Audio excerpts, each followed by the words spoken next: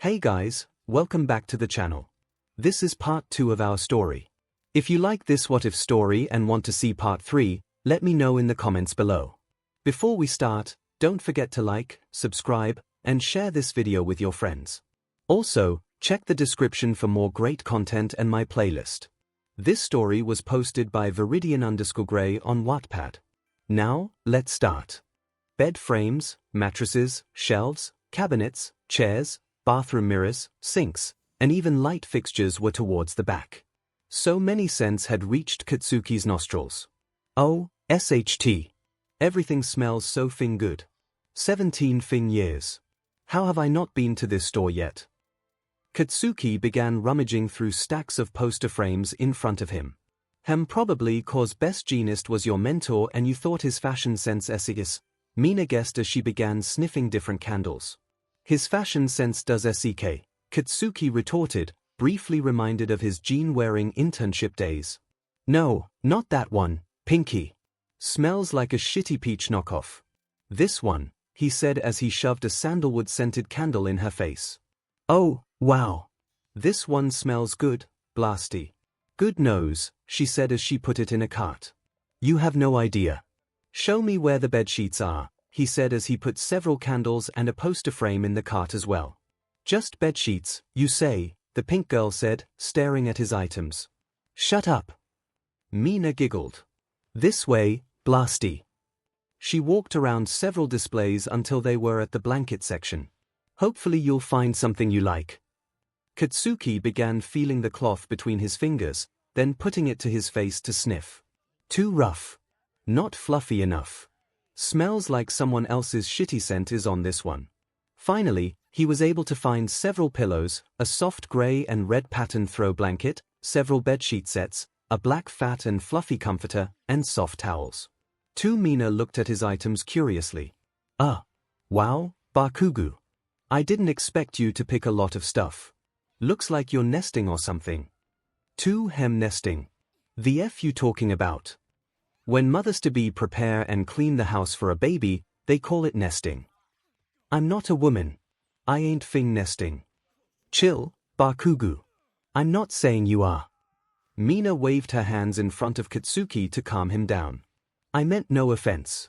It just seemed cute cause I've never seen you so serious about shopping. I'm sorry, she apologized. Katsuki looked at Mina. She doesn't know. I snapped at her, but she doesn't know anything about subgenders. He huffed. I shouldn't have snapped, Pinky. Today hasn't been the best of days. Sorry, he mumbled. She jumped at Katsuki and hugged him. Oh, blasty. I didn't know you were having a bad day. Let me make you feel better. Oi. Get off me, woman. Never. She giggled, squeezing him harder. He struggled with her vice grip. Maybe today isn't a total loss. Tuesday, April 1st, F you. I don't belong to you. Let me go. Katsuki struggled against the mysterious man's grip. The dark phantom suddenly let him go. Katsuki fell on the ground, heaving as he tried to catch his breath. The phantom kneeled to his level, firmly grasped the blonde's chin to gaze into his eyes. Emerald pools reflected Katsuki's terrified face, as if the man could see within his soul. A dark grin was plastered on his face. But you do belong to 𝗵𝗃𝗃𝗏. Katsuki numbly began his morning doing his usual routine of taking a shower, eating breakfast, brushing his teeth, then heading off to UA campus. His dreams were vivid and disturbing. The mysterious phantom was revealed to be none other than Izuku. But it wasn't Izuku that he knew now. No, this was Izuku's alpha. The one who commanded he talk, the one he feared. It made no sense, though. Izuku was smaller than average, shorter than even Katsuki and didn't have as much muscle mass as him. So why was his alpha huge? And why is his alpha so cruel? If anything, the phantom was a different entity altogether, latching onto its host to satiate its needs. The alpha was a parasite just like the omega in Katsuki. He couldn't wait for a DMN cure. Katsuki headed to the bus stop that takes him to UA, looking over his shoulder several times to see if the nerd was behind him. The F am I being so skittish? The blonde huffed. He refused to be intimidated by some phantom from a dream. Hell, He wasn't cowed when that alcoholic but assaulted him. It's Deku. Deku wouldn't hurt me, but his alpha might. Still, it wouldn't hurt to be cautious when there are other crazy alphas around. He arrived at UA and headed towards Field Epsilon, where there was a typical track and field that would be located in any high school. An 8-lane, 400-meter track encircled areas where students could do high jumps, long jumps, javelin, shot put, pole vaulting, and discus. But because UA always went plus ultra, there was an additional section next to the track and field that had several obstacle courses similar to a military boot camp. Past that section were elevated levels of open land for jogging, running, and climbing. 𝗃𝗲 would often be spotted using Field Epsilon to train and take advantage of the twisting paths to practice his sharp turn techniques, which was why he was here today. 𝗃𝗲 spotted Katsuki and waved as he was jogging the winding path, yet didn't slow down to chat. Katsuki simply nodded in his direction. Each knew that their training time was valuable and kept to their respective locations. He decided to do his own warm-up stretches by the field. Only 4 other students from 2B were there: 𝗧𝗵𝗃𝗧𝗵𝗃𝗧, Pony Tsunotori, Setsuna Tokuge, and his least favorite person in the world, Nito Minoma. 2 hours near that, but great. Sure, he respected Minoma as his quirk was valuable during the war, but he still didn't have to like him personally. So far, the copycat hadn't noticed Katsuki. In the meantime, Katsuki stretched while keeping an eye out for Izuku's arrival. Where the F is he? DMN nerd is never late for training. As if on cue, he heard giggling from the entrance of the field. It was Ochiko. She was uncomfortably close to Izuku, practically hugging his arm with a bubbly expression as they walked onto the field. The freckled nerd was flustered at the attention he was receiving.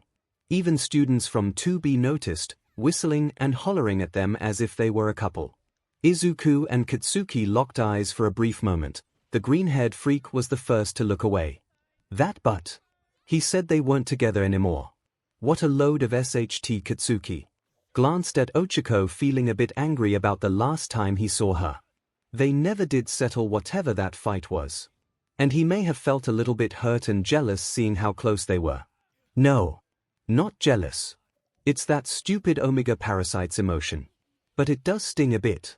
He should have had the decency to say they're a couple after the crazy SHT we confessed to each other at the dorms. That's a whole new low for him. The blonde grit his teeth and decided to fully ignore them today. His only focus now was his goal of being number 1. F them. I don't need this drama. I was doing fine without them before. I can last a few more months till we graduate if I need to. Then I don't have to see their shitty, chubby faces anymore. The fuming hothead decided to work out on the obstacle course since no one was currently using it. The strenuous course of jumping, running, swinging, crawling, and climbing without using a quirk kept his mind off of all the extras.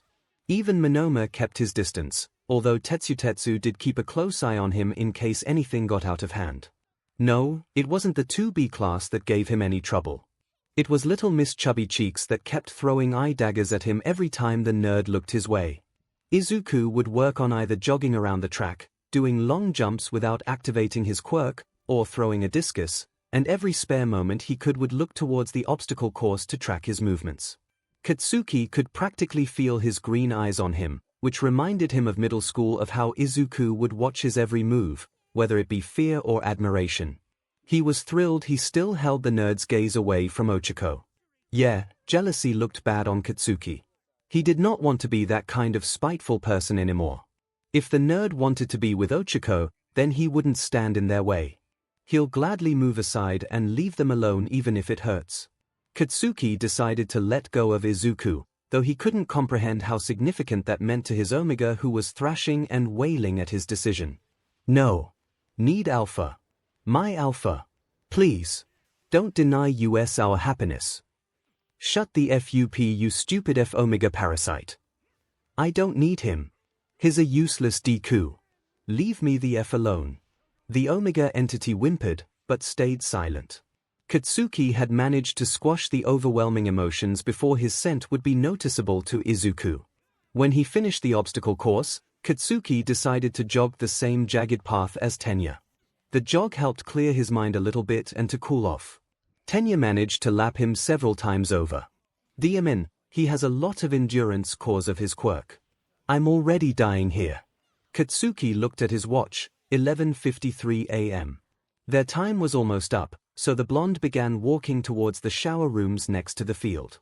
Just as he was wiping his face with his sweat-soaked shirt, Katsuki noticed Izuku staring hard with dark green eyes at his sweaty body. That's not his normal gaze. Almost as if. Deku. Hello. Ochiko said as her voice wavered. She stood next to the freckled boy waving a hand in front of her face. Earth to Deku. Why aren't you talking? He probably fried his brain, cheeks.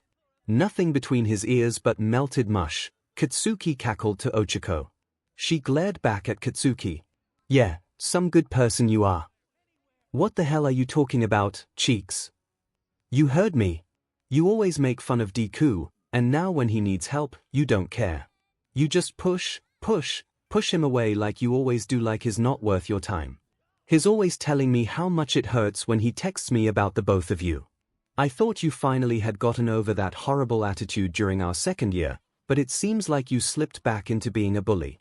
And I see it when he looks at you with such sadness because he lost his best friend again.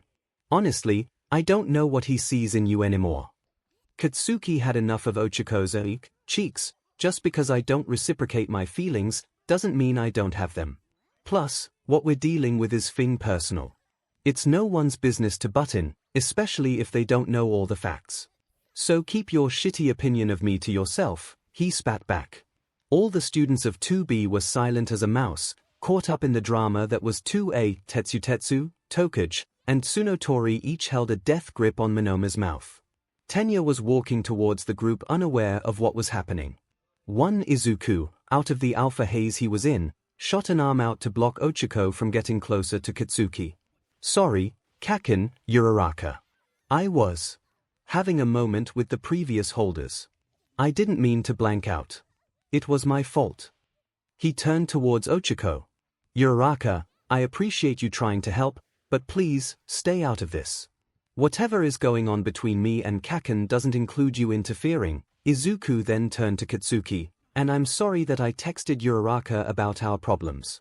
I had a weak moment, but I didn't tell her any details. Still, that's no excuse to be talking about you behind your back. I just keep on messing up, don't I? Always end up betraying your trust. If anyone is a horrible person, it's me, Uraraka. Betray Bakugou's trust. Deku. I didn't realize. That's right, you didn't know. Because you assumed I did something wrong. You never gave me the benefit of the doubt, did you? You all assume I'm always the bad guy, the villain in your story. Boy, Kaken, stop, I don't want to hear it, Katsuki uttered. Is everything okay? Tenya said worryingly as he reached his classmates. 𝗵𝗃𝗃𝗃, Katsuki responded. I'm done here. Don't follow me. He turned away to head to the showers. The rest of the group began talking quietly amongst themselves. Thankfully, everyone gave him space as he was showering. I still have to meet Aizawa at 4 and deal with Deku again. He finished showering and headed home to eat lunch and prepare for the press conference.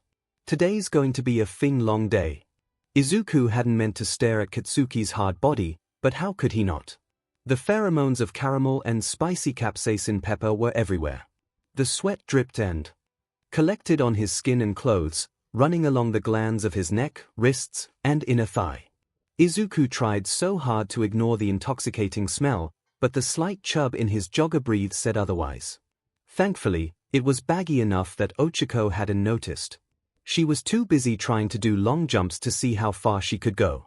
His alpha, however, was reaching a fever pitch in his mind, ready to burst forth and command Katsuki to present his but right in front of him so Izuku could mount him, mate him, and claim him for everyone to see in public. 𝗵𝗃𝗃𝗃𝗃. Chase him. Mount him. Him roar.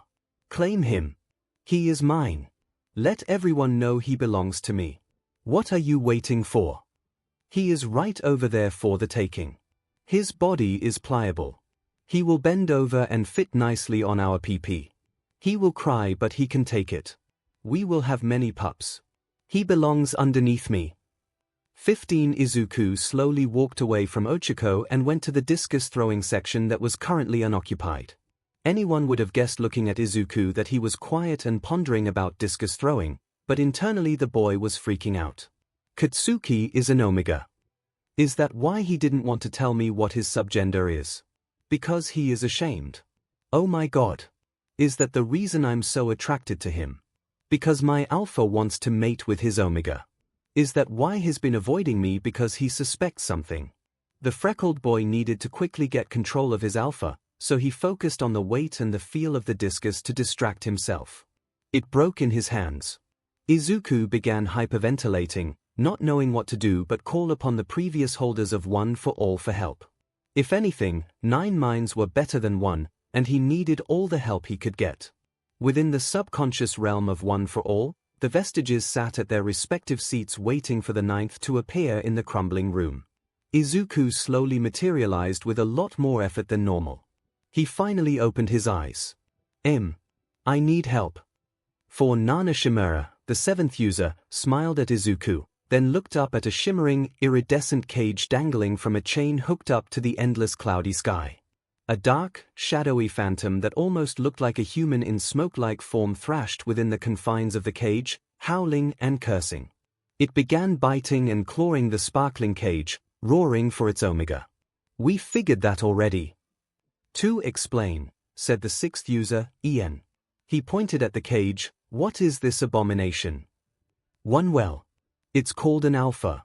It is the result of a man-made quirk that mutated and ended up contaminating the water supply. That's all I know so far. Oh, and it really wants me to mate with my friend, which is actually the problem right now. It wants me to F him in public. I can't, too, that Katsuki kid, right? Yeah, we can kind of hear it yelling lewd demands in the cage, said first user Yoichi Shigaraki with a small grin. The 2nd and 3rd users snickered in the corner of the room. That beast seems to believe that its 𝗲𝗵𝗃𝗲 resides within Katsuki, am I correct? 2 Yes. How embarrassing, the red-faced greenhead admitted. Ha. Don't be, boy. It makes sense in a way. A fragment of One for All will always reside within him even though he was a temporary user to save those children years ago. This beast probably wants to reunite with the person that has the closest connection to you or something, Deigoro Banjo, the 5th user boisterously vocalized. In fact, I think this beast guy has got a lot of phantom ball going after that kid. I have a hard time imagining it pinning Bakugou down and fing him. That'd be one hell of a fight to see. Ha. For seriously, Deigoro. Crass, spoke 𝗲𝗃𝗃𝗃 Shinomori, the 4th user. Whether or not that's the reason the beast wants to mate, we need to protect the OFA realm from this monstrosity. It seems to be able to temporarily take over the 9th user even though all of us have been using our collective power to keep it contained. We need to do more. What can we do then, 𝗲𝗃𝗃𝗃? Ian asked. If we use our full power, Izuku won't have enough power to access One for All, and if we don't use enough, he will destroy the cage and run free. It would be disastrous. Even now with our combined power to cage the beast, it is still slowly siphoning off the power of OFA. The beast gets stronger over time, while we become weaker. Nana decided to interrupt. We may be thinking about this the wrong way. All of us are vestiges of previous users, their subconscious imprinted within One for All, right? In a way, we can have conversations due to collective memories and the wills of previous hosts, yet we cannot truly call ourselves alive if we only exist within this realm. We do not exist independently without a host, cannot have children, and most importantly, cannot grow old. But this alpha, this entity, may actually be alive.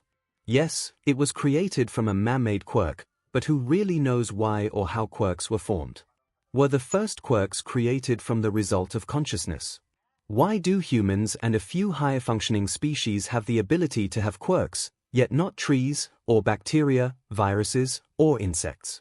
The ability to at least be able to say I think, therefore I am, is the only difference between consciousness and something that simply exists. This phantom is not a quirk. It was born from a quirk. 8. Consciousness uses energy to create memories, have thoughts, feelings, dreams, desires, and needs. The more the alpha exists, the more he grows. The more he grows, the more energy it requires to stay alive. The alpha gains knowledge from the outside world. His learning and his wanting. And right now he wants to do what he was born to do. The alpha doesn't understand that it is wrong to take someone without consent. The alpha is a newborn baby with the strength of one for all at his fingertips and desires of a full-grown adult, and we are the only ones that can hold him back for now. Once he is older, stronger, and wiser, he will be able to defeat all of us and take over the host. Not unless we teach him right from wrong.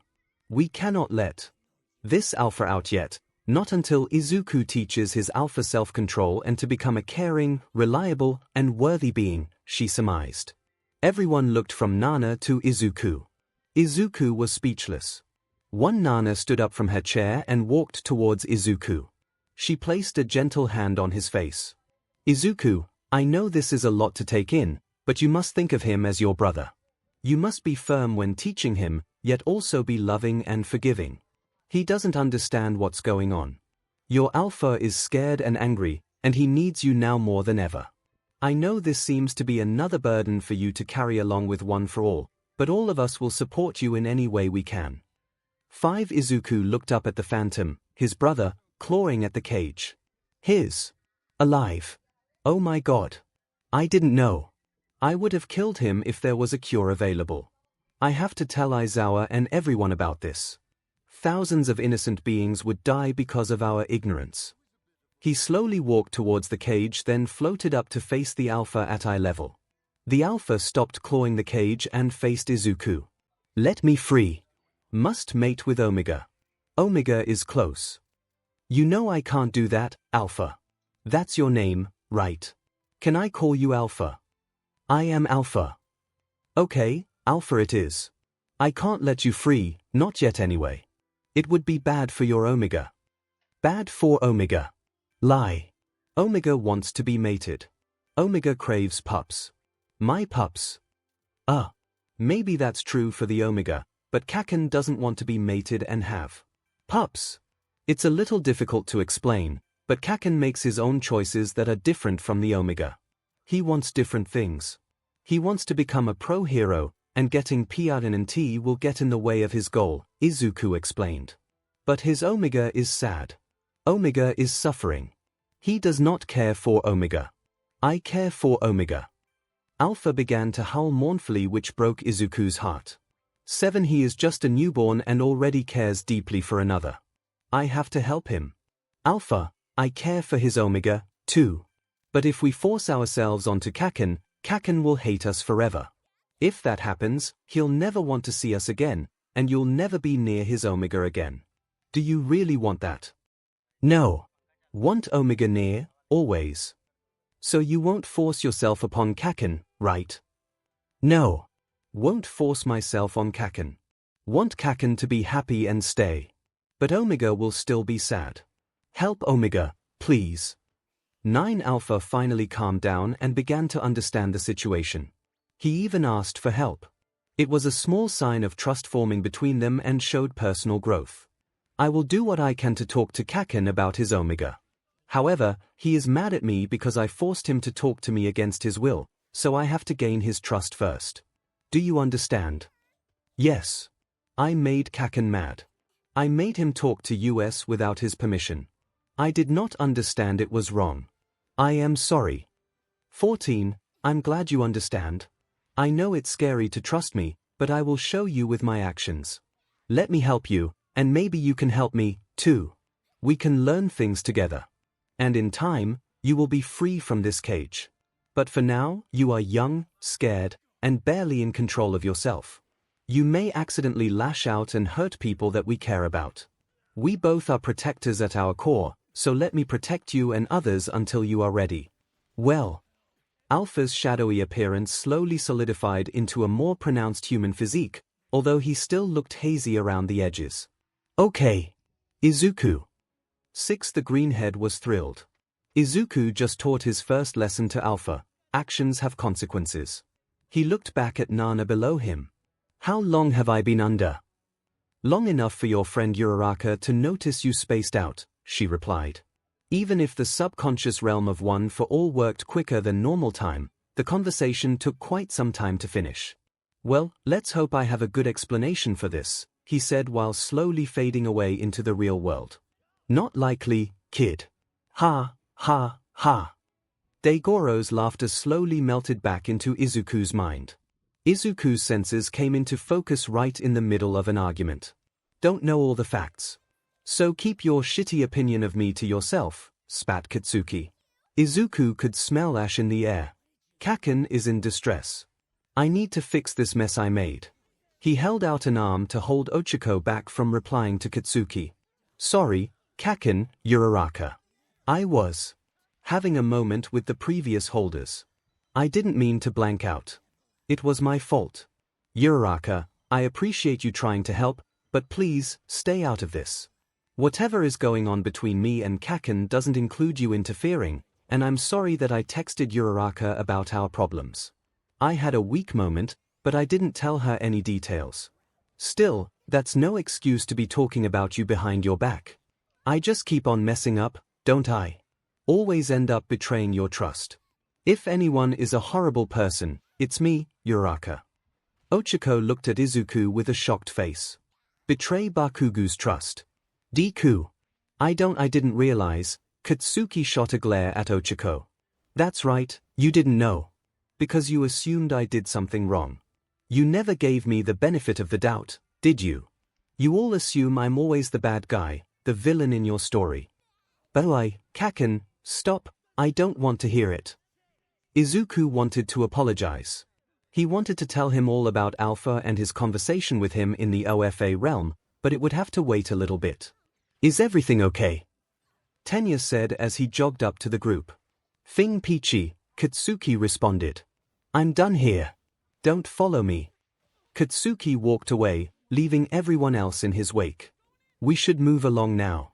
Other students will be using the field soon, Tenya announced to 2A and 2B students. Another reason why Class 2B is better than 2A, Minoma said with a wicked grin. Too much bad BLD between rivals. We treat each other like family, but you all treat each other like the trash you are.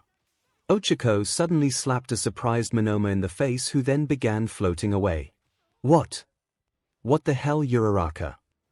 Minoma screamed as he flailed about. Oh, sorry. I saw a fly on your cheek and tried to swat it away, but I accidentally used my quirk on you. She pressed the pads of her fingers together. Minoma fell HRD on the ground. I'll be telling principal. Oh, no you won't, Minoma, 𝗏𝗃𝗃 interrupted. You deserved getting slapped after saying that 𝗧𝗵𝗃𝗃. Kendo told us to keep an eye on you. Let's go. She reached for Minoma's collar and dragged him away. The rest of the 2B crew apologized for his behavior and left. I really hate that guy. Was hoping he'll float into the sun this time, Ochako said. She then faced Izuku. Deku. I'm sorry.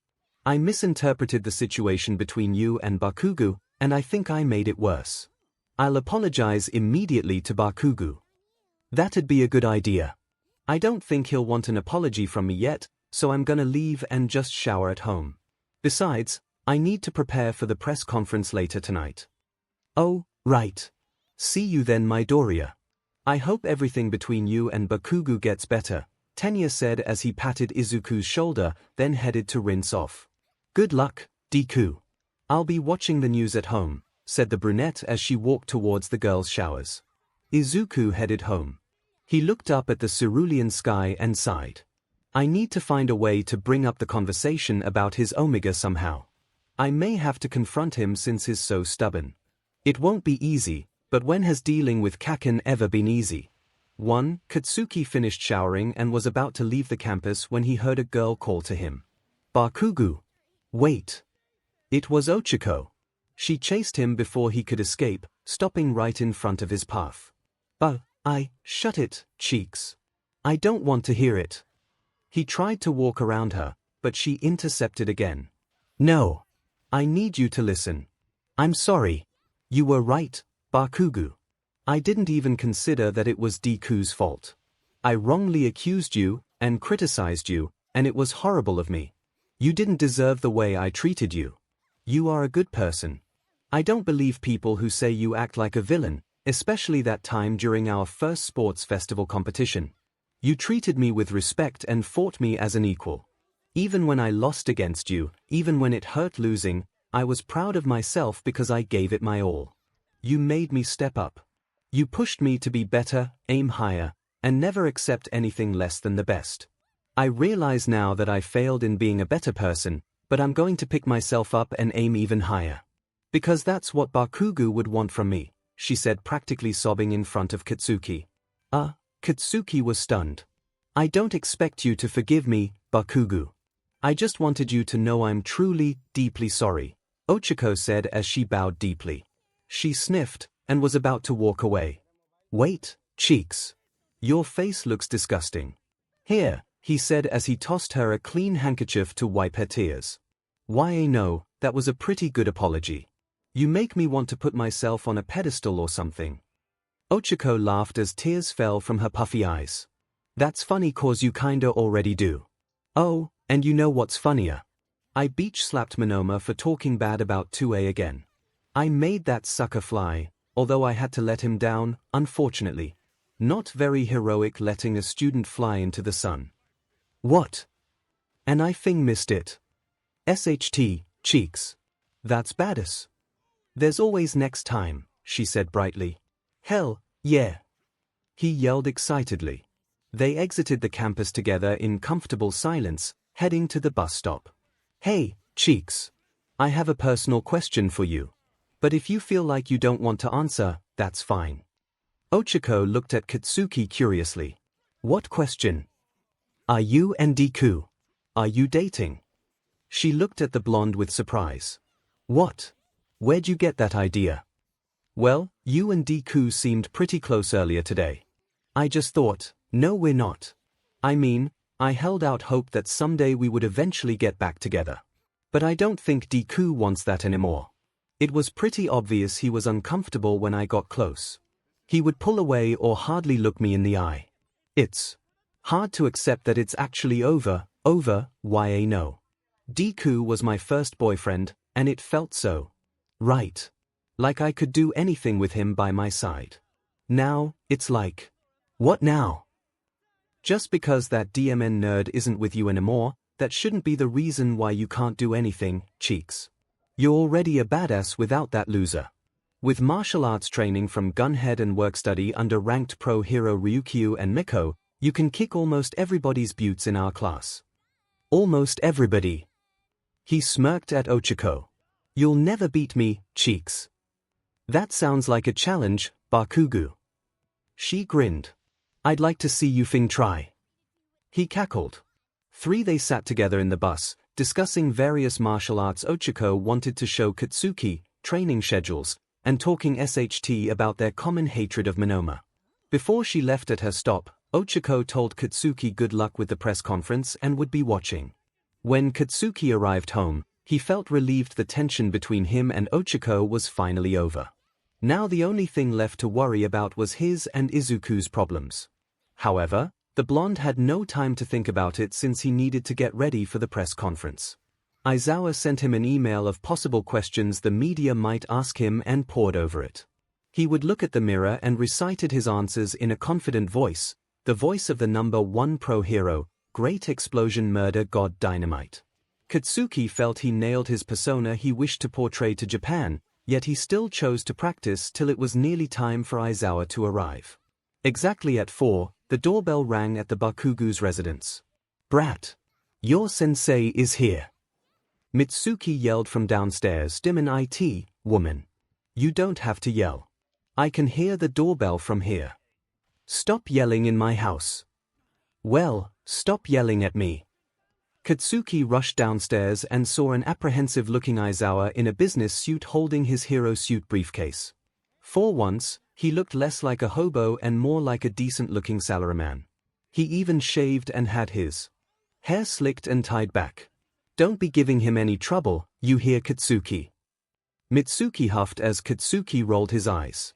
She then headed towards her office to continue drafting designs for pathetic models to wear.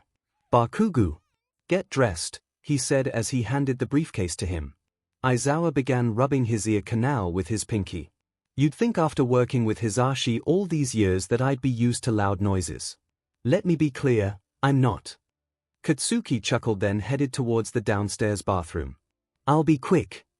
He stripped his clothes on the floor and began shoving his legs into the baggy briefs, buckled his accessory belt, put on his black and orange X tank top, arm-length gloves, metallic neck brace and knee guards, military-grade boots, slid on his mask with explosive flares, and finally his sweat-absorbing outer gloves. Katsuki then snapped the steel arm braces on his forearms and locked the grenade gauntlets onto them. He reached for his case and left the bathroom, headed towards Aizawa. The grenade gauntlets might be overkill for a press conference, said the tired man as they left the house and walked towards his black sedan car. If I'm going to debut on national television and have to answer SHT questions, I might as well look good doing it, grenades and all. Aizawa chuckled and turned on the ignition. True. Katsuki Bakugou. You left your clothes on the bathroom floor again. Pedal to the metal, Aizawa. Go, go, go. Aizawa hightailed out of the driveway, tires screeching as he drove to Izuku's apartment.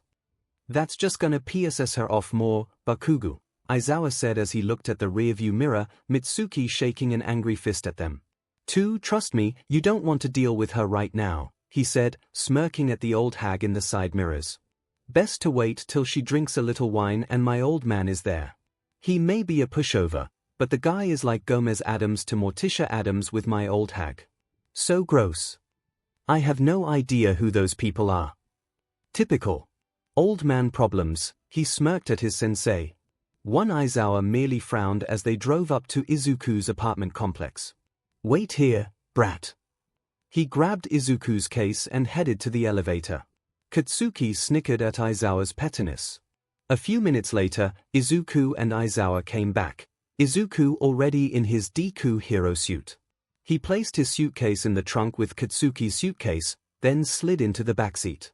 Hi, Kaken, he said, looking at Katsuki through the rearview mirror. Katsuki nodded in acknowledgement, Deku. He then looked away. Can't raise any suspicion with Aizawa being here. Aizawa slid in the driver's seat and took off to the main Hero Commission building where the press conference would be held. All right, boys. Did you go over the possible questions I emailed you? Yes, sir, Izuku answered. Yep, Katsuki said. Good. Just so you know, the Japanese media is usually good about sticking to the pre-selected questions. It helps keep a friendly relationship between the Hero Commission and National Public Safety Commission with the media. If they play ball, they usually get exclusives of interviews and breaking news, and VIP access to press conferences. However, you'll have your usual outliers that love to stir up trouble, such as international press or independent media. They'll ask difficult questions that will stump many unsuspecting pro-heroes. Your job is to keep cool and not freak out, Aizawa said while looking at Izuku, who gulped, or blow up, looking next at Katsuki, who merely huffed at the slight. Now, it's unlikely they'll ask you too hard-hitting questions since you're only provisional heroes. In this case, they'll most likely go after the higher-ups. However, if the case arises where I don't like where the questions are leading, I will direct the questions towards me as your UA representative. You both are still students of UA, therefore, my responsibility. Don't forget. You are also representing the UA student body and are responsible for your behavior at the press conference. Am I clear? Crystal, Katsuki answered. Yes. Izuku said. Good. It will take us 2.5 hours to get there. Less if I take the carpool lane. Get comfortable, Aizawa said. Katsuki kept quiet, listening to music on his phone, nodding off as Izuku and Aizawa conversed about random, useless topics during the 2 hours.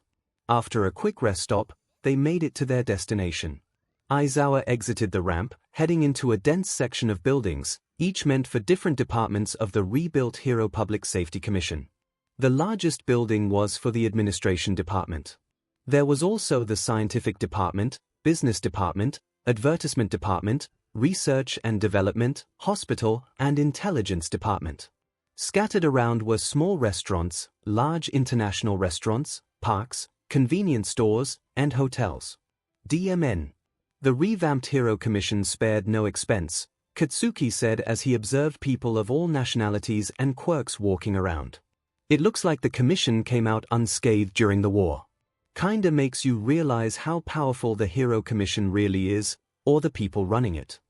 He remembered how the HPSC was nearly in ruins after too many heroes died, and internal corruption ran rampant. You'd be surprised how badly the public wanted the commission back.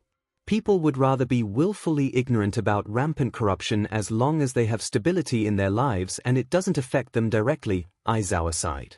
He parked nearby where the administration building was located, and then he popped open the glove compartment to hand the boys their lanyards. Here are your Hero Commission badges for the conference. Don't take them off or they'll think you teenagers are trying to crash the conference or something nefarious. Wouldn't that be something? Katsuki muttered to himself. Izuku giggled quietly behind him. The blonde stole a glance at Izuku through the rearview mirror. Cute. Katsuki blushed. Nope. Don't go there. He breathed and cleared his thoughts. Okay. Focus. Big moment. Keep your cool. Don't blow. Up on national television. Bakugou. Let's go, Izuku said as he was already waiting. Just mentally focusing my mind so I don't blow up any shitty media. Sounds like hound dog's meditation techniques are being put to good use, Izuku declared. Yeah. Let's hope it doesn't get shot to SHT today. Katsuki stepped out of the car and followed Izuku with Izuku walking behind. They entered the main entrance, flashed their badges to security, who then confirmed they were expected provisional heroes in their hero suits and Izuku as their UA mentor. A snake-headed woman met them and led the group to a room where the president of the HPSC and a Hero Commission scientist were chatting. A sharply dressed man and woman representing 𝗬𝗪𝗔 Pharmaceuticals unsurprisingly kept to themselves in a corner, talking in hushed tones and furiously typing on their phones. Lastly, two high-ranking police officers from the National Police Force were gathered in the middle of the room, Senior Commissioner Kenji Tsuragami and a familiar face. Chief Inspector 𝗍𝗪𝗔 𝗧𝗵𝗃 spotted Izuku and excused himself from the beagle-headed man, walking towards them. Chief, how's life treating you since the promotion? The once plain-looking man looked sharp in his uniform, giving Izuku a crooked smile. 𝗧𝗵𝗃 was in his late 30s, but the stress with the unexplained aggression quirk cases caused him to age faster. He had crow eyes, graying hair, and a short stubble growing. More work, less sleep. You. Same. Except I got babysitting duties, he said as he pointed to Katsuki and Izuku. Katsuki sneered at the veiled insult. Izuku scratched his neck bashfully. You win, Izuku, 𝗬𝗵𝗃 laughed. More like I lost, actually. Anyway, here are the two who helped solve the case. The chief inspector looked at the boys and smiled. Good to see you both again. It's been a while. Almost a year, really. 𝗍𝗪𝗔 𝗬𝗵𝗃 was the detective during their first year who helped them defeat the League of Villains during the war. With his experience and leadership, 𝗬𝗵𝗃 rose in the ranks. Hello, Chief Inspector. Nice to meet you again. I'm so glad we're being recognized for this case and the Musutafu train attack, Izuku said as he bowed deeply. Sup? Katsuki simply stated, nodding at the man. Ha. Doesn't seem like it's been that long since I last saw you two. You both got taller though. And more muscles. Well, you both deserve to be recognized for all your accomplishments. I'm looking forward to you boys becoming great pro heroes one day. Thanks, Katsuki said with sincerity. Out of all of the police force, he respected 𝗬𝗵𝗃 the most. Thank you. Izuku beamed. The nerd was respectful to anyone with authority whether they deserved it or not, unfortunately. The snake woman who led them into the anteroom announced that the press conference was going to start. 𝗬𝗪𝗔𝗪𝗔 representatives first all the way to the end. Hero scientist next. Then hero commissioner next. NPA officers after. UA representatives last. SSSIT where your names are on the nameplates. She then ushered everyone to the main room, and then addressed the room. The press conference ISSS about to start. Please take your seats now. No questions until after the briefing. Thank you. 7 Katsuki, Izuku, and Izuku entered last and sat at the end of the long table next to 𝗬𝗵𝗃. Aizawa requested he sit next to Katsuki's left while Izuku sat to his right so they could both keep an eye on him. 𝗵𝗵𝗃𝗏, why do they think I'm going to blow up on national television?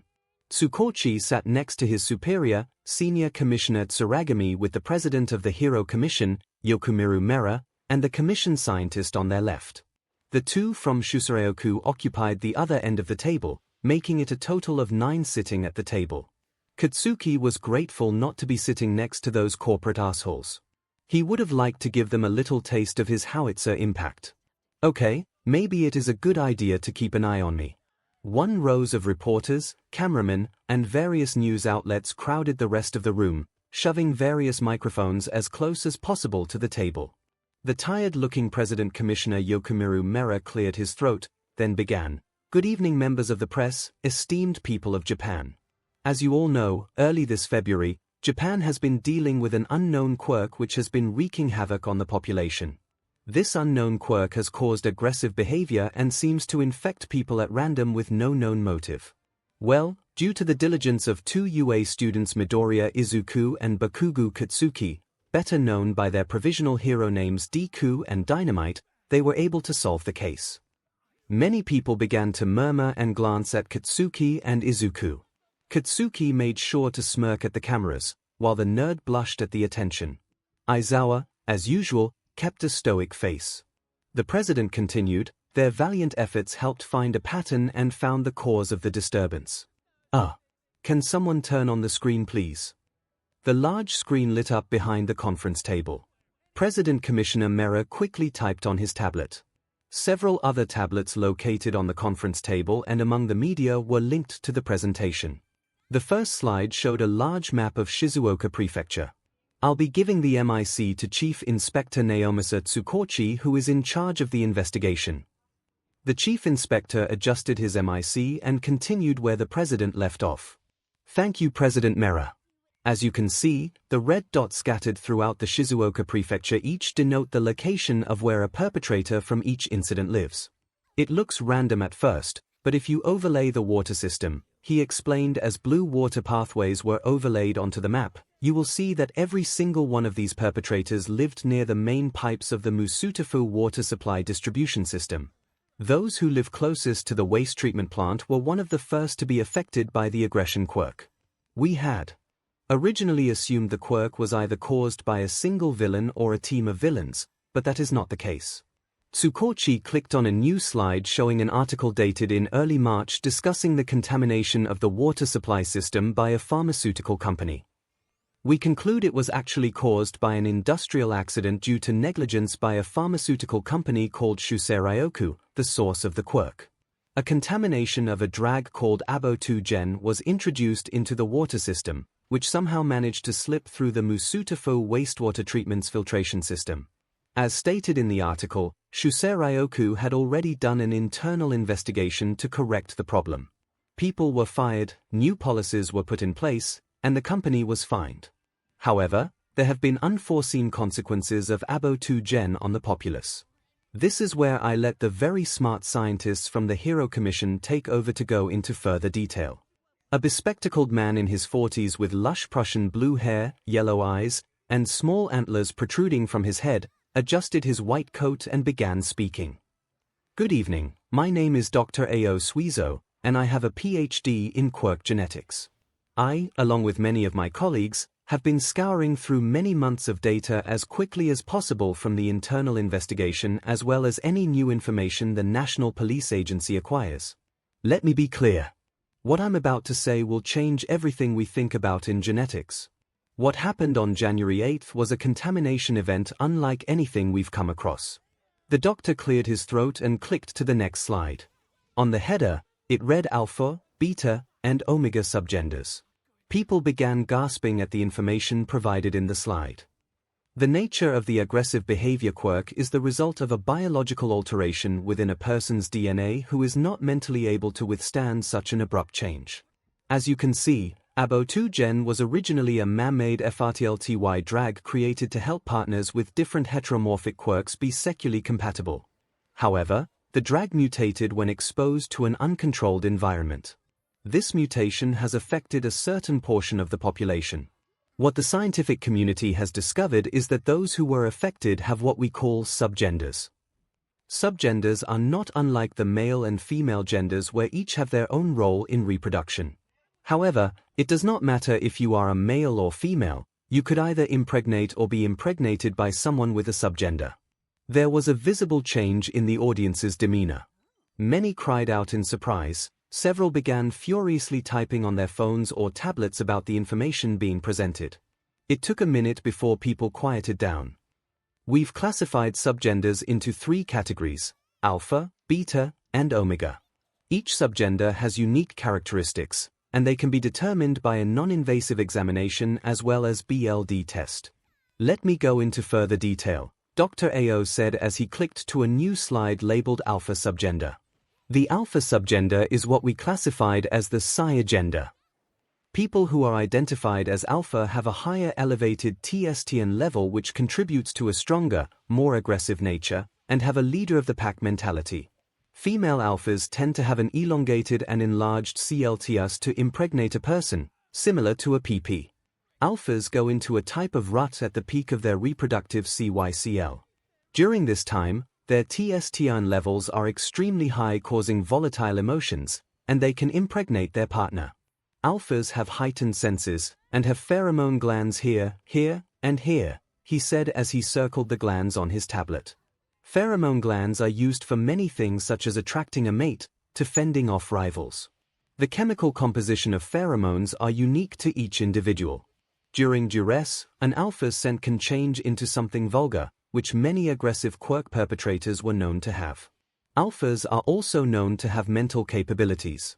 Perpetrators that were thought to have the aggressive quirk each said they had an aggressive inner voice, which led many mentally unstable alphas to attack people. Some even had what you would call an alpha voice, where they could forcefully command a person against their will. One Katsuki saw Izuku flinch at the mention of the alpha voice. He kicked Izuku under the table and glanced at him as if to say, "Don't make it so obvious, nerd. We're on national TV." Izuku nodded slightly. He understood that he needed to be careful about showing any reaction, especially sitting near Aizawa. There is a case of one alpha that is quite astonishing, though, the doctor continued. When this alpha was tested, the testosterone levels were higher than any of the other alphas tested. According to the examination, he had a unique genitalia and an astonishing amount of sperm count. We believe this individual, which we have called prime alpha, is able to impregnate every viable omega without limitations. He may be able to use the alpha voice to command all other genders including other alphas. I must emphasize that this person is not one of the perpetrators, but a citizen that did a routine checkup. Due to privacy laws, the identity of this citizen is under wraps until further notice. Katsuki's jaw dropped. What the F? Prime alpha. So there's an even worse one than a regular alpha. He looked at Izuku. The green-haired boy looked back with wide eyes. So much for keeping things on the down low. To be fair, the audience was much worse. They went wild with the news of a prime alpha. Many shouted for more questions about this person. Who is he? What do you mean unique genitalia? Can we see his PP? Is it big? How much sperm was there? Did the prime alpha impregnate anyone? 16 Quiet down. He's not finished. Wait till after the presentation for questions, Chief Inspector 𝗬𝗁𝗁𝗃 yelled at everybody. Eventually, the audience settled down, surely brimming with a million questions loaded. The doctor clicked the next slide, beta subgender. Now onto the next subgender. Betas don't seem too different from unaffected people, but still carry the 𝗵𝗄 genetic marker. They have slightly higher senses compared to the unaffected, but have no effect in reproduction other than passing the gene onto the next generation. Betas do have the same set of pheromone glands with their own unique scent, but do not have an inner voice like their alpha counterpart. We believe they serve as a mediator for the subgenders. The last subgender is the omega, Dr. Ao said as the omega subgender slide was shown. Omegas are known as the damn gender. People with this gender have the ability to give BRTH, even if the person is a male. Katsuki clenched his teeth. He did not want to show any signs of discomfort. No matter what bullshit this guy spews, I need to keep cool. Breathe slowly, breathe deeply. Just think of it like Izuku's lectures. Since 𝗲𝗵𝗃𝗲s are impregnated with different sets of genitalia than unaffected humans, we believe their children are to be classified as pups due to the different combination of DNA within subgenders. 𝗲𝗵𝗃𝗲s pass on this extraordinary DNA onto their pups, which will continue the subgender legacy. Those who have been classified as 𝗲𝗵𝗃𝗲 have a higher level of 𝗎𝗪 to help create life. In males, we found that they carry a simple WMB and possibly have the ability to lactate. So far, there has yet to be a documented case of male pregnancies, but we have been keeping an eye out for that. The next slide was titled 𝗵𝗃𝗁𝗍𝗂 and 𝗬𝗪𝗃𝗃. We have been tracking a few cases of 𝗲𝗵𝗃𝗲 pregnancies. 𝗲𝗵𝗃𝗲s secrete SXL pheromones from their scent glands to entice a rutting alpha to impregnate them during their heat 𝗵𝗃. A slick substance leaks from an 𝗲𝗵𝗃𝗲's genitalia which we believe to be a lubricant with antiseptic properties as well as an 𝗵𝗃𝗁𝗍𝗂 to the potential alpha mate. The alpha will attempt to mount the 𝗲𝗵𝗃𝗲 and penetrate the WMB. A successful P&N will form a type of knot inside the 𝗲𝗵𝗃𝗲's genitalia to keep NSMMTN from leaking out, therefore causing an extremely high success rate of 𝗵𝗃𝗁𝗍𝗂. During the 𝗬𝗪𝗃𝗃, we noticed it happened at an accelerated rate. For example, a normal 𝗵𝗃𝗁𝗍𝗂 is 9 months. However, an 𝗲𝗵𝗃 is 1/3 the 𝗬𝗪𝗃𝗃. That means the first pups should be born this month since the time of the contamination. 3 months of 𝗵𝗃𝗁𝗍𝗂, people. That is due to the success rate of the original FRTLTY drag which has then mutated into this hyper-GSTTN-PRD. Now that I've explained the subgenders, are there any questions? Suddenly, everyone was shouting at once trying to be heard. After a few seconds, the doctor picked someone from Japan National News who was friendly with the commission. She introduced herself and her station, then asked, how many people were affected with subgenders? Dr. Ao then clicked a new slide labeled Subgender Statistics. This state shows that approximately 5 million people within and around the Shizuoka prefecture were affected by the drag in the span of a month. Now, not everyone fits the criteria of getting a subgender, but from those we've been able to document fit the 3:16:1 ratio of alphas, betas, and 𝗲𝗵𝗃𝗲s. Out of 5 million affected, 80% could be classified as betas, alphas 15%, and 𝗲𝗵𝗃𝗲s 5%. So there could be up to 4 million betas, 750,000 alphas, and 250,000 𝗲𝗵𝗃𝗲s. If I were to compare that to the population of Japan of 125 million, betas make up 3.2%, alphas 6%, and 𝗲𝗵𝗃𝗲s 2% of the population. Only 4% of the Japanese population has subgenders, but you will see an exponential growth in the coming years. Next question. Do any of you have subgenders? No, a fully grown adult cannot have subgenders. It affects youths going through PBRTY as well as young adults. Deku, do you have a subgender? Deku, are you an 𝗲𝗵𝗃𝗲? You have feminine curves. 11. Dynamite, are you an alpha? Is that why you're always aggressive?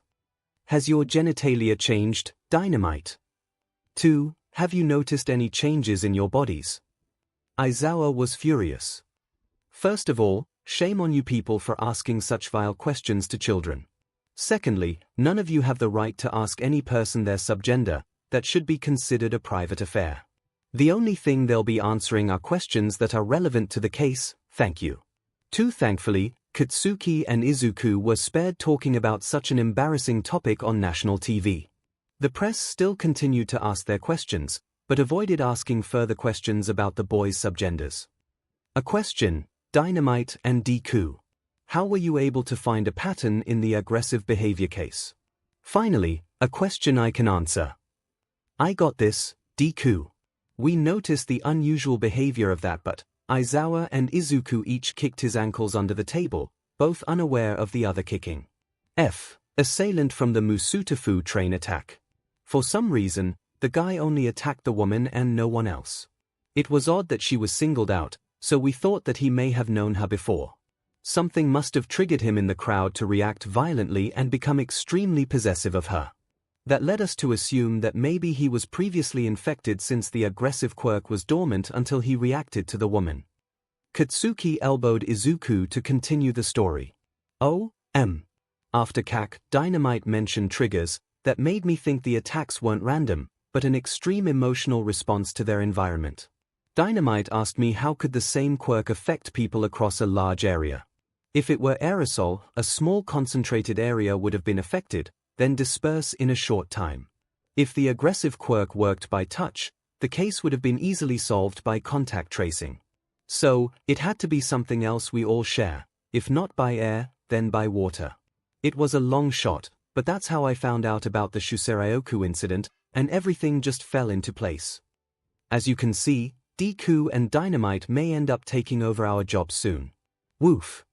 Senior Commissioner Kenji Tsuragami mentioned, the press chuckling over the joke. Clearly, we're impressed by the accomplishments of the wonder duo at such a young age. They definitely deserve praise for the fine work they've been doing, and I'm sure the Hero Commission agrees. Which is why we would like to recognize them for their heroism, woof.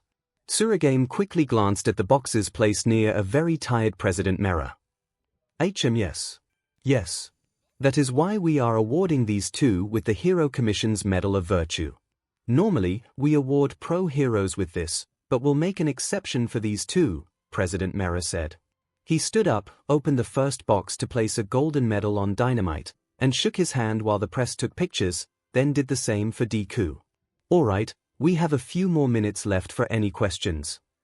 How will this affect our way of life? Time will tell. New laws will be created. How do we protect ourselves from aggressive alphas? Keep your distance. Call the authorities. What does this mean for our children who may have subgenders? The government of Japan will make sure those with subgenders are protected from any kind of discrimination. As I've mentioned before, new laws are currently under review. What do you call a male who gives birth? How can they be called mother if they are not female? 1. The scientists have crafted new terminology to deal with this issue. Theoretically, a male can give birth, so Dr. Ao suggests to use the phrase 𝗵 for omegas and 𝗧 for alphas to avoid confusion with primary gender labels. Children born from subgender reproductive organs are classified as pups. What about the ability for an alpha to command? Shouldn't we be concerned? We will make sure there are laws in place as soon as possible to make it illegal to use an alpha voice to command someone. It will be similar to the laws of quirk usage in public. We will register every alpha and make sure each takes a course on consent. What about the prime alpha? What are you going to do about this person? Won't his alpha voice be too powerful? We will be keeping track of this individual very closely. If the prime alpha steps out of line, he will be sent to Tartarus for the safety of society. 6. What if the prime alpha ends up having many omegas to carry all his pups? Then the prime alpha will have to pay pup support. The prime alpha should be able to live his life privately, and if he wants to have a large progeny, then that is the individual's prerogative. 3. How will schools have to deal with the disruption of second genders? The government will be setting up new policies for teachers in dealing with subgenders. Like the emergence of quirks generations ago, we will be working carefully with the community in dealing with this change. Is there a cure for the drag? Could subgenders be eliminated? There is no known cure at the moment, but our scientists are working hard on that right now. Shouldn't the 𝗬𝗪𝗧𝗪𝗧 pharmaceuticals be punished for causing this mess? A 5 million yen fine doesn't seem like a fitting punishment. Senior Commissioner Kenji Tsuragami decided to answer the question. 𝗬𝗪𝗧𝗪𝗧's business license is currently suspended as well as having several sanctions against it. Due to the important research surrounding the abo2 gen drag, we could not fully dismantle the business, woof. Commission scientists have taken over in order to study the data from previous employees in order to understand the emergence of subgenders. The executives and top scientists were taken into custody while the rest of the staff were kept in order to continue their research, woof. The spokespersons of 𝗬𝗪𝗧𝗪𝗧 have decided to formally apologize to the people of Japan. The two expensive-looking extras stood up and gave a long-winded, remorseful-sounding speech full of heartfelt regret that Katsuki tuned out by cracking his fingers loudly. Aizawa shot him a look as Izuku snickered to his right. Finally, the turds bowed deeply in front of the press and sat down. 𝗵𝗃𝗃 sent actors to cover their buttes for them. President 𝗵𝗃𝗃 then stood up. I believe that is all the questions for today. The National Public Safety Commission, National Police Agency, as well as the Hero Commission will be posting FAQs on our respective websites. We urge everybody to take the subgender test at designated locations listed on the websites. Excuse me. Sir. President 𝗵𝗃𝗃, can I address something before you conclude the press conference? The nervous dumbass stood up to interrupt the president. What the F? Katsuki looked at Izuku, then looked at Aizawa in confusion. Aizawa was just as shocked. Motherfucking Deku should have sat next to Aizawa. Sure. Make it quick, boy, said a flippant President 𝗵𝗃𝗃. Izuku looked at the audience and breathed in, then exhaled. I know you are all scared of alphas and their so-called inner voice. I just want to confirm that I am an alpha, and I have an inner voice. At first, I was scared of this inner voice, thinking it was aggressive and had animalistic behavior. But, as I got to understand it, I learned that it wasn't just a quirk, it is alive. The alpha within me has his own wants and needs, and he learns and comprehends what I teach him. I believe over time, my alpha will be wise and strong, and someone to cherish. You shouldn't have to be afraid of your inner voice. You should nurture him or her like you would a child. That is all. Thank you. The nerd sat down as the press began to hound him and ask about his inner voice. 𝗵𝗃𝗃. That's certainly interesting. Thank you, Deku, the president uttered. Like I said, everything concerning subgenders will be listed on government websites. That is all that we have for today. Thank you, and good night. President Commissioner 𝗵𝗃𝗃 stood up and walked out of the conference room along with other members of the commission and staff. The media continued to shout questions about Deku's alpha status until Aizawa shut the media up with, no comment. We're leaving. Aizawa grabbed the arms of Katsuki and Izuku and dragged them to the corner of the anteroom away from any eavesdropping. He looked at Deku with a furious face. Explain to me, Midoriya. What the hell was that about? Izuku shifted as he hugged his chest. I'm sorry, sensei, but I had to say something. The inner voice. My alpha is alive. I found out when I went into the vestige realm space. My alpha was getting out of control, but the previous holders of OFA helped me communicate with him. Nana Shimura told me that my alpha was growing and learning, and I couldn't just let people kill them. They need to know. Aizawa sighed. Kid, you just blurted out your subgender to all of Japan. We don't even know what kind of consequences that will entail. Oh.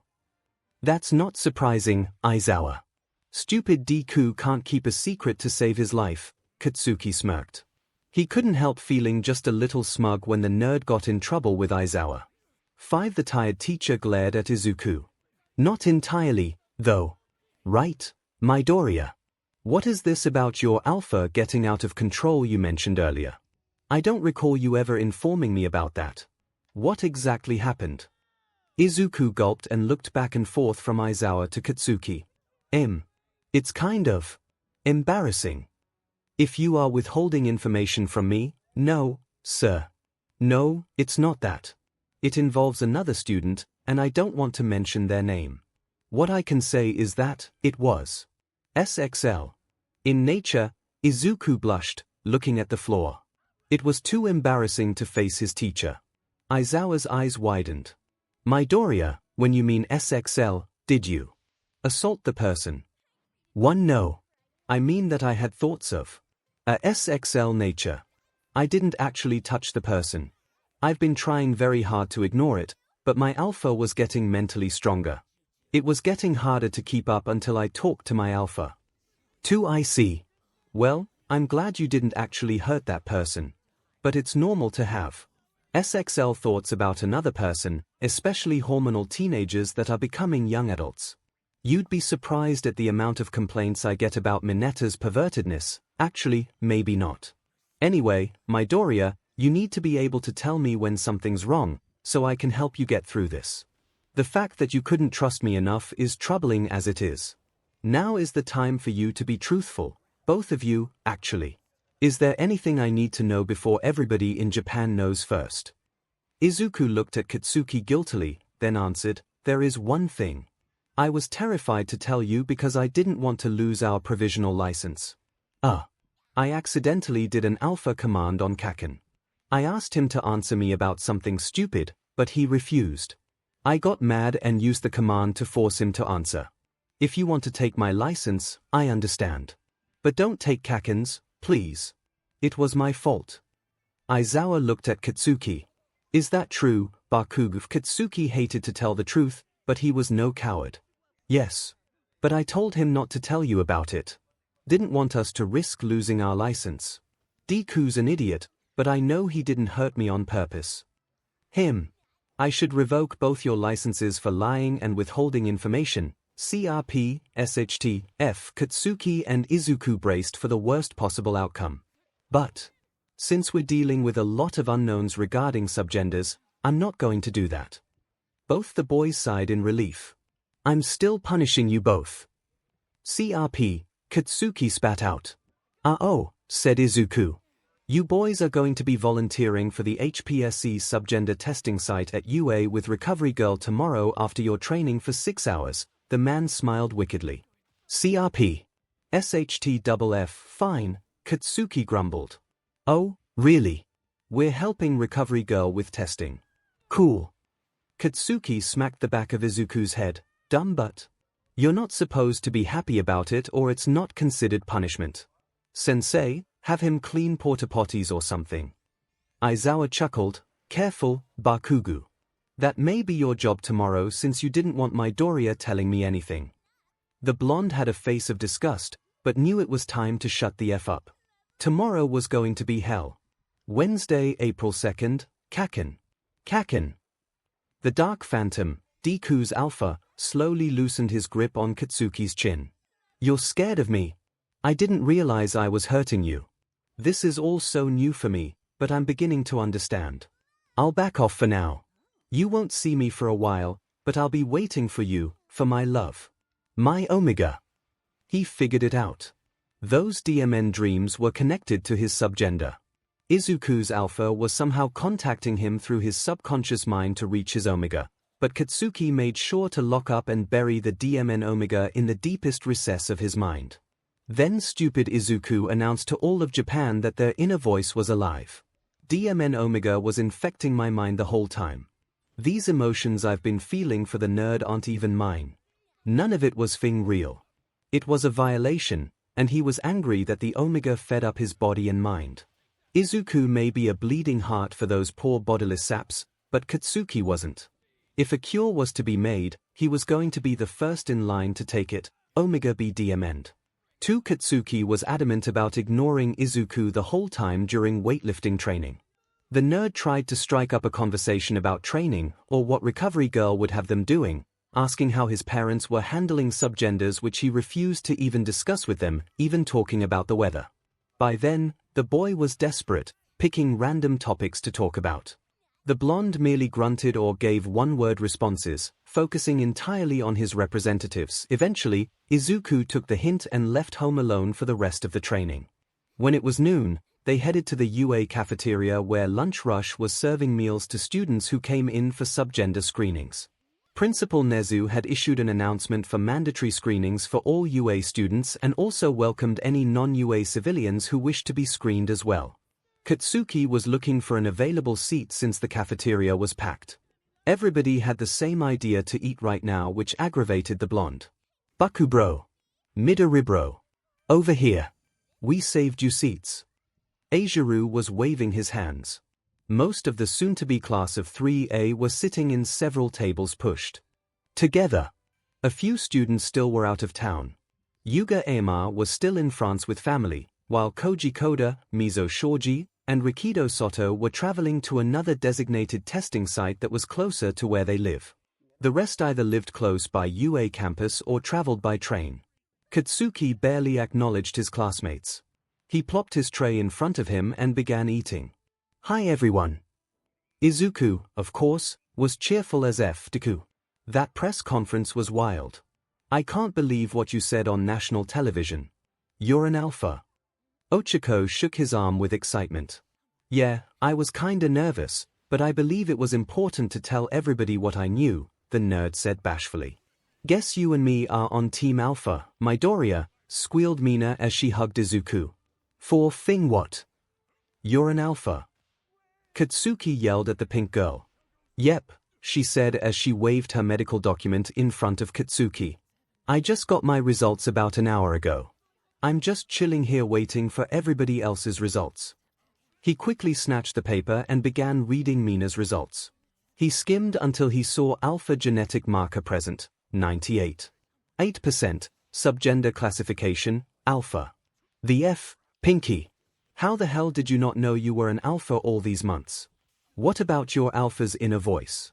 Didn't you think it's weird that there was another voice inside your dumb pink head? Ha, ha, blasty.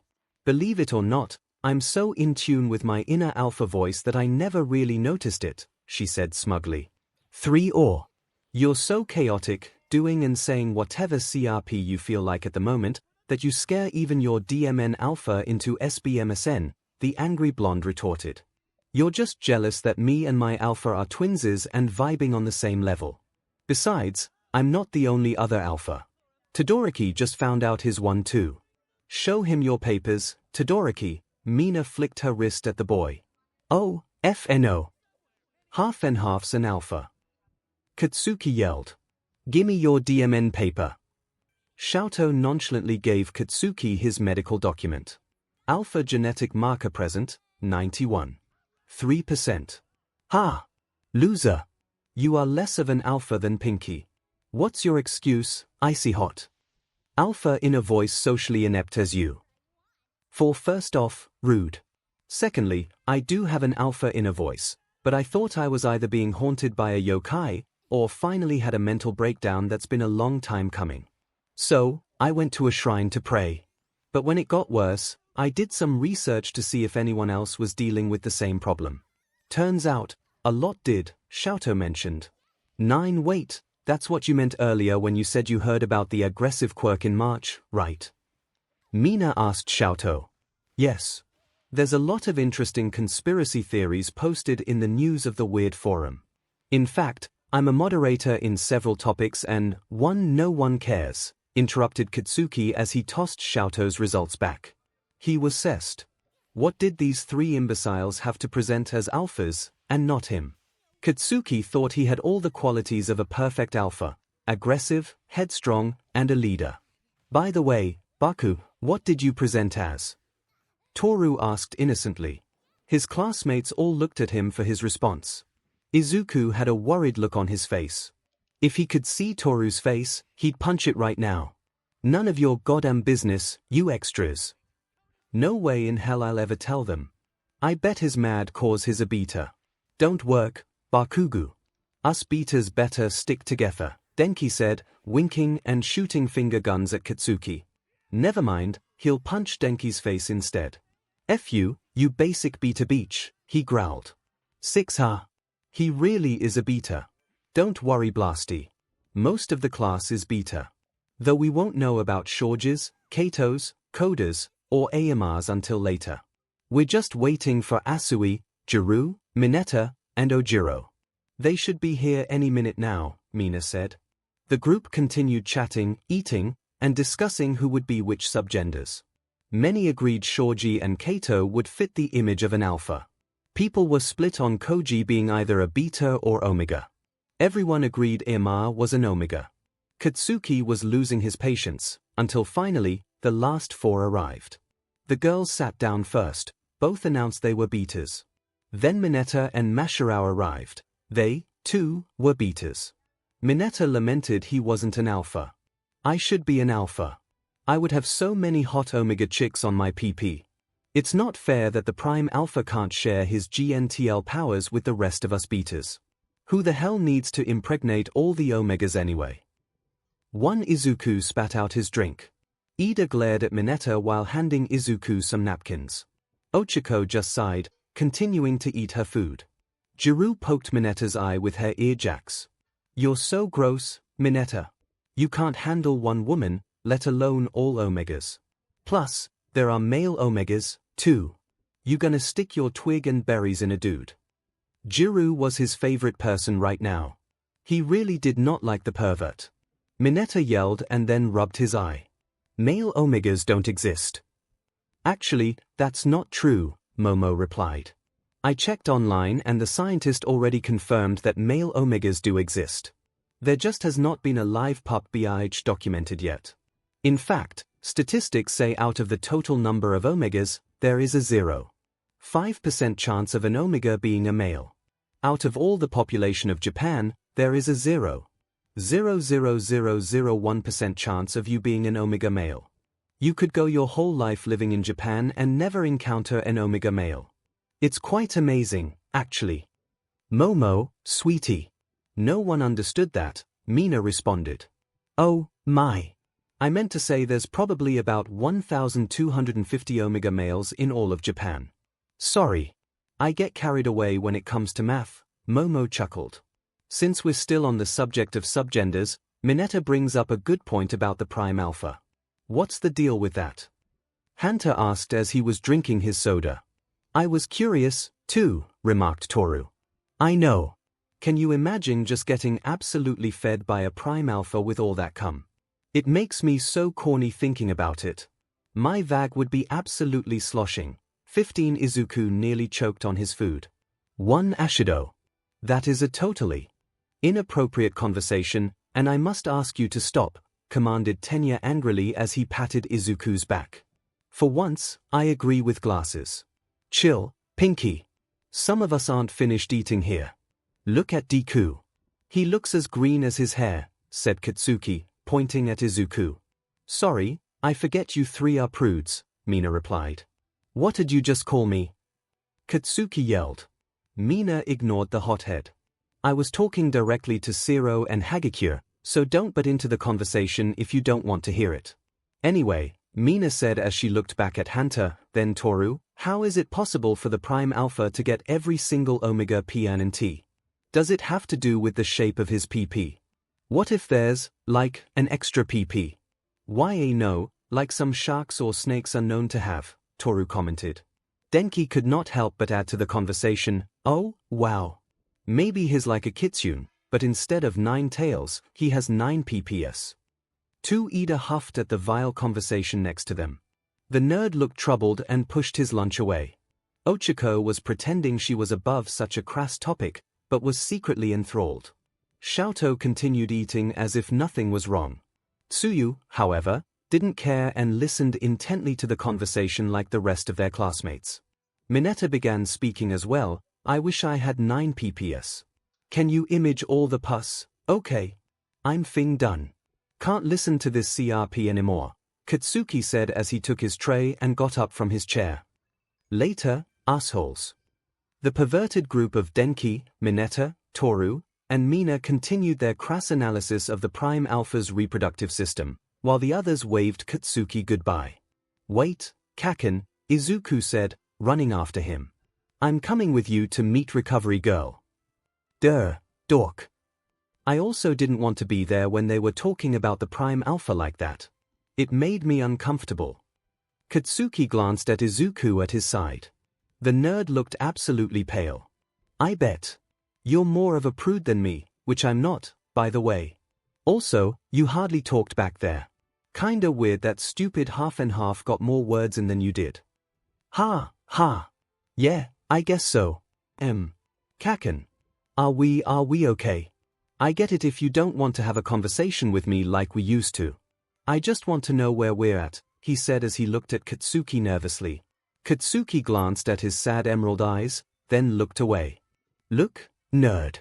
I'm still mad as hell about that alpha command. It made me feel violated, taking my will away from me, and Izuku scrunched his face in regret and looked down at his feet as they walked. But I know you well enough to know you felt like a Fing villain that day and probably will feel guilty for the rest of your crappy life. So, I guess that makes us even, or something. Just don't ever pull that 𝗧𝗵𝗃𝗃 with me or anyone else, you hear? Katsuki yelled back. Of course. I promise I'll never do it again, Kaken. I don't want to ruin our friendship, the nerd replied. They silently continued walking towards the campus infirmary where Recovery Girl's office was located. Kaken, there's something important I want to say that you might not want to hear. The blonde sighed. Ooh, just spit it out. It's not like you don't say as I wanna hear anyways. Izuku began wringing his hands like he does whenever uncomfortable subjects came up. My alpha. He knows you're an omega. Katsuki halted in his tracks and quickly turned on Izuku. What the F? I'm not a thing omega, okay? Keep that to yourself or else I'll howitzer impact your face so thing hard, there'd be nothing but a bloody smear on the pavement. Izuku was determined for Katsuki to listen. Kaken, please don't deny your omega. My alpha knows you're keeping him locked away, and it's hurting him. He's alive, Kaken. Please, don't do this. If it isn't one thing, it's another. Isn't that right, Deku? What? First, you try to control me with your thing alpha mind control SHT. Then you try to tell me to let this thing parasite take over my DMN mind. Well, F you, F your alpha, F this omega, F all this feeling SHT. I don't have to do anything you tell me to do. Unless you want to use your mind control and make me your puppet. Isn't that right, alpha? Come on. I dare you to do it, Deku. Izuku stared at Katsuki in shock. No, Kaken. I promised I wouldn't do that. Good. Then leave me alone, he said as he turned around and left in haste. Kaken. Please, Izuku cried as Katsuki walked farther away. Katsuki was shaking in anger. Deku knew. He knew. Of course he knew. His stupid alpha won't leave me alone. Not in my dreams, and not when I'm awake. Katsuki needed to stay away from the freaking alpha, and the only way to do that was to avoid Izuku. Just when he thought their friendship was about to heal after the alpha command, Izuku had to ruin it with something else. I guess it's inevitable that our friendship will always be strained in some fed-up way. He banged open Recovery Girl's door. I'm here. The hell you want me to do? Recovery Girl frowned at Katsuki. You're late. I've been busy all day and need you to help the nurses in the gym delta. Go to the head nurse and he'll tell you what to do. Now get. Katsuki huffed and exited her office. He spotted Izuku as he was about to enter Recovery Girl's office. Gym delta. Head nurse will tell us what to do, he muttered, then ignored him the rest of the way. Izuku followed behind Katsuki in silence as they walked towards Gym Delta. Katsuki found the head nurse and asked him what he needed help with. The head nurse gave the boys UA infirmary lanyards and told them which station they'd be at. Since Izuku outed himself as a provisional hero alpha, he was in charge of handing out forms on clipboards, pencils, and help direct traffic if needed. Many people who were nervous about testing for their second gender asked him many questions and were put at ease with his friendly attitude. Several girls and boys even tried asking him out, which made the nerds super flustered. Katsuki was irritated that people were flirting with Izuku because of his DMN alpha status. I'm not jealous. No freaking way. Thankfully, Katsuki was the errand boy for the nurses. He brought sealed envelopes containing subgender results back to the nurses at the last station where many people were waiting. Katsuki would also bring more supply kits, drinks, and snacks when they asked. He was currently restocking the snack bar set up for students and civilians alike when he sensed someone come up right behind him. Boy, you smell so good. Don't move. It was an older woman, probably in her 20s, feeling up his thighs with her hands. Katsuki froze before he could turn around and blast the beach. His body refused to budge an inch. No F. Not again. He tried struggling against the command. This time, he wasn't so much terrified as he was sensed that he was put in a vulnerable position. For the alpha woman smelled of sandy beaches and fruity drinks. Normally, he would find the aroma pleasant, but it was the predator's way of making him compliant. If anyone hated being told what to do, it was Katsuki Bakugou. He fought hard against her command as she slowly moved one of her hands between his inner thighs.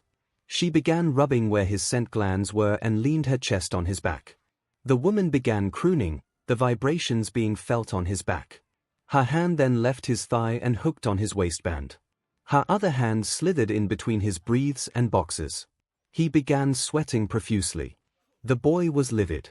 A few hundred people were in the gym, and no one noticed he was being sexually assaulted. He was angry at how useless he felt, how his body refused to obey him, how he was being made a victim, and didn't that label just piss him off? Dynamite. I'm your biggest fan. I'm so happy I can finally have you. She leaned her head on Katsuki's neck and began sniffing his pheromone gland.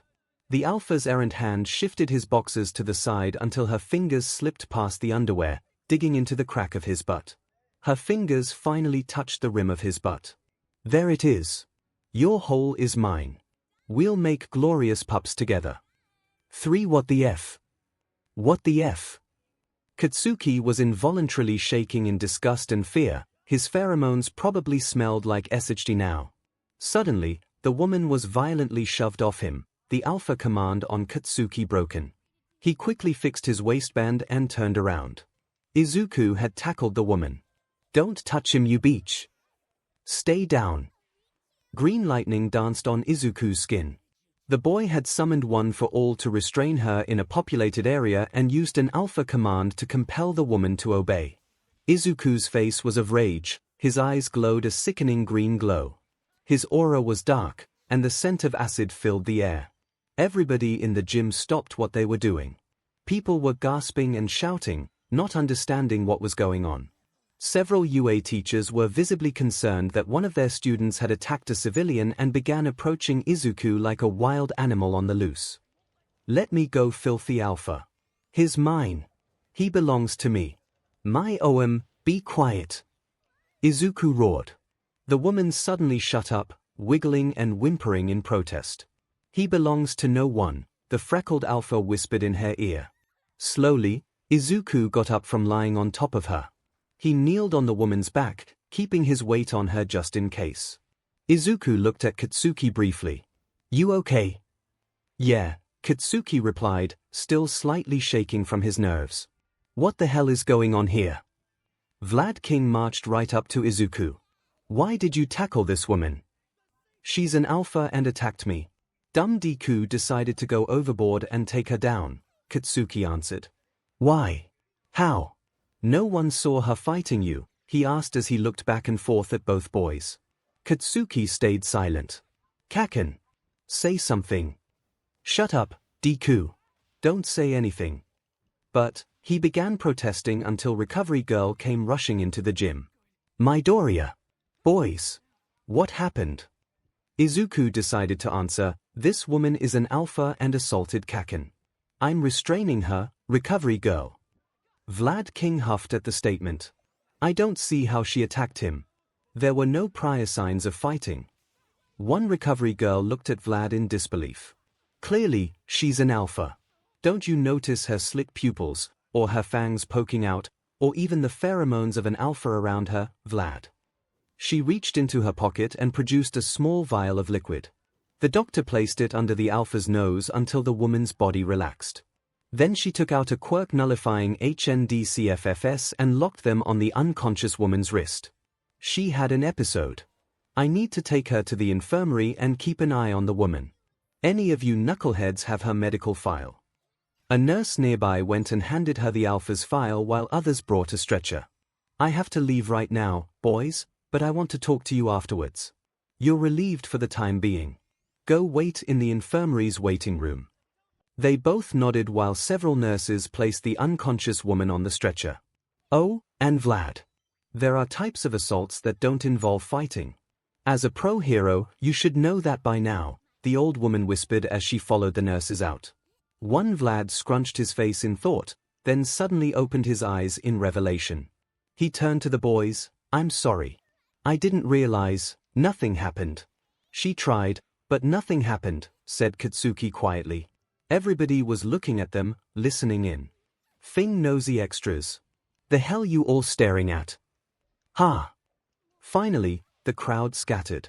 Izuku looked at him with worry. Don't even start, DMN nerd. Let's go. He headed towards the infirmary building with Izuku in tow. The boys entered the normally busy building. Most of the staff were currently working at the gym, which made the waiting room eerily quiet. The sound of the clock ticking filled the silence as Katsuki drummed his fingers on the armrests. Izuku, thankfully, kept to himself on his phone. He did not think he could process the nerd's incessant mumbling if he tried. In fact, he chose not to process what had happened earlier. Katsuki decided to do anything else but that. He took out his own phone and logged onto Chatter to browse Mina's account. Katsuki was bored enough to like her posts and even went through her pictures. His eyes suddenly widened when he spotted a post dating several days ago with a picture of toddlers Katsuki and Izuku in all might honesses. A chubby, laughing Katsuki was pulling a crying Izuku's hair. The caption read, "Nothing has changed even after 17 years. Most of his classmates had already liked it and a few even commented on it. The caption read, "Nothing has changed even after 17 years. Most of his classmates had already liked it and a few even commented on it at Red Riot. Oh my god. Baby Bakugou bro. Baby Midori bro. So manly. So cute. Loudly crying face, grinning face with smiling eyes at 𝗵𝗃𝗲 queen, I know right. Blastis mom sent it to me. I just had to share. At Deku. Is. Here, face screaming in fear, face screaming in fear, face screaming in fear Mina. OMG no. Kaken will be mad. And I look stupid in this, at 𝗬𝗪𝗿𝗺, I'm dying over here. Little Kaken is so cute. I think I fried my brain seeing this. I'm saving this pic for future blackmail. At cellophane, I don't think it's blackmail if everybody can see it Denki. Though I'm gonna save it on my phone too. For posterity. At 𝗵𝗃𝗲𝗄 queen, relax Midori. I didn't tag him. He hardly ever uses Chatter anyway. It'll be months or years before he even notices it. By then we'll be far away from his blast radius.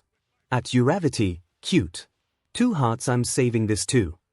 At invisible girl, smiling face with heart-shaped eyes, smiling face with heart-shaped eyes, smiling face with heart-shaped eyes AR. Chibi Bakugou. Chibi Midoriya.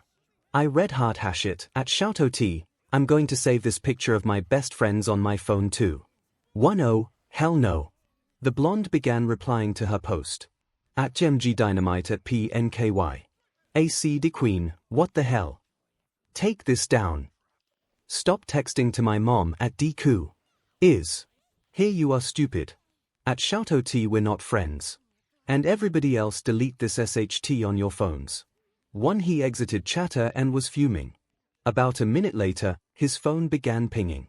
Katsuki was ready to fight someone on Chatter, so he opened his phone. However, it was the Idiot Squad texting him in the group chat instead. Idiot Squad plus 5 members. Pinky, Bakugou. What happened? I'm hearing there was an alpha attack and you were there. Tape guy, where did you guys go? We've wanted to go looking for you in the gym but they wouldn't let us in. Shitty hair. I saw 𝗬𝗏𝗄𝗃 leaving and talked to him. He said Midoriya tackled a crazy woman dunce face. Wait. Who's 𝗬𝗏𝗄𝗃? Shitty hair, seriously. Tsutsutaka 𝗬𝗏𝗄𝗃. He's a UA business course student in our year. How can you not know him? Tape guy, he has like a bossico style, big pointy chin, pompadour hair. Looks like he's in a biker gang. Dunce face, oh him. Why I just call him Elvis. Didn't know his name. Probably why he hates me. 𝗵𝗲𝗍, you all are idiots. Pinky, Blasty. Are you okay? Where are you? They wouldn't let us back in the gym. 𝗵𝗲𝗍, don't bother. We're not there. Went to infirmary. Shitty hair, are you hurt? Is Midoriya okay? Pinky, we're coming over. 𝗵𝗲𝗍, no need. No one was hurt. Deku managed to tackle the alpha before anything happened. She's just going to ask us questions after she takes care of the woman and it might take a while. Just go home dunce face, that's great. This is the second time you guys took down an alpha. You're pretty much pros at this now. Tape guy, what did she do anyway? No one knows what happened. Katsuki hesitated answering Hanta's question. His fingers hovered over the keyboard, trying to figure out what he wanted to say. Katsuki didn't want to give them any details about what allegedly happened. It wasn't anyone's business to know. Finally, he decided to explain. Katsuki typed down his account of what happened, reread it to make sure the details were somewhat vague, checked to see if it sounded believable, then sent the text when he was done. 𝗵𝗲𝗍. Well, first, the beach was mumbling nearby the snack area where I was at. Like real incoherent. Reminded me of Deku when he's writing in his notebooks, to be honest, so I tried to ignore her like I would the nerd. I thought she was nervous about getting tested, but she began talking in her alpha voice. Deku noticed her because of his alpha superpower or some SHT. He then tackled her before she did anything. If I didn't try to ignore her, I would have probably noticed something sooner. Katsuki gritted his teeth, waiting nervously for their response. Will they believe it? Deku was nowhere near us. He waited as the replying dots hovered for a few seconds before responses came flooding the chat room. Shitty hair, that's crazy man. Alpha hearing is no joke. Pinky, I'm so glad you both are okay.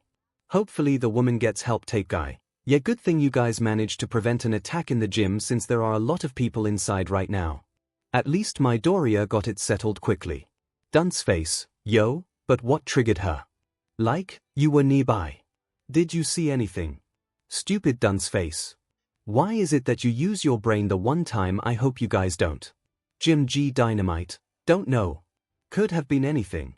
It was crowded. Anyone could have triggered her. Pinky, well, we're glad you're okay. You sure you don't want us to wait up with you? We can just totally hang.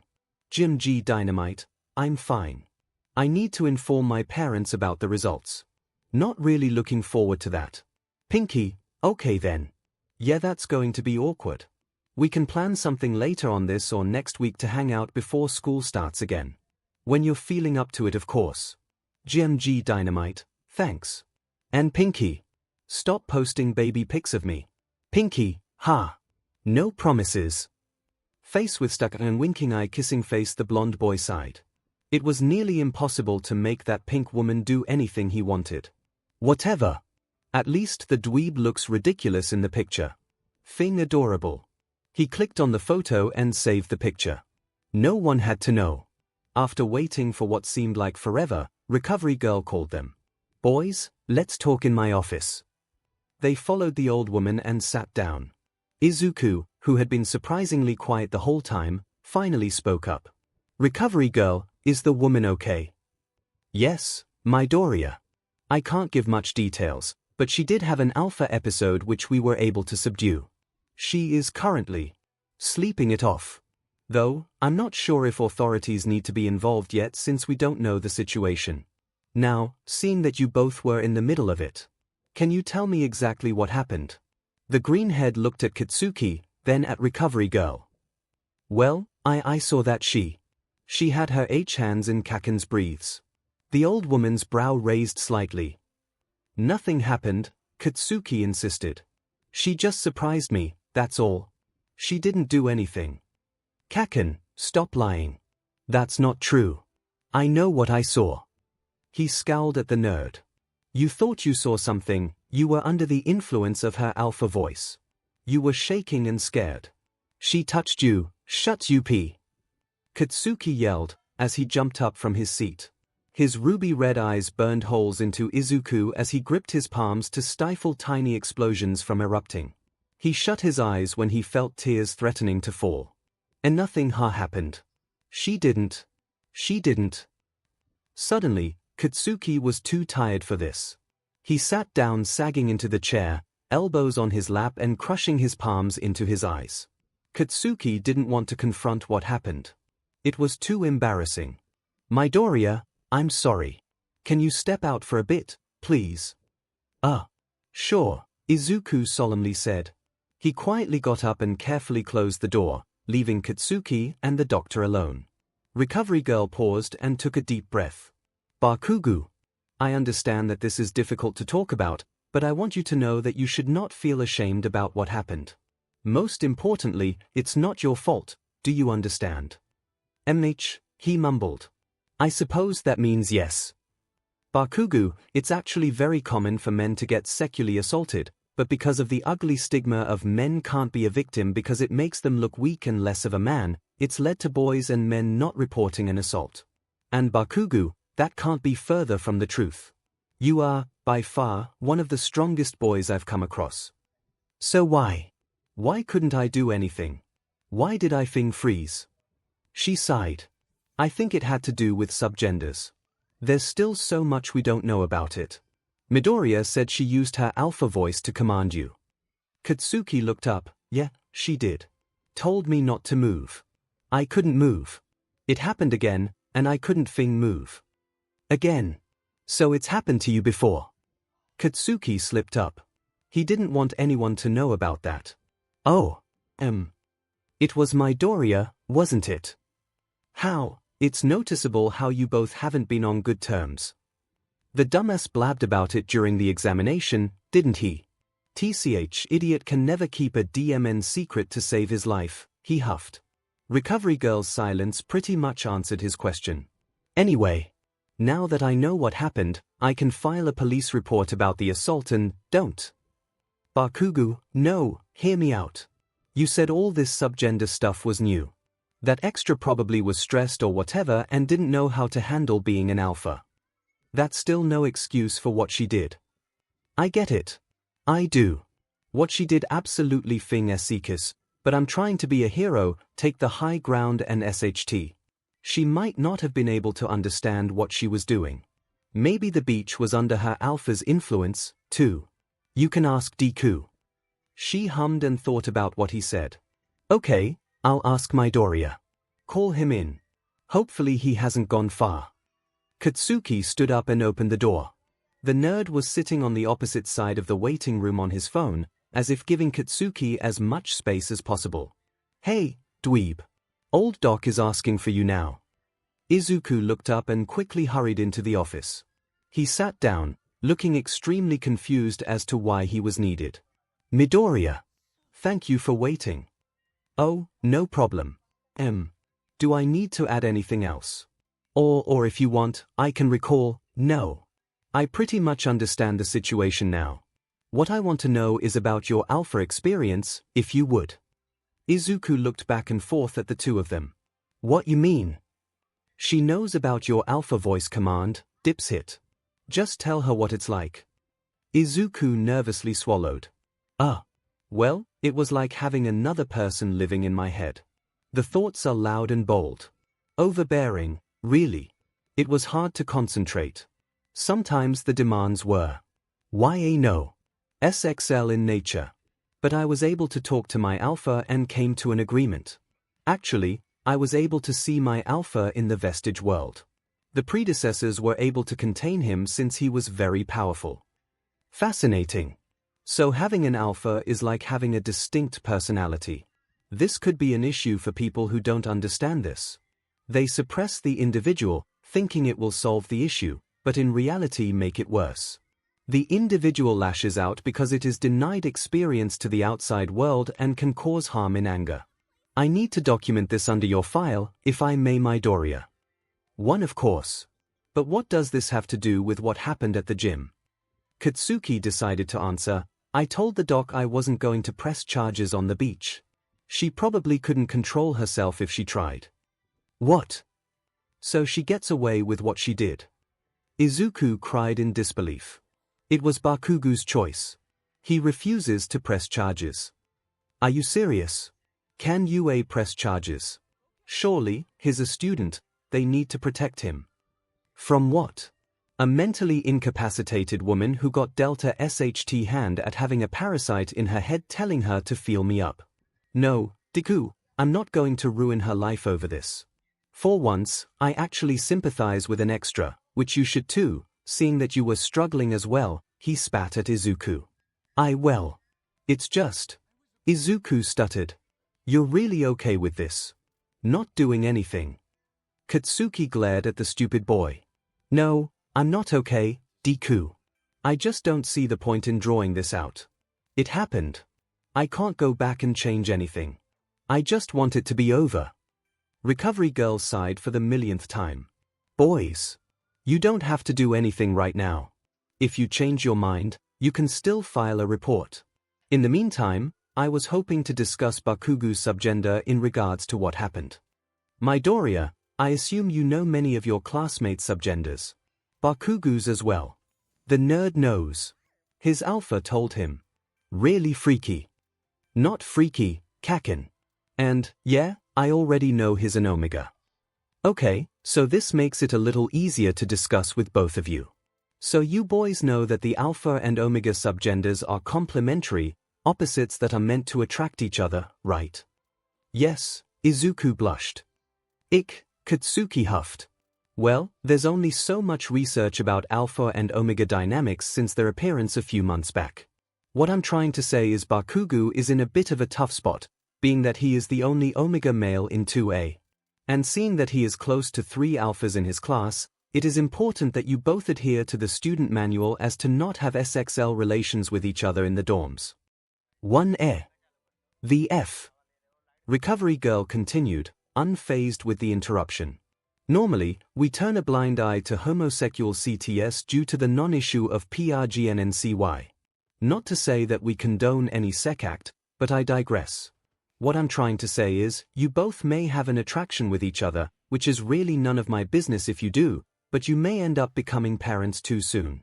UA is known for our demanding curriculum, and it would be extremely difficult for a young parent to continue and may have to drop out entirely. Chances are, they won't be able to come back. What if someone got 𝗵𝗃𝗁𝗵𝗃 during school? 2 Gs, Deku.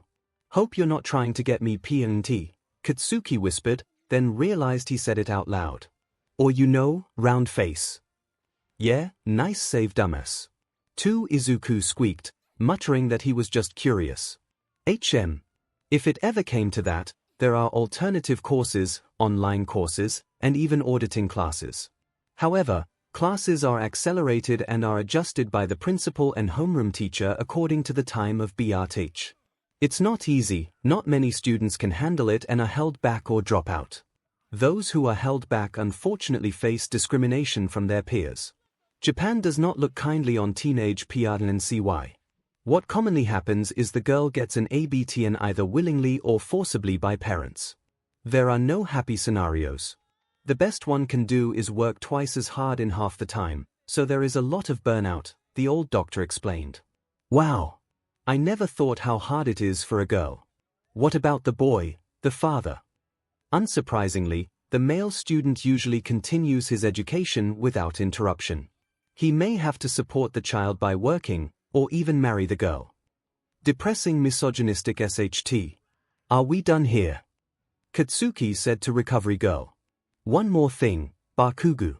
It seems like you refuse to accept your omega identity, am I correct?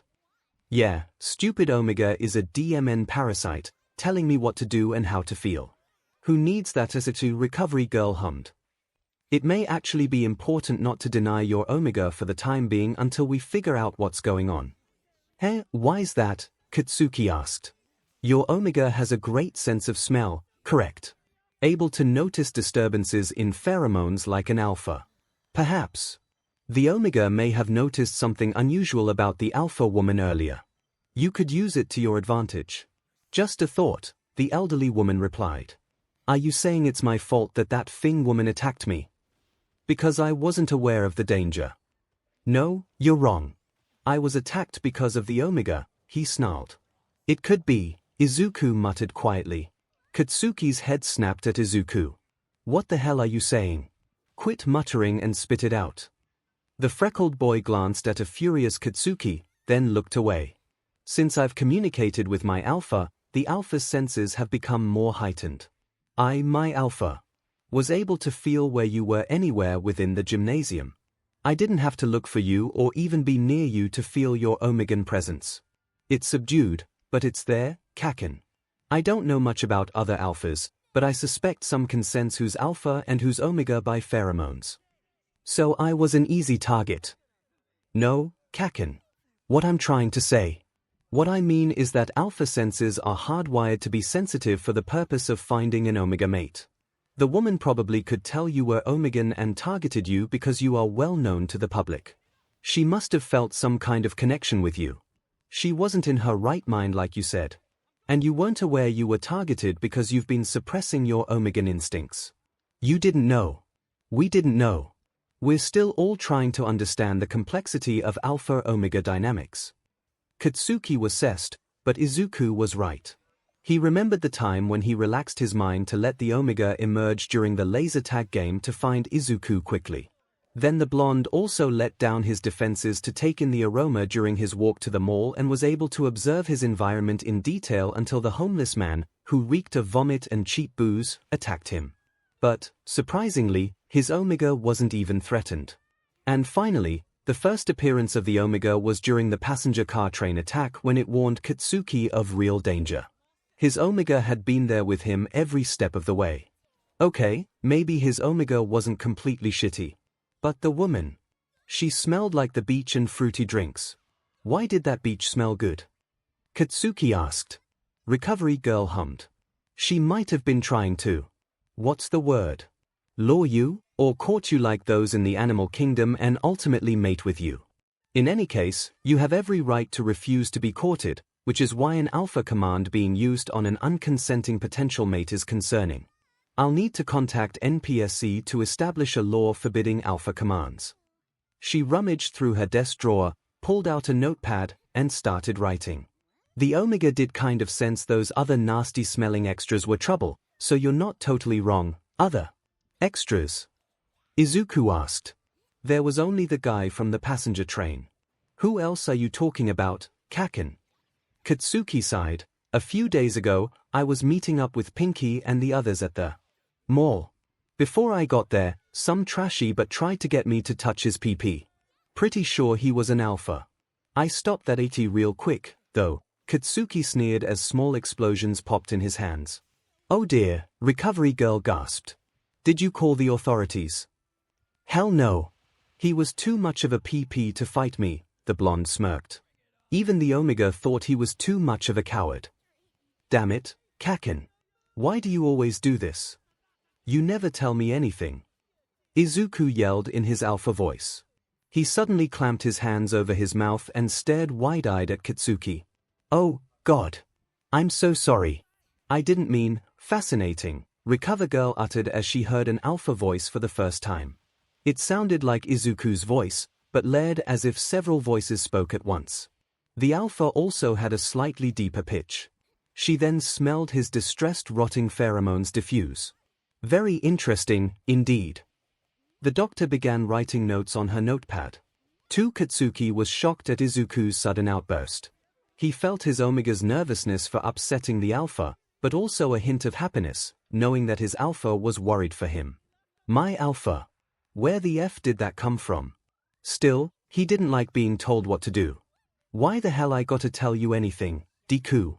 You don't own me. Yet. Shut up, you DMN 𝗲𝗵𝗃. Katsuki blushed at his 𝗲𝗵𝗃's longing to be owned. The alpha began apologizing and waving his hands frantically. I'm sorry, Kaken. My alpha suddenly became upset that you were in harm's way again, and we weren't there to save you. But of course you don't need someone to save you. I'm not implying you're weak and need saving. No. You're dynamite. It's just my alpha is still too young to realize that. Okay. I get it. Just shut up already, DMN. Katsuki didn't really want to hear his rambling. Recovery girl tapped her pen on her chin several times as she looked at the boys. It seems to me that Midoriya's alpha is showing traits of a pack mentality.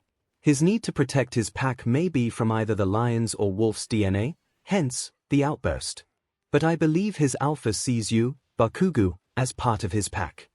What? How? When did this happen? The blonde asked, looking at recovery girl then at Izuku. There's a lot of unknowns, Bakugou. It could be you both have been through so much together, or simply been near each other's pheromones for a while, or even the fact your second genders complement each other. The nerd was deep in thought, then sighed. Finally he spoke up. My alpha feels strongly for Kaken's 𝗲𝗵𝗃. He worries about it. Him. He wants to mate with him. Izuku began blushing, looking down at the tiled floor to avoid awkward eye contact. Katsuki, for once, was at a loss to say anything. He just stared open-mouthed at the alpha who admitted he wanted to F him yet refused to look at him. Oh my! So I was correct in assuming you both have some kind of homosexual relationship with each other, which is perfectly normal. The whole SXL tension between you two has been noticeable since your first year in UA. Even your second genders have been gravitating towards each other, she said as she began rummaging through her drawers again. I understand as a medical professional that you boys may want to experiment with each other sexually, and there's not much I can do to convince you to wait until you're older other than to give you these, Recovery Girl said as she handed Katsuki a handful of condoms. Now just practice safe secretary. Midoriya, these condoms might not work properly with your issue. So be a dear and pull out when you 𝗧𝗵𝗃𝗲. Bakugou, you'll be fine. Just put a towel underneath you in case you slick too much. On second thought, let me give you some XXXXL size, Midoriya. Recovery Girl handed Izuku an unopened box of monster-sized condoms that was probably meant for the size of Gang Orca's PP. I believe we're done here. Any questions? 18 Katsuki's brain blue-screened, still holding a handful of condoms. 2 no. And no questions, Izuku managed to squeak out. Good. You can leave early today. Go home, boys. I need to check up on the patient. Then contact the Ministry of Education, then the NPSC and HPSC. So much to do today, she muttered as she hopped off the chair and grabbed her cane. Recovery Girl hobbled towards the exit, leaving Izuku and Katsuki in her office. One Katsuki, brain fully rebooted, quietly stood up to stuff the condoms in his pockets and headed out as well. 𝗵𝗃𝗃𝗏. You okay? You're not yelling at me. I'm worried, the freckled boy said as he followed behind. What did she mean by your issue? Why did she give you condoms that are for PPS the size of a fat gum's arms? How the hell is that possible? And why does she think you're a top and me a bottom? If anything, I'm a thing top. 5 I'll tell you, but maybe not here in the infirmary, Izuku replied, looking nervously around. Fine. Come to my house. My parents are working right now and won't be back until evening, the blonde said. Then you can tell me everything. 2 Okay, Kaken. Wednesday, April 2nd. Katsuki and Izuku thankfully didn't need to explain to their friends that they left. Citizens who were at the testing site were forced to leave fearing another type of confrontation. UA realized that close proximity to other agitated alphas may be dangerous and shut down to review their testing procedures. Still, Katsuki shot off a text to the Baku squad that he was going to blow off steam by training with Izuku and not to bother them. His friends were pretty good about giving him space. As for Izuku's, he wasn't sure. Izuku texted the Deka squad stating that he and Bakugou needed to decompress, and he'll catch up later with them. This gave the boys enough time to figure out what the hell was going on with them. They ended up taking a bus back to the Bakugou residence. Once they arrived, Katsuki locked the door behind them and finally spoke, Okay dumbass. You got a lot of SHT to explain about what Recovery Girl said. What does she mean about your issue? You got a diseased PP. Gonna fall off or something? Oh, so you're just gonna gloss over the fact my alpha wants to foo, Deku. I already know. My stupid Omega wants to jump on your PP right now. So tell me what's wrong with it. Katsuki yelled, his face noticeably red with blush. Really? Jump on my PP. Deku. Okay. Okay. I'll tell you, but you can't tell anyone else. Fine. Now spill. Izuku was already beyond embarrassed with the sec talk with Recovery Girl. He sighed and decided to share the secret to Kaken. Well, my PP is ribbed. Like a DLD. And I can come a lot. Like a lot. Probably for 30 minutes if I have the energy.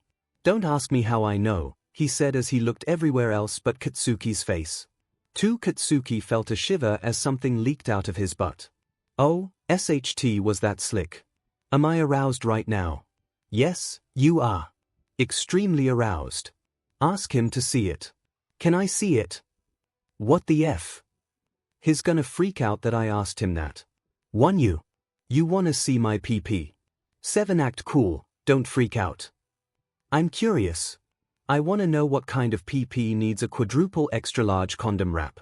If you're worried about it, we can go upstairs to my room and I can lock it. Besides, my parents don't come home for a few hours, so it's just you and me. Anyways, we've seen each other naked before. The freckled boy looked upstairs, then at Katsuki. Okay. But we locked the door and put a chair in front of it. I don't want to risk it. Katsuki's heart was thumping fast. She won't. She knows I like my privacy and will get mad at her if she even tries to barge in. Katsuki then headed upstairs with Izuku following him. Once upstairs, he locked the door and placed his chair under the doorknob. There. Room's secured. Now show me your PP, demanded the red-faced boy. Izuku took a deep breath, then unzipped his briefs and shoved his underwear down. All might undies. Why am I not surprised? Thought Katsuki. Izuku's flaccid PP flopped on his thighs. He squeezed his fists and shut his eyes as he felt Katsuki's piercing glare. Is that it? It looks normal. Smaller than my PP, even.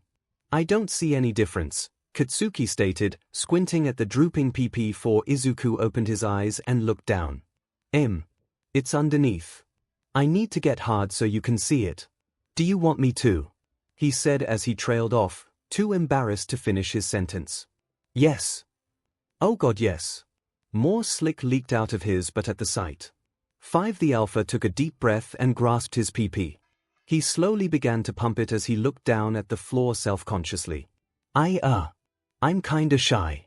And I need some lube. Do you have some? Katsuki hadn't bought any in a long time. He also didn't want to keep anything embarrassing in his room for the old hag to find and use for blackmail. Instead, an idea popped into his head, or more like his 𝗍𝗵𝗃 happily suggested. He pulled down his briefs and boxers as well. Kaken, what are you doing? The freckled boy's eyes widened at the sight. His alpha hummed with pleasure. You said you need lubricant. I got some pouring out of my butt, he announced with fake confidence even though his heart pounded in his chest. Well, nerd. We can't. We can't, he began stuttering and red-faced. I'm not asking you to shove your PP up my butt. Here, let me show you, Katsuki said as he used his right hand to scoop up slick from his inner thighs and walked towards Izuku. The freckled boy froze in place as Katsuki held out his slicked hands. Do I have your permission, nerd? Izuku gulped, pheromones of longing pouring from his glands. Yes. Izuku's heart was racing as well at the thought of Katsuki touching his privates. The blonde held Izuku's shoulder with his left hand for support, and gently grabbed Izuku's PP with his right. Slowly, Katsuki rubbed slick back and forth, till it covered every part of the alpha's PP. He slid his thumb over the slit to gather a bit of precum and slathered it over the head in circles. Izuku gasped at the touch and rested his head on Katsuki's shoulder, inhaling the blonde's scent from the neck glands. Katsuki was too focused on the freckled boy's member to notice Izuku's eyes became hazy and unfocused. After a few pumps, Katsuki felt the freckled boy's PP grow thicker and become increasingly hotter. He could even feel his heartbeat pulsing beneath his skin. Feels so good, so warm. His 𝗍𝗵𝗃 was delighted with the alpha's reaction. The blonde, too, felt his own PP start to twitch, finally becoming affected by the SXL pheromones pumped into the air. I feel it. You really do have ridges under your 𝗵𝗃𝗃. His fingers gently felt along the rib underneath, the nerd tensing at his soft touch. Sweat was dripping from every part of Katsuki's skin. He tried to stop it, but his nervousness and quirk made it difficult. Too much sweat started to coat his hands. Not good. The ridges are really sensitive, Kaken. Like my H-head. Miles per hour. Izuku ummed into his neck as Katsuki's fingers slid over his sensitive parts again and again. Suddenly, the blonde stopped stroking, making Izuku halt his umming and looked up. Kaken. Why'd you stop? The blonde wiggled his slick-covered fingers in Izuku's face. My hands are sweating. Don't want to cover your PP with explosive sweat, remember? No. Yeah, you're right, he said somewhat sadly at the loss of Katsuki's touch. He very much would like to have his PP intact. He thinks this is over. Oh, hell no. I've already gone too far to back off now. Hey nerd, lie down on the bed. We're not done, he smirked. What are you gonna do? Izuku hesitantly sat on the bed. He winced as his sensitive, throbbing PP touched the mattress. Then he scooted further up the bed until he was in the center. You need to 𝗧𝗵𝗃𝗃, right? Cause that thing looks red and angry, he said, pointing to the offending appendage that was already double in size. And I wanna see what's the big deal, but I can't use my hands. So, I'm gonna use my mouth. Are you okay with that? If you don't want that, I'll just watch you masturbate or something if you want me to. Katsuki shuffled on his feet. He can't believe he just offered to give the nerd a blowjob. After all the recent SXL tension. Lately, it finally led to this moment. They were crossing that imaginary line of just friends into something more, and it was something their friendship might never recover from if it all went to 𝗧𝗵𝗃. Izuku understood the blonde was too prideful to say outright the real reason why he wanted to touch him. They were attracted to each other. Is it our subgenders that made us feel this way? But I've always admired Kaken even before all this happened. Is he finally admitting he likes me? Whatever the reason was, the image of Katsuki's mouth on his PP was salivating, so he wanted to give Katsuki the proper motivation to do this. You do owe me a second favor, Kaken. I want you to give me a blowjob. You know, for research purposes. But you can say no if you want. I don't force you to, Izuku said, looking at Katsuki longingly. Katsuki grinned evilly. I'm no coward. I'm not going to back down from a favor, Deku. Deal's a deal. He walked up to Izuku and took off his shirt and tossed it somewhere on the floor. Izuku followed suit, throwing his shirt to the side. They were both now fully 𝗵𝗃, nothing to hold back from anymore. The line finally crossed. The 𝗲𝗵𝗃 in him preened. Katsuki climbed the bed and crawled towards Izuku, gently pushing on his bare chest to have him lie down. He gazed downwards to where the throbbing PP was still at attention. So red and warm, like all the BLD is pooled down there. The 𝗲𝗵𝗃 moved between Izuku's thighs, slowly caressing the V shape of his hips, the bristly green PBIC curls trailing down from his navel to the base of his PP, then finally to the glands hidden underneath the 𝗬𝗪𝙢𝗃. The blonde gently rubbed the glands with his thumbs to secrete more pheromones. The air filled with meadow wildflowers in bloom. This must be his pheromone aroma. Thing smells delicious. Gotta rub your glands to see how big your PP can get, to document and observe your subgender's effects, and 𝗧𝗵𝗃 such a lame excuse. The nerd'll buy it, though. 𝗵𝗃. Effects. Observe. Doku-un. Ha, huffed Izuku. Slick continued pouring from his own hole. His scent of campfire in the woods mixed with Izuku's scent of wildflowers and drove him wild with lust. Gone was any rational thinking. The boys only had sec on their brain. Katsuki opened his mouth and swallowed the green-haired boy's leaking head. He massaged the spongy top with the flat of his tongue, then forced his tongue into the slit of the head. He muscled his way into the crease, sliding and swirling as pre-cum oozed out of the hole. Izuku was whimpering beneath him. Thing weak. I barely even touched the rest of his PP. The blonde took a deep breath and began swallowing down the. He couldn't even make it halfway. Holy F, his PP is getting thicker. And it's thing warmer. Katsuki continued shoving his way down there but had to pull out to take a breath before plunging back in. The alpha's PP finally rammed into the back of the 𝗲𝗵𝗃's throat. Katsuki couldn't force his way down anymore. Too much. There's too much. He decided to just continue choking himself on Izuku's messy PP, saliva running down the alphas to the base. 𝗧𝗵𝗃. I can't take it all in. I better give this the best BLWJB then. For the blonde realized that he liked choking on the alpha's PP. The high of inhaling sudden oxygen after the haziness of suffocation was so much more intense. Whatever he couldn't reach, Katsuki reached for more of his slick from behind and generously coated the with his hands, still careful of not getting too much sweat on it. The PP continued to plump up until his fingertips could not touch each other at the base. Katsuki popped off the engorged PP and gaped at the base. A knot had formed the size of a child's head. It was round and pulsing, dripping sweat and protruding BLD vessels pumping in sync with the boy's heartbeat. The heat radiated off of the freckled boy's 𝗬𝗪𝗢𝗃, giving it a reddish hue. Deku. Does it hurt? Can you come? Izuku looked at him intensely. Never was this big before and hurts like hell.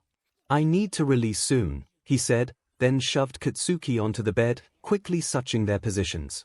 Izuku sat on the blonde's slim waist just above his own swollen PP. It was his turn to be underneath Izuku. Can I come on you, Kaken? Need to come so bad. Please let me come on you, he begged. The head of his heavy PP reached all the way to Katsuki's sweaty pecs, the ridges fully formed underneath it all. Ah.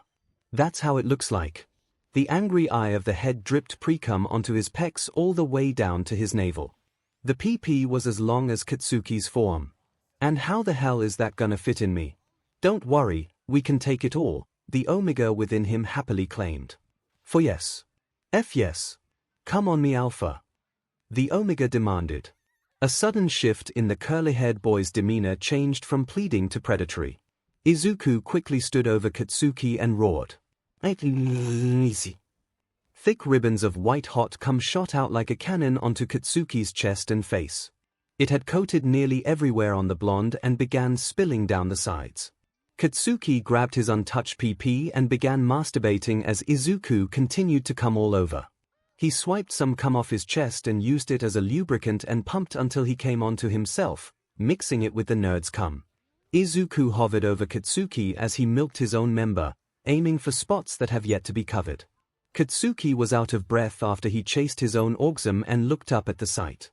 Alpha Izuku's monster PP still red, pulsing, and squirting. His emerald eyes were dark and half-lidded with razor-sharp teeth poking out of a crazed-looking smile. 𝗵𝗃𝗃𝗏. Izuku continued aiming his PP everywhere he could like a water pistol, then shot some cum into Katsuki's open mouth but avoided his eyes. He was still a gentleman, of course. Katsuki laughed and opened his mouth wider to catch any cum that was squirted his way. Izuku happily obliged and squeezed his knot harder to squeeze the rest of his cum in Katsuki's mouth. The blonde suddenly grabbed Izuku's hips and shifted the greenhead's pelvis closer to his mouth, forcing Izuku to kneel above his face. He then latched onto the fat head with his mouth and began sking off the remainder of the cum, swallowing whatever he could. He used his hands to gently squeeze and rub the knot and to 𝗬𝗵𝗃𝗏 more cum. Rivulets of white poured out of his mouth down into his neck, hair, and mattress. So much cum. Why does it taste sugary like honey? So good. Can't swallow it all, Katsuki thought. They held this position for quite a while, Izuku on all fours for best access to those appealing plump lips while Katsuki diligently milked Izuku. The nerd tried so hard not to move his whole PP into Katsuki's mouth. His arms shook as sweat began to drip from his back. Nevertheless, he kept still, and let Katsuki set the pace. So full. I feel so full already. And still there's more. He probably can impregnate a lot of omegas with his stamina. Can't. Huff. Can't drink anymore, Deku. So much. I'm full, he rasped. He popped off his PP and tilted his head to the side to prevent swallowing any more cum. Kaken is so generous, drinking my cum. I want to make you feel good too, Izuku said in his alpha voice. He headed down towards Katsuki's PP and spread his legs apart. His fingers gently touched the hole where slick was leaking out. The alpha gently inserted a finger into Katsuki, wiggling it past the tight ring of muscles. The blonde suddenly jerked at the intrusion. 𝗬𝗏𝗃𝗏 Katsuki as he gripped the cum-stained sheets underneath him. He felt the finger push its way inside him. Izuku slowly moved his finger around to gently stretch and relax the tight muscles, then inserted another when the hole was loose enough. While he worked on his hole, Izuku kissed and softly bit around his inner thighs. He then found Katsuki's inner thigh scent glands and began sking on each to get the oils being secreted. Finally, Izuku lovingly kissed up his and swallowed the head whole.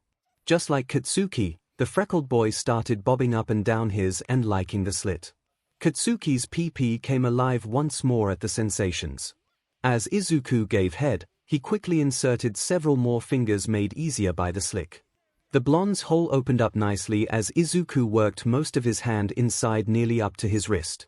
Katsuki was breathing heavily, his legs began to shake at the intrusion. Oh God, the nerd's 𝗵𝗃𝗃𝗏. Feels good, do you? He uttered. Don't stop. Don't. NJH. He whispered. There. Deku. Right there. Right thing there. 𝗬𝗏𝗏𝗏. The alpha found the spot right behind the PRSTT that was sensitive to pressure. His whole fist was wrapped tightly within the warmth of Katsuki's insides. Izuku rubbed furiously at the precious spot with all his might as he continued bobbing up and down Katsuki's PP. Suddenly, a large volume slick gushed out from within. Izuku popped off the PP and glanced at his wrist. "Kaken, I think I'm touching the entrance of your WMB." Lots of slick came out. "Kaken." Izuku looked back up at Katsuki. Katsuki's flushed face was tilting side to side, tears pouring from his eyes. Drool fell from his mouth as he sobbed in bliss. The blonde couldn't tell where he was and what was happening at the moment. All that he knew was pure joy was emanating from his core. Katsuki could not hold on any longer and finally clenched on his belly once more. He then sagged on the bed, worn out from sec, and nodded off to sleep. Izuku smiled. Alpha did good for Omega. Omega is content. Ever the curious, quirk-loving nerd, the Alpha believed he wouldn't get another chance at touching Katsuki this way, so he decided to play a bit more with Katsuki's insides while the normally loud blonde was out of it. Izuku felt around until he felt the soft, puffy entrance of the WMB just above the bulging PSTT. Interesting. I bet if I had my PP inside, I could reach all the way and penetrate it. It seems like STMLTN inside causes it to open up. That's probably why my PP is ribbed like a DLD. It stimulates access to the WMB. He then slowly wiggled his middle finger into the WMB's entrance, causing more slick to pour out.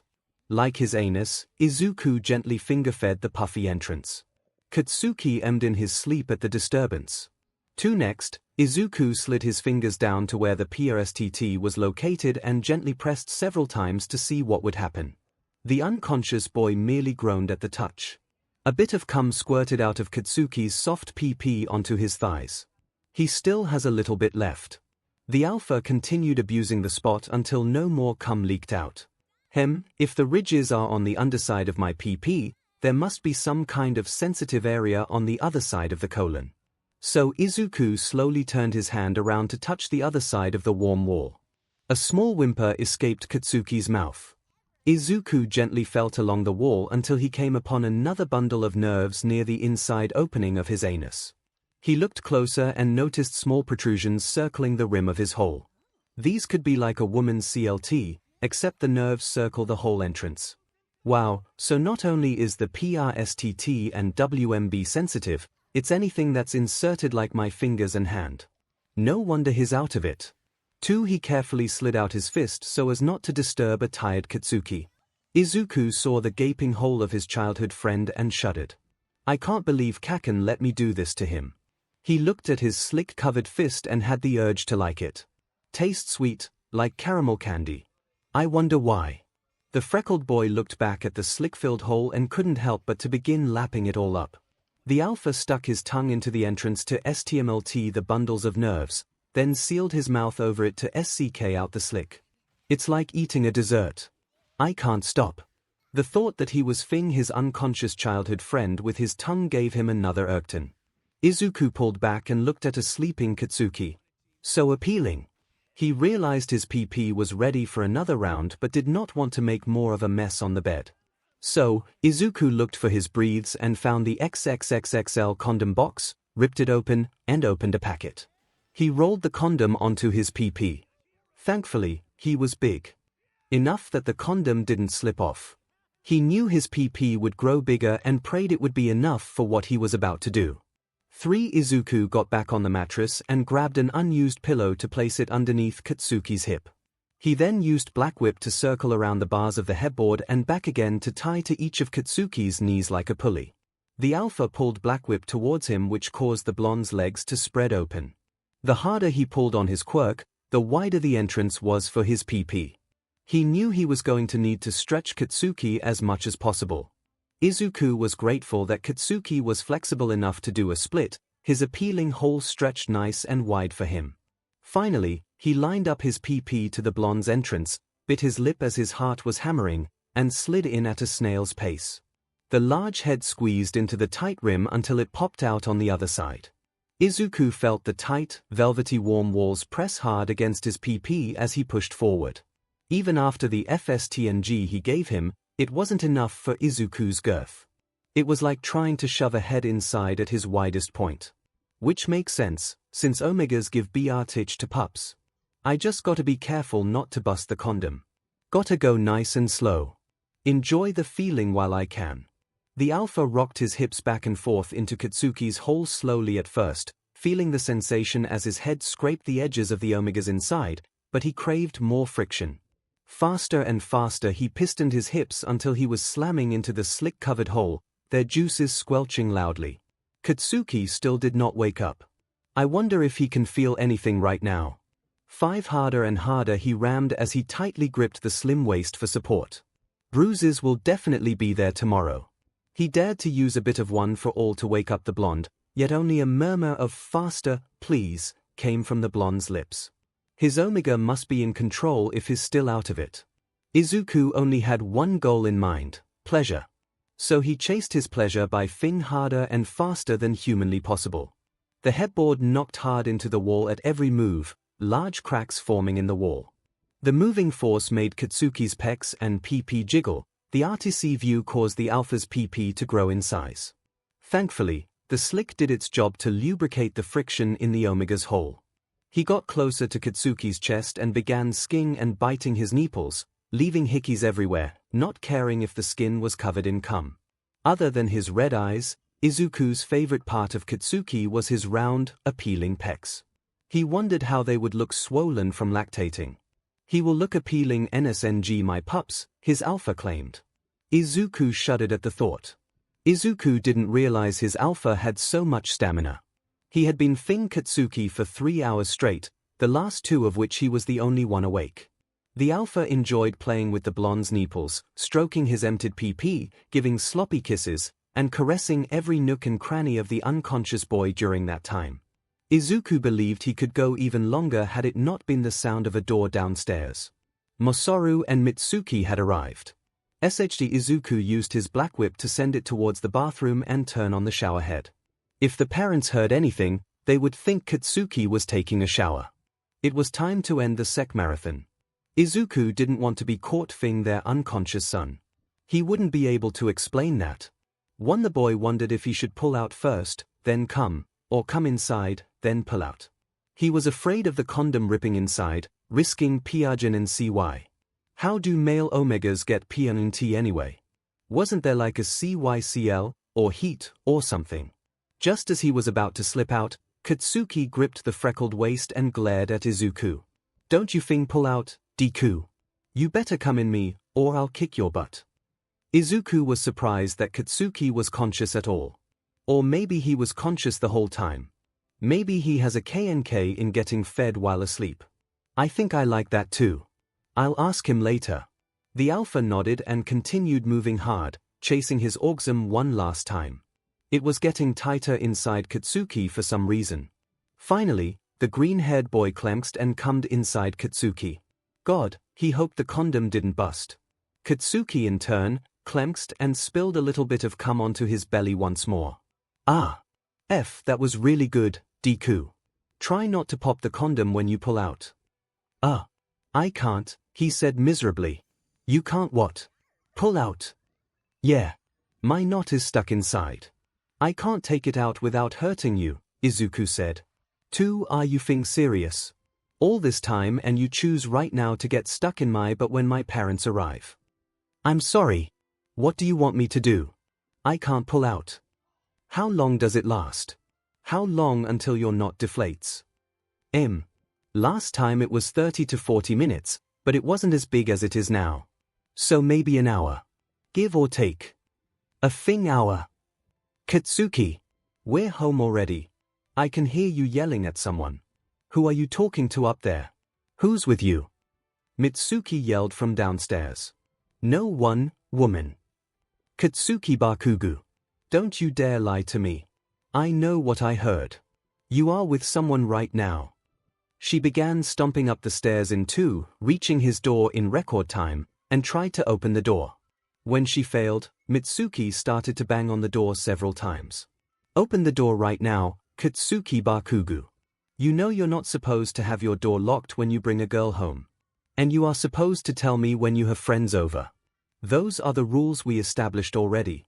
So open the DMN door, brat. No. FOFF. Katsuki, my dear, if you don't open this door right now, I'm going to get a battering ram and smash this door down, Mitsuki said, eerily calm. Now, if you don't want to face my wrath and lose your door permanently, you will open this door right now. Izuku looked at Katsuki wide-eyed and mumbled a quick apology. He got Black Whip and pulled the chair away from the door and unlocked it. The Alpha didn't want his Omega to be in trouble with his mother because he couldn't pull out fast enough. He'll accept whatever punishment if it meant protecting Katsuki. No. You dumbass. Katsuki screeched as he tried to get the dirty bed cover to hide them both. The door opened slowly. A furious Mitsuki walked in. Masaru was behind her with a frown. Mitsuki saw 2 pairs of feet sticking out from underneath the comforter. The smell of sek permeated in the air. 3 Katsuki-bo, I can't believe you would bring a girl and have sek while we were gone. You have better use protection at least, she yelled as she pulled off the comforter that hid the boys' bodies. Hi auntie, an embarrassed-looking Izuku said as he laid on top of Katsuki. The blonde hid his face in the crook of Izuku's neck. He couldn't face his mother mid-CTS. It was just too horrible. Oh. Izuku, dear, can you kindly tell me why the F you are having sek with my son? What the hell is going on here? We were experimenting with our subgenders. So, like, one thing led to another and we kinda just went for it.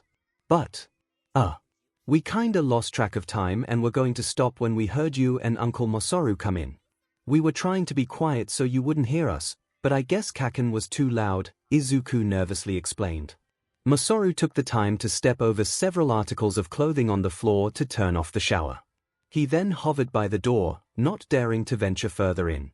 He was definitely the smartest of the bunch. So, what you're saying is that you, an alpha, had sek with my son, who apparently is a gay Omega? Mitsuki had asked in disbelief. In a nutshell, yeah, Izuku replied. Please don't say nuts, Katsuki muttered into his shoulders. Oh my god, she whispered, covering her mouth. That explains all the cum in your hair, Katsuki. The blonde boy whimpered. Did you use protection at least? Yes. Of course. But, well, there's a problem, Izuku said apprehensively. What? What could be possibly more messed up than seeing my son and his childhood friend that I see as a second son in the middle of secretary? Mitsuki lamented. I'm stuck. You're stuck. You're stuck. Oh, my god. Do we need to call the ambulance? Is Katsuki in danger? She began pushing Izuku off to the side to see where they connected. Mitsuki could care less about the globs of cum lathered all over her baby boy's skin, or the multitude of hickeys peppering his chest, or did he really just bite his NPL? She needed to focus on the task at hand. Masaru, get your butt over here and hold Izuku. I need to see if I can separate them. Masaru jogged to Izuku's side and gently grasped his armpits. Surely there wasn't a lot of cum there, right? Stop. It will deflate by itself. Deku said his knot may take an hour to deflate. Don't pull. You could accidentally bust the condom inside. Katsuki furiously yelled at her, swatting her hands away. This is you guys using condoms. Did you make fing balloon animals with them? Cause you have fing cum in your hair, Katsuki. Oh, god. It's even on the sheets that you bought from Best Bath and Bedroom. These sheets are fing expensive. And you smell like you came from a circus full of clown prostitutes and cotton candy. Okay, dear. Katsuki said the knot will deflate. If we pull too early, the condom will tear and our son may get PNNT. I think. Let's just wait and see before we call an ambulance. Right now you need to calm down. Your anger isn't helping the situation, so we should step back for now. Besides, we need to call Inko to discuss their relationship and figure out a proper punishment, Masaru declared as he held onto her shoulders. You're right, hun, I'm just in shock right now. Can't think clearly, she mumbled as he led her out the door.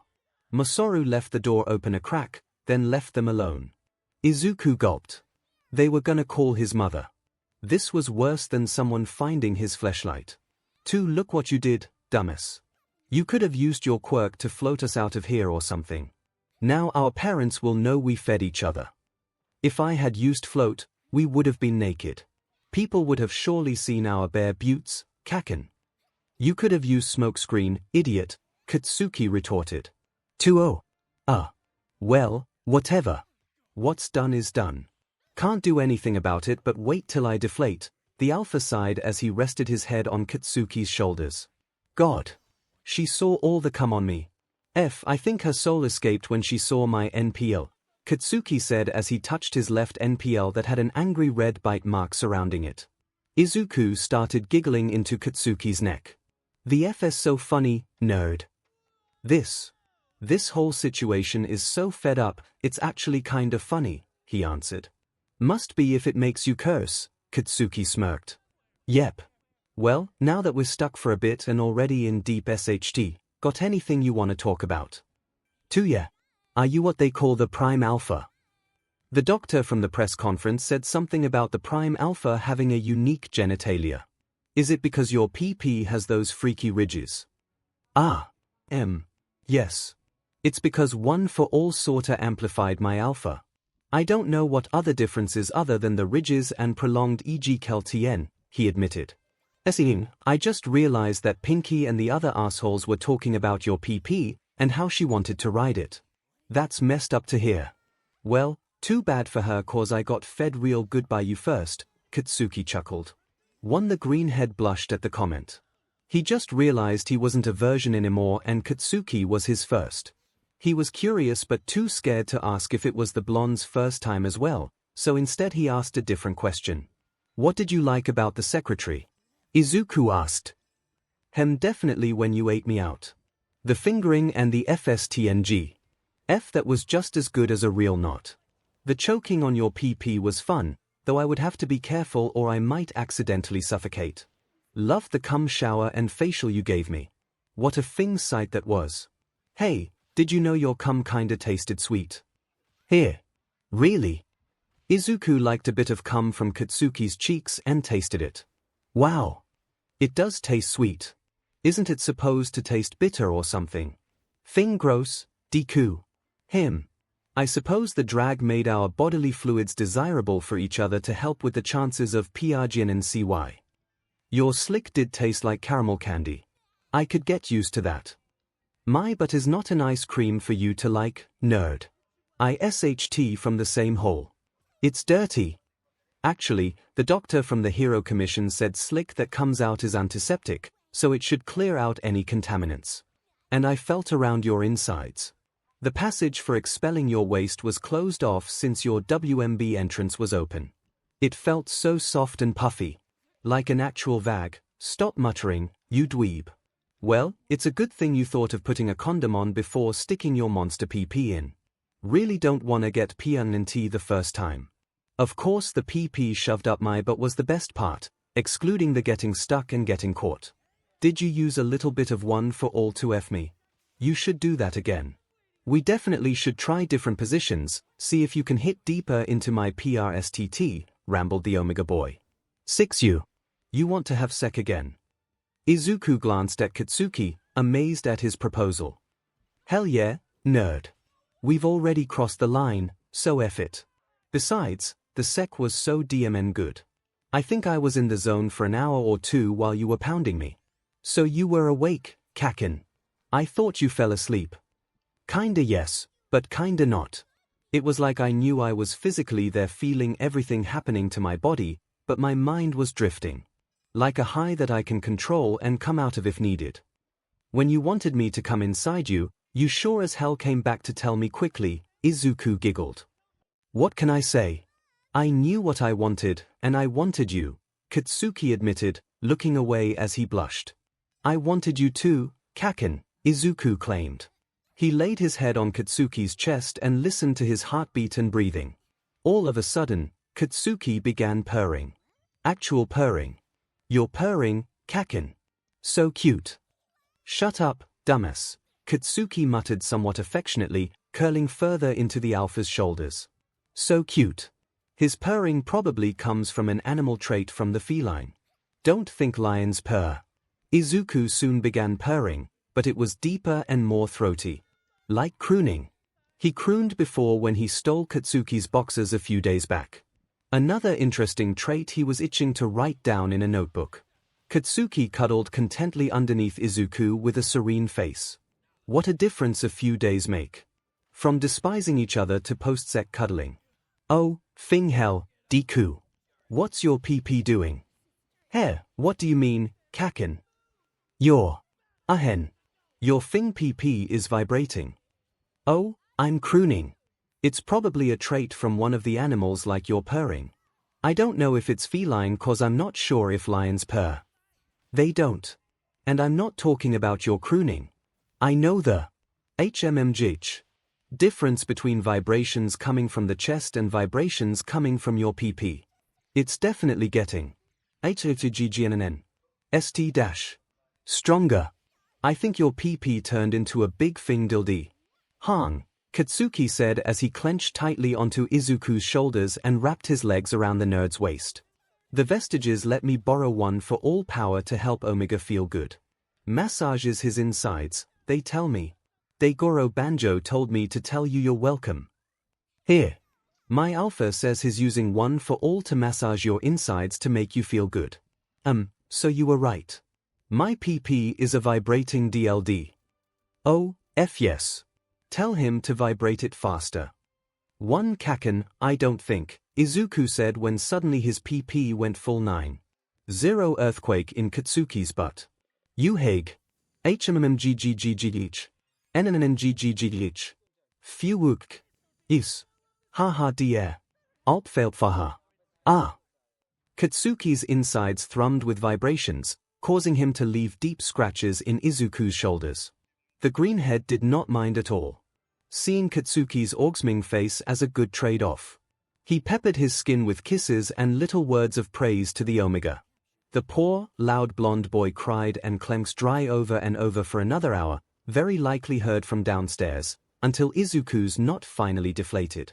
Now was the moment of truth whether the industrial-sized condom will hold onto Izuku's spent seed.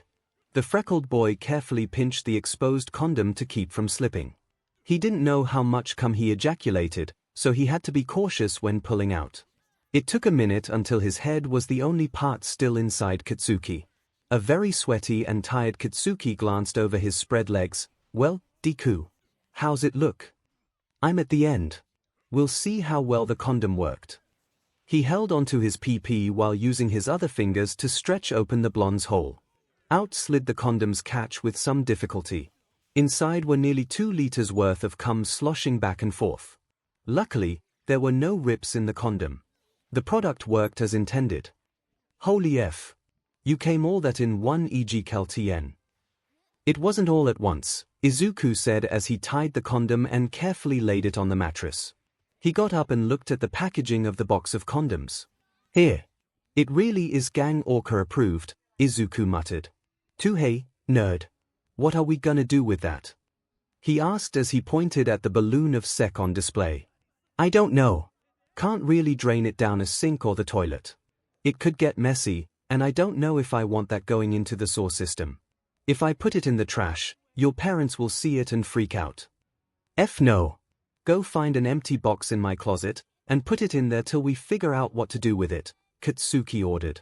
Izuku obeyed and placed the condom in a box, then shoved it back into the closet. We got a shower, Kaken. Our parents are probably waiting downstairs already, Izuku said as he walked back to the bed. I know, you dweeb. But right now my butt has been through the grinder. I can barely move, let alone walk, Katsuki explained.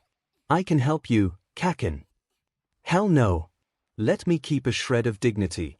I just need a while. Go shower first, nerd. I should be recovered by then.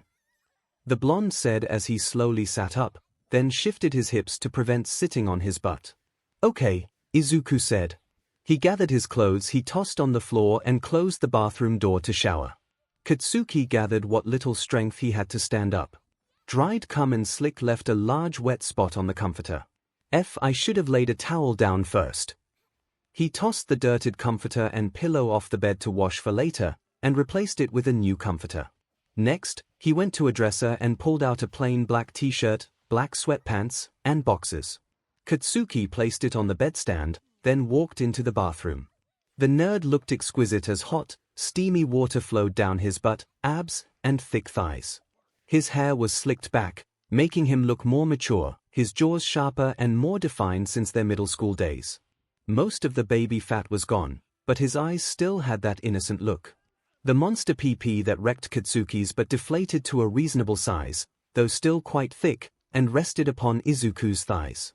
Perfection, the blonde thought. You should style your hair back. Looks nice on you, Katsuki said as he wobbled to the shower door. 𝗧𝗵𝗃𝗃𝗏. I thought you were going to wait until I was done. Nah. Besides, I don't like the feeling of sticky cum once it dries. Move over, nerd, he said as Katsuki joined Izuku in the walk-in shower.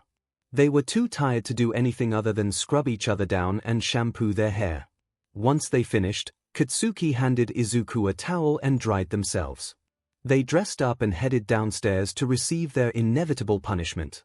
It was late in the evening as Masaru, Mitsuki, Inko, and Toshinori were drinking tea in the dining room. Well. About time you boys came down. Sit down, Mitsuki called out to them as they walked down the stairs. Hello, Izuku, his mother greeted. She had a grim look on her face showing no signs of her usual sunny nature. Young Midoriya, young Bakugou. Toshinori nodded to the boys, keeping a neutral demeanor. Masaru quietly sipped his drink in silence. Typical. The old man hates confrontation, Katsuki thought. Hi, Mom. All might. Auntie. Uncle, Izuku sputtered as he pulled out the chair across from his mom and sat down. Katsuki followed suit and sat next to Izuku. His own mother sat across from him, the men on each end of the table. He shifted several times uncomfortably until he propped both his legs underneath his butt and sat on it. The blonde blushed as his mother squinted at his discomfort, knowing the reason why. So, boys, do you have anything to say for yourselves? Mitsuki asked as she slammed her hands on the table. What? You already know what happened. We fed. What else do you want to know? How well I took Deku's PP. 6 Katsuki bellowed his father angrily. Katsuki Bakugou. Inko chastised as Toshinori sighed. Izuku melted in his seat in humiliation. Kaken, please don't what? Tell him how it was. Or how humiliating it is to be spoken like little children. He spat out. You are children, Katsuki. We're old enough. I'm about to turn 18 soon. It does not matter. When you live under this roof, you will follow our rules. And you had sec under our roof knowing that a drag gave you the possibility of getting PNNT. Did you both use protection? His mother asked. Yes, we did, right, Deku? Why, yes. Of course. We wouldn't risk it. The alpha answered. But you did risk it, Izuku, his mother stated. You don't know how the drag has affected you both. None of us know what it's like for an omega and an alpha to mate. I've seen my fair share of children having children because they didn't know any better. I don't want to see you boys make the same mistakes, she claimed. I'm sorry, Mum. We weren't exactly thinking clearly, Izuku insisted. That's the problem. You both never think clearly when there's something going on between you two. If you're not fighting each other, then you're having sex with each other. Which is why Mitsuki and I agree that you boys need to be separated for the time being until you graduate, Inko declared. 5 What the F? Here.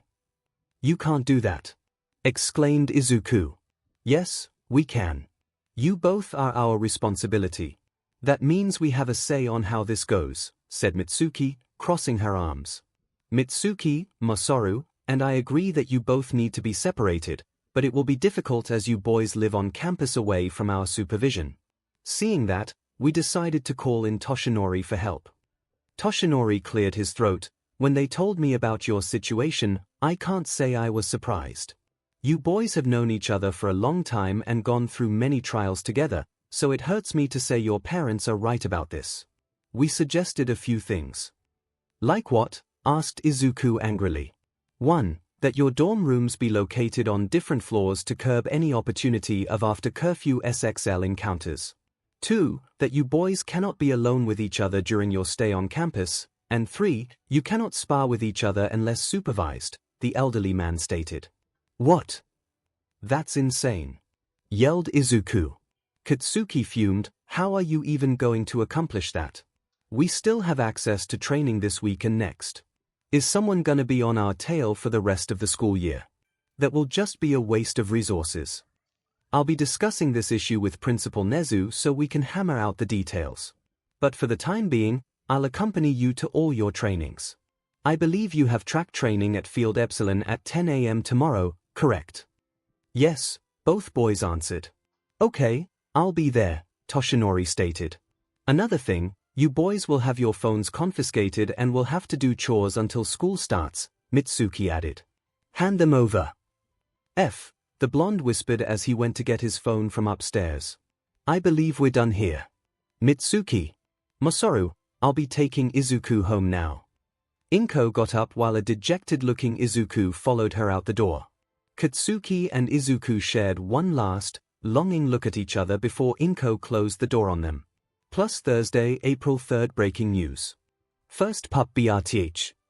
A new breed of children by Sawamoto, Tyrannosuke April 3rd, 2xxx Musutafu, Japan. At 4:28 a.m. at Musutafu General Hospital, doctors announced that a pup was born to an alpha and omega couple. A baby girl named Hatsu, appropriately meaning firstborn, was born at a healthy 7 pounds. Doctors mentioned there were no complications during delivery. The dam, a female omega, is said to be doing well. The family has declined any interviews and wished to remain private. According to Musutafu General Hospital, there are quite a few subgender couples that will soon be due for 𝗵𝗃𝗃. There has yet to be a PRGNNT male, but scientists under the NPSC-HPSC say it's only a matter of time. When questioned how an omega male 𝗵𝗃𝗃 will work due to having a completely different anatomy, doctors say not much is known yet, only that more research is needed. As to how they will attempt to research male omegas, both departments had refused to comment. Related stories, know your subgenders, what it means to have a subgender, TSE rises 400% as possible explosion of subgender 𝗵𝗃𝗃. UA student declares subgender, says Alpha is alive, Shizuoka Prefecture, the new tourist destination. Possible merge of National Public Safety Commission and Heroic Public Safety Commission to deal with rising subgender incidents. Katsuki and Izuku were picked up by Toshinori early in the morning. The blonde sat in the front while the nerd sat on the back. The silence was eerie for the normally noisy boys.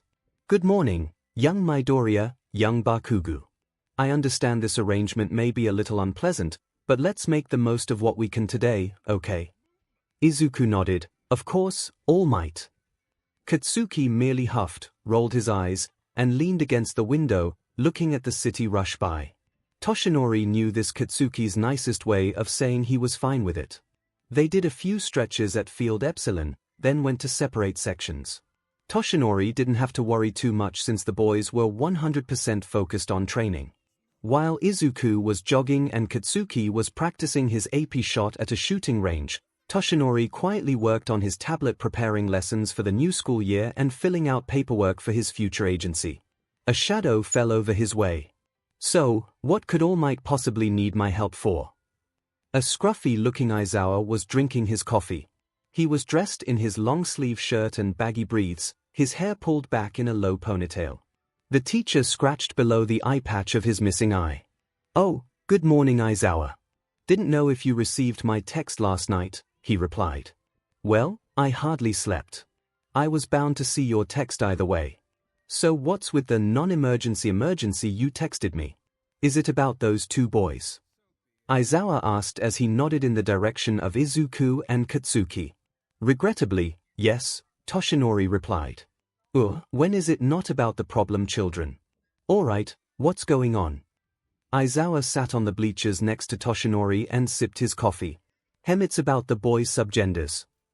What about it? Midoriya's an alpha. Is Bakugou's subgender an alpha, too? Explains his aggressive, Bakugou is an omega. Aizawa's eye widened in shock. Oh, that's... Not what I expected. He doesn't seem to be, well, a childbearing type of person. The tall, elderly man laughed. I couldn't agree more. He then put down his tablet and took a more serious tone. Unfortunately, we can't assume things like that anymore. Yesterday, I got a call from his mother. She was hysterical. Told me to come over to the Bakugou residence. When I arrived, Inko was also there. Toshinori took a deep breath before continuing. Turns out, Mitsuki Bakugou caught the boys in the middle of secretary. Aizawa's coffee mug crashed on the ground. They were stuck. Young Midoriya had trouble pulling out. Okay. No details, please. Aizawa begged, waving his hands frantically. One Toshinori understood completely. He would have nightmares of young Bakugou's cries of passion for the rest of his life while the parents were sputtering apologies and trying to figure out what to do. After a while, Masaru went outside to smoke like he hadn't in years, and Mitsuki blasted the television to drown out the noise upstairs. Thankfully, they used protection. But next time they may not be so lucky. Next time. I'm having difficulty processing this the first time. These subgender traits, we don't fully understand them yet.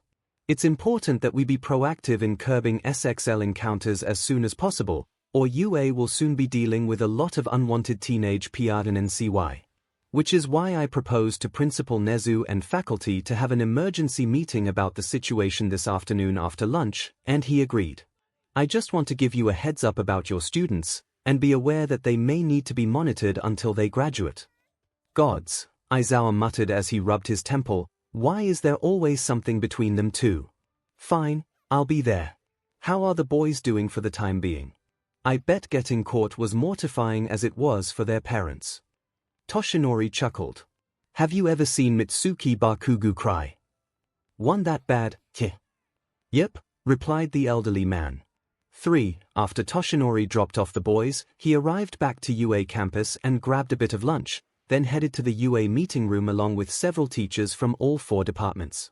Principal Nezu sat at the head of the long, curved table and spoke. Good afternoon, ladies, gentlemen, and others. I believe we have a problem on our hands that Toshinori wishes to address due to a serious situation that occurred last night. You have the floor, Toshinori. Toshinori cleared his throat and began speaking. Good afternoon. This is about 2 of our students. Last night, I got a call from a mother of a student who said that her child and another UA student were caught having SXL NTRCs. Several teachers muttered in surprise. Ectoplasm spoke up. It's not unusual for our students, even if they are too young, to have SXL relations. Why are we having a meeting over this? Well, it has to do with subgenders, ectoplasm. With a second set of genders, it has become even more worrisome. The fact that the abo2 drag has altered the physiology and anatomy of our students is something we need to address now before it becomes too late. And by too late you mean what? 𝗵𝗃𝗁𝗍𝗍. President MIC asked. Exactly, said Toshinori. There might be an unexpected rise in teenage 𝗵𝗃𝗁𝗍𝗍 soon if we fail to do anything. I will explain in further detail. These 2 students Toshinori refers to may have been under the influence of their subgenders. Before, there was no cause for alarm due to being biologically unable to get 𝗵𝗃𝗁𝗍𝗍, but now they are at risk of teenage 𝗵𝗃𝗁𝗍𝗍 due to their subgenders. Oh, said Vlad King with concern. So either female and female, or male and male 𝗵𝗃𝗁𝗍𝗍. Yeah, I can see how that can be an issue, now that we know well over 95% of our student population were affected by the contamination. Students may not know how to control their behavior, especially when you add unknown animal instincts into the mix. No offense, Hound Dog, the pro hero stated. None taken, replied Hound Dog. The animal kingdom mating season is nothing to joke about. Hormonal teenagers and a quirk's unknown influence is a disaster waiting to happen. You're implying students with subgenders could have a mating season, Hound Dog? Aizawa asked. Perhaps. If we could contact NPSC or HPSC for more information about the 𝗵𝗃𝗁𝗍𝗍 of the little pup, Hatsu, or even the research at Shuseiryoku, we could be better informed and equipped to handle the situation. That I must do with haste, claimed Principal Nezu.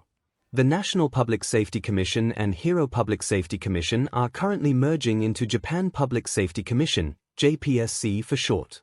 NPSC has been stretched thin due to subgender incidents all around Japan, and the merge will help allocate more resources to the problem. I can see about contacting the president of HPSC before the reshuffle. JPSC, here. Won't they have too much power when they merge? HPSC is supposed to oversee heroes while NPSC oversees the police force, 𝗵𝗃𝗧𝗧 mentioned. Won't this make our jobs more difficult? HPSC and NPSC suppose tar balance each other out. What about oversight? If they merge, who can root out negligence and corruption within? Snipe drawled. All valid questions. However, the safety of our students comes first and foremost. We will deal with JPSC when the time comes. But for now, we need help from HPSC. I, along with the UA board members and Ministry of Education, will discuss changes to policy dealing with these emerging subgenders. For now, we will protect students from themselves as much as legally possible. I will contact you all if more information is available.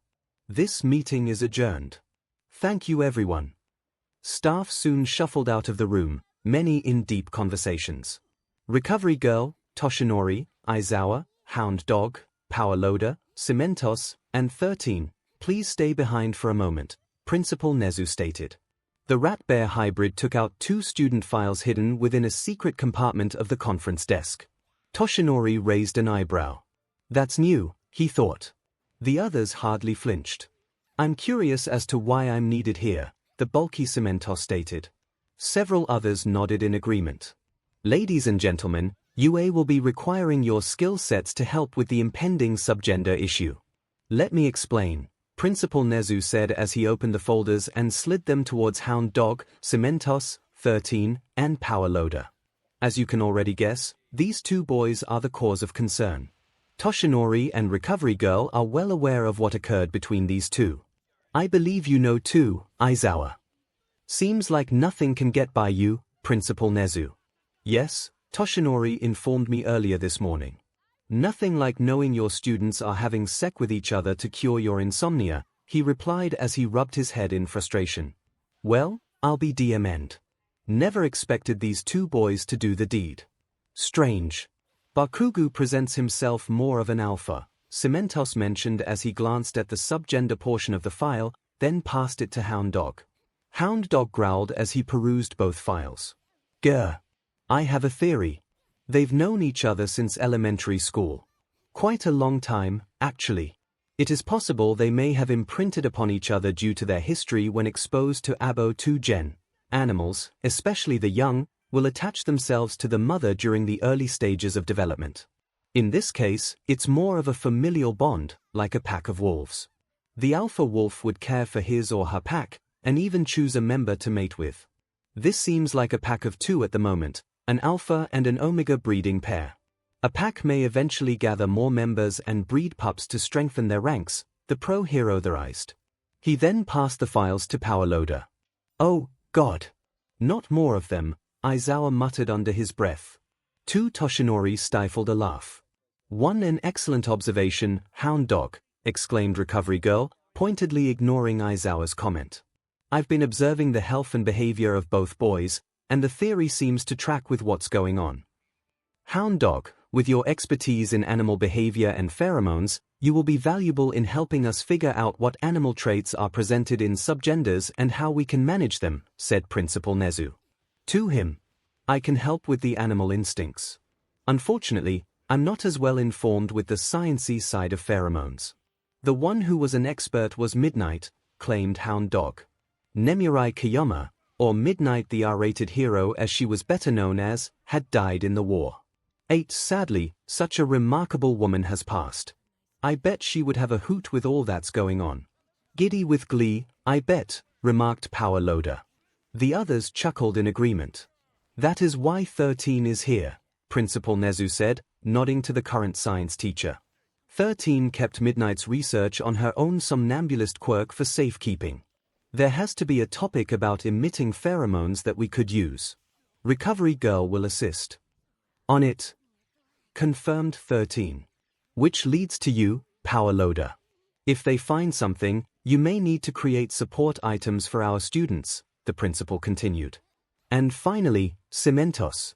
The dorms may need to be renovated to accommodate subgenders, perhaps reinforce doors, walls, and windows to prevent aggressive alphas. We may even need to replace our current air ventilation system. All this must be done before school starts, preferably. That's a lot to ask, but I'll contact 𝗎𝗲𝗏𝗃 Construction Company. They've been quite reliable after the Great War reconstructing cities. I'm sure this is a drop in the bucket for them, 𝗵𝗵𝗃𝗧 mentioned. Good.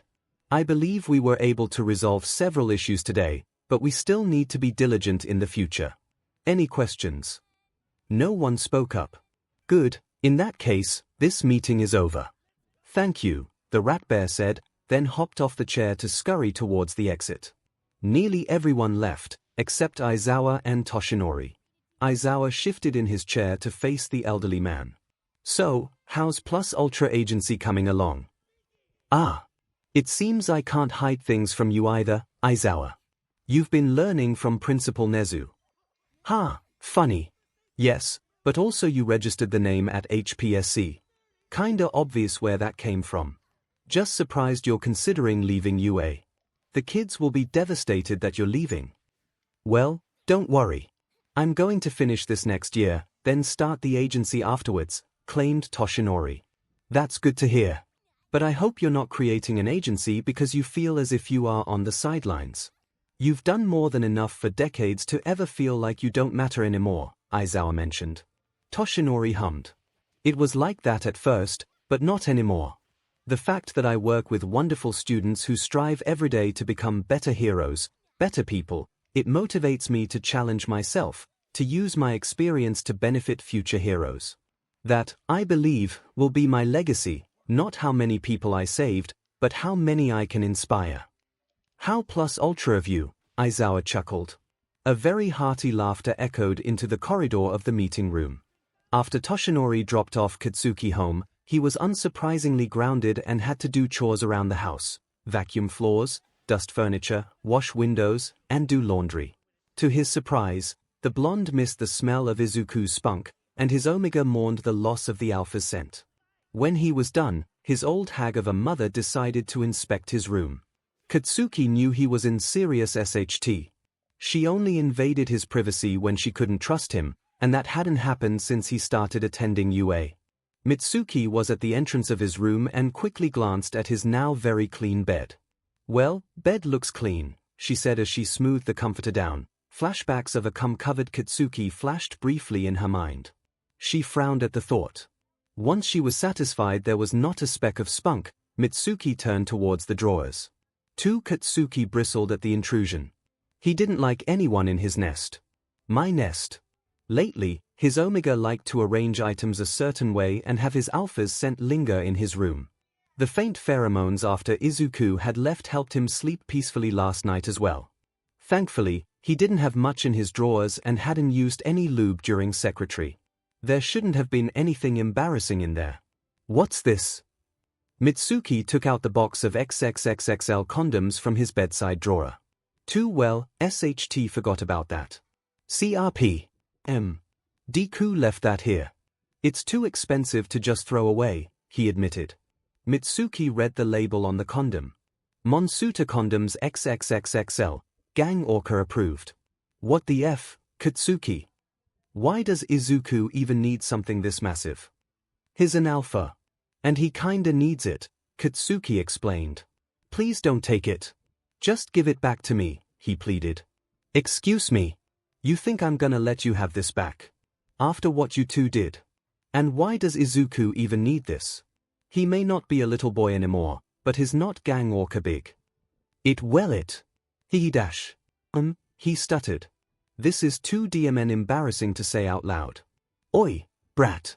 Just spit it out, she said, sessed off and irritated as hell. Katsuki sighed. Fine. It's better if I show you, but I'm warning you, you don't want to know, he said. Boy, I'm getting real tired of your secrets, she said as she crossed her arms. Katsuki huffed at her as he went to his closet.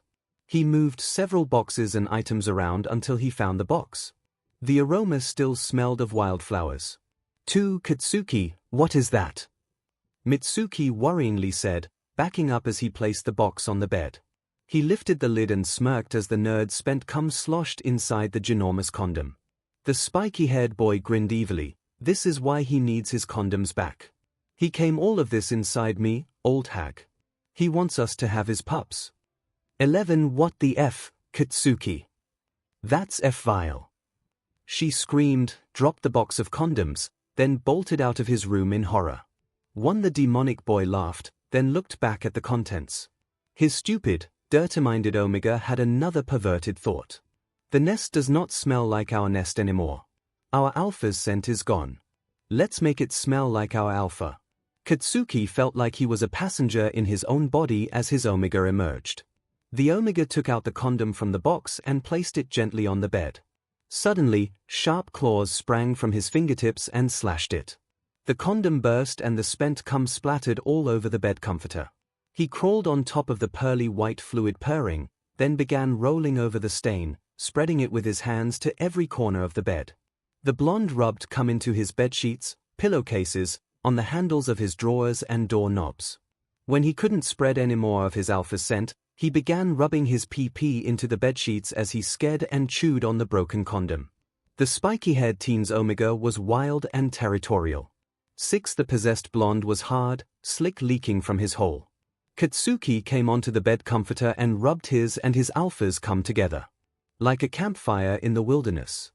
Finally, the blonde got a handful of his slick and rubbed it onto the door frame and window frames. Our alpha will smell our slick on the door and windows, and will come to our nest to mate with us. Want to have his pups? Show alpha we are fertile. 3 Katsuki jolted at the thought as the fog cleared from his mind. He looked at the state of his cum-scented room. So much for cleaning. The blonde gagged as he coughed out the ripped condom from his mouth. 2 What the hell happened? I just put the box on the bed. We spread our alpha's seed. Our nest smells like him now. Alpha will be pleased. Alpha will want to F us, and we will give him many, many pups. Whoa, wait. What the hell, omega? I can't have kids right now. I want to be a pro hero, and I'm just about to graduate, he said out loud. Why the hell would I have kids so young? His omega whined at the denial. There was a knock on the door. Bakugou. It's recovery girl. I'm here with Hound Dog. Your mother called for us in distress about your behavior. We came as fast as we could. May we come in? Here. What no? My room, it's filthy. I don't know what happened, but don't come in here. Katsuki bolted to the door to barricade himself. Bakugou, do not worry. We will not go in if you don't want us to. Rather, we can talk outside, discuss what is happening and see how to help you, preferably in private away from your parents, if you wish. Hound Dog reassured on the other side of the door. No, I'm fine. Go away. Recovery girl sighed. Look Bakugou, it's important that we understand what's happening. If you refuse to talk to us, you may be denied going back to UA for being a danger to yourself or others. You are a bright young boy. Don't let all your hard work go down the drain because of your stubbornness. Please. Katsuki clenched his fist and breathed deeply. He did not want to be kicked out for being embarrassed about his situation. Okay. Give me a minute to clean up. I'll meet you downstairs. And I better not see the old hag down there. Noted, recovery girl said, then went downstairs with Hound Dog to wait. The blonde boy looked down at his clothes, his shirt and breathed stained. He trudged towards the drawer and pulled out a new set of clothes and headed to shower. After he cleaned off, Katsuki went downstairs. Recovery girl and Hound Dog quietly were whispering, no Mitsuki in sight. Hound Dog noticed Katsuki coming downstairs and nodded in his direction. Bakugou, we informed your mother that we wish to speak privately. She said we have an hour to talk before she comes back. Please, sit down, said the elderly woman, pointing her cane to the couch opposite of the pro heroes. The boy sat down in silence with his head down. He couldn't look them directly in their eyes yet. So it seems you boys took my advice and used protection. I'm glad to hear that. However, it's meant to be disposed of. I am surprised you kept the used condom and terrorized your mother with it, Recovery Girl said. We didn't know what to do with it. There was so much, we didn't want to throw it down a drain, or even trash it. We just put it in a box for safekeeping until we knew how to dispose of it. Oh. I see. Yes, that would have been a problem. I just don't understand the part where you traumatize your mother, she wondered. She sessed me off. I can't explain it, but it felt like she was invading my place. She made me take away my 𝗵𝗃 scent. It drove the Omega wild. The dumb, perverted shithead was the one who had the bright idea to pop the condom and smear SMN everywhere. By the time I was in control, the room was already covered in it, Katsuki explained. Oh, your mother didn't mention that. At all. Hound dog, any insight on this? Recovery Girl said, turning towards him. I believe I do. Bakugou, I believe what you did is what the animal kingdom calls marking your territory. I assume your Omega considers the room as a safe space that your alpha, Midoriya, is allowed to enter due to consummation. When your mother forced you to remove his scent, your Omega perceived it as a threat and lashed out. What you did was simply reclaim your territory aggressively. No need to feel embarrassed, son. As a heteromorph, us beasts are not as ashamed of our instincts unlike normal-looking humans. Whatever you have to say stays between us as your counselor and doctor, Hound Dog calmly said. Recovery Girl hummed in agreement. For the Omega called it a nest, Katsuki stated, shifting nervously. Interesting, Recovery Girl said. She opened her purse, took out a pen and notebook, and began scribbling notes. What other behaviors have changed? Deku scent helps me calm down. Before, I could figure out what Deku was feeling with his pheromones. And during sec, it was everywhere and it was intoxicating. Everything was heightened, his touches, his aggressiveness. Our combined scents drove us wild. When I tasted him, he tasted like sugar or honey, and he said I tasted like caramel candy. Now my Omega can't stop thinking about getting 𝗵𝗃𝗃𝗏. But I don't want to get 𝗵𝗃𝗃𝗏. I'm a guy. I wouldn't know what to do if I did, exclaimed the boy. He looked up at the pro heroes, their eyes showing sympathy. Look, young Bakugou, whatever is going on with your Omega, we will help you. If, by any small chance you do get 𝗵𝗃𝗃𝗏, there are resources that UA will provide and many people who care about your well-being, Recovery Girl mentioned. For now, it is best to keep your distance and have staff continue to supervise. I also think it would be beneficial if Midoriya leaves scented materials for you to help ease the transition of separation, reasoned Hound Dog. Recovery Girl, I believe we need to meet with Midoriya next. Who knows what is going on in that boy's mind right now? He held Recovery Girl's hand as she stood up with her cane and were about to leave. Wait. If you're going to Deku's apartment next, let me give him something scented of mine, Katsuki said, then ran upstairs. He rummaged through his dirty clothes hamper and found a muscle shirt he used for running track earlier that day. Then he noticed the box of condoms still on the bed. The blonde got a Sharpie from his desk and quickly scribbled a note, then wrapped the shirt around it. Katsuki ran downstairs to grab an empty bag in the kitchen and stuffed his shirt in it. He tied and handed it to Hound Dog, who took it and thanked him for his time. Recovery Girl looked back at him once more. Baku, as frustrating as this is, I believe you can get through this. If there's anything you need, anything at all, don't hesitate to call me or Hound Dog. We're here for you. Thanks, I guess, the blonde boy mumbled, then closed the door. Izuku always believed he was a good kid. He was friendly, respected his elders, was good-mannered, did all the housework when his mother worked late, finished his homework on time, and was a person someone could rely on. Anyone who knew Izuku knew he was a ray of sunshine. Not today, though. He was irritated, frustrated, and extremely sessed. Izuku got into a heated argument with his mother earlier that day. Something stupid like forgetting to take out the trash, he thought. He was pacing back and forth from the front door to the back of their tiny apartment for hours. So tiny. Nothing was wrong, really. The apartment was kept nice and tidy. Clean laundry was hanging out to dry in the spring air. Potted flowers bloomed in the afternoon's light on the balcony. Freshly baked bread cooled off on the kitchen counter. It was just that he was trapped. Grounded. No access to his phone or laptop. Caged. Izuku couldn't understand why. He always loved his cozy apartment, always looked forward visiting his mom. But today, everything was wrong, wrong, wrong. He clenched his fists, wanting to punch a wall, but didn't want to risk destroying property. Instead, he stomped back and forth the apartment for hours, infuriating the couple downstairs. Izuku's migraine didn't seem to go away no matter what he did. "Izuku, sweetie, can you please sit down? I'm sure our neighbors below have had enough of your stomping," his mother voiced as she was preparing dinner. Izuku was about to snap back with a rude comment when someone knocked on their door. "I'll get it," he said gruffly as he was walking there anyway. To his surprise, it was Recovery Girl with Hound Dog behind her. "Midoriya. So good to see you. May we come in to speak with you?" Recovery Girl asked. Yes, sure. Why are you both here?" "Oh my. I didn't know we would have company. Let me prepare some drinks," Inko said as she saw the pro heroes walk in and greet her. "Thank you, but that won't be necessary. This is just a quick visit and wish to talk privately with your boy," Recovery Girl stated. "I see. Anything to be concerned with?" Inko asked as she left the kitchen to stand next to her boy. "Just a check-up regarding his status as an alpha," the elderly woman answered. A look of concern flashed in her eyes before she resumed her friendly demeanor. "Oh, okay. I leave you to it. If you need me, I'll be here," she said as Inko headed back to the kitchen to prepare for dinner. Recovery Girl turned towards Izuku.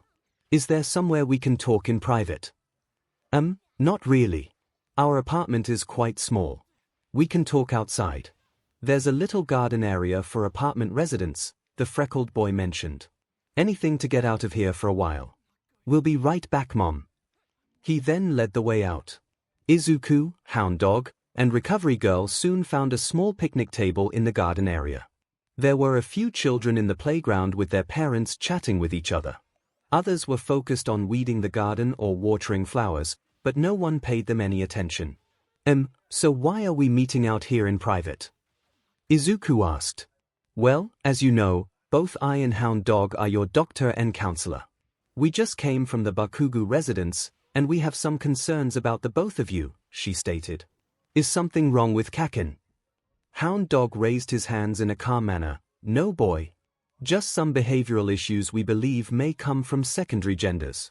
We wanted to ask you about how you are feeling lately. And please don't be embarrassed. The more you tell us, the more we are able to help you when school resumes." Izuku sighed as he looked down to scratch the wooden picnic table absent-mindedly. "Honestly. Terrible. I've been cooped up in my apartment for a few hours, and it's driving me crazy. I've been snapping at my mother for stupid stuff. I don't normally do that. I'm usually easygoing. It's just lately, I feel trapped. I can't calm down even with walking and doing breathing exercises. I don't know what to do." "As I feared," Hound Dog stated, tapping his muzzle with his large fingers in thought. "Bakugou has also been feeling something similar to what you are feeling, a feeling of forced separation. What I believe has transpired is that the act of consummation has made your subgenders think they are now a mated pair. Bakugou had said your scent calmed him down and was able to sleep peacefully last night. And the fact that you can't smell his scent has made your alpha irritated that he cannot sense his mate." Izuku gasped. "You both know we had secretary." Startled birds fluttered away as he squeaked his response. Several heads turned around looking for the culprit. "Mema, what is secretary?" a child asked a shocked mother. 3 Hound Dog pretended to look dumbfounded as well while shielding the other 2. After a few seconds, they were ignored again, the parents sputtering as they tried to explain sec to toddlers. Sorry. Didn't mean to yell," Izuku apologized. "Don't worry, Midoriya. And yes, we know, unfortunately. Toshinori thought it was serious enough to inform several staff members. Normally, we don't involve ourselves in students' SXL encounters, but we are dealing with unknown side effects of the Abo2 gen drag. Subgenders has become a top issue, and UA is barely keeping up with the problem," Recovery Girl explained. "Oh. I guess I understand. It's just so embarrassing that our teachers know about us having secretary. Him. A mature biological need in which you both are not ready for. Alas, nature likes to do things at its own pace, the doctor quietly stated. Yeah. I guess. So why are you asking about my behavior? Is there anything that can be done for me? Hound Dog responded, yes, I believe this will help with your aggression. He placed a plastic bag in front of the boy. What's this? Izuku asked, then ripped open the bag, seeing a dull gray muscle shirt. The breeze of smoky caramel wafted towards the freckled boy. Gradually, his headache dulled and his heartbeat slowed down. He finally felt calm. Kaken's shirt. Izuku lifted the muscle shirt to his nose as he deeply breathed in the pheromones. Recovery Girl took notes as she and Hound Dog observed the change in Izuku. Midoriya, Recovery Girl, and I believe that you and Bakugou need to at minimum carry each other's scent, or your emotions become unbalanced. It would be harmful to fully separate you both, but we must make precautions to prevent 𝗵𝗃𝗁𝗍𝗏.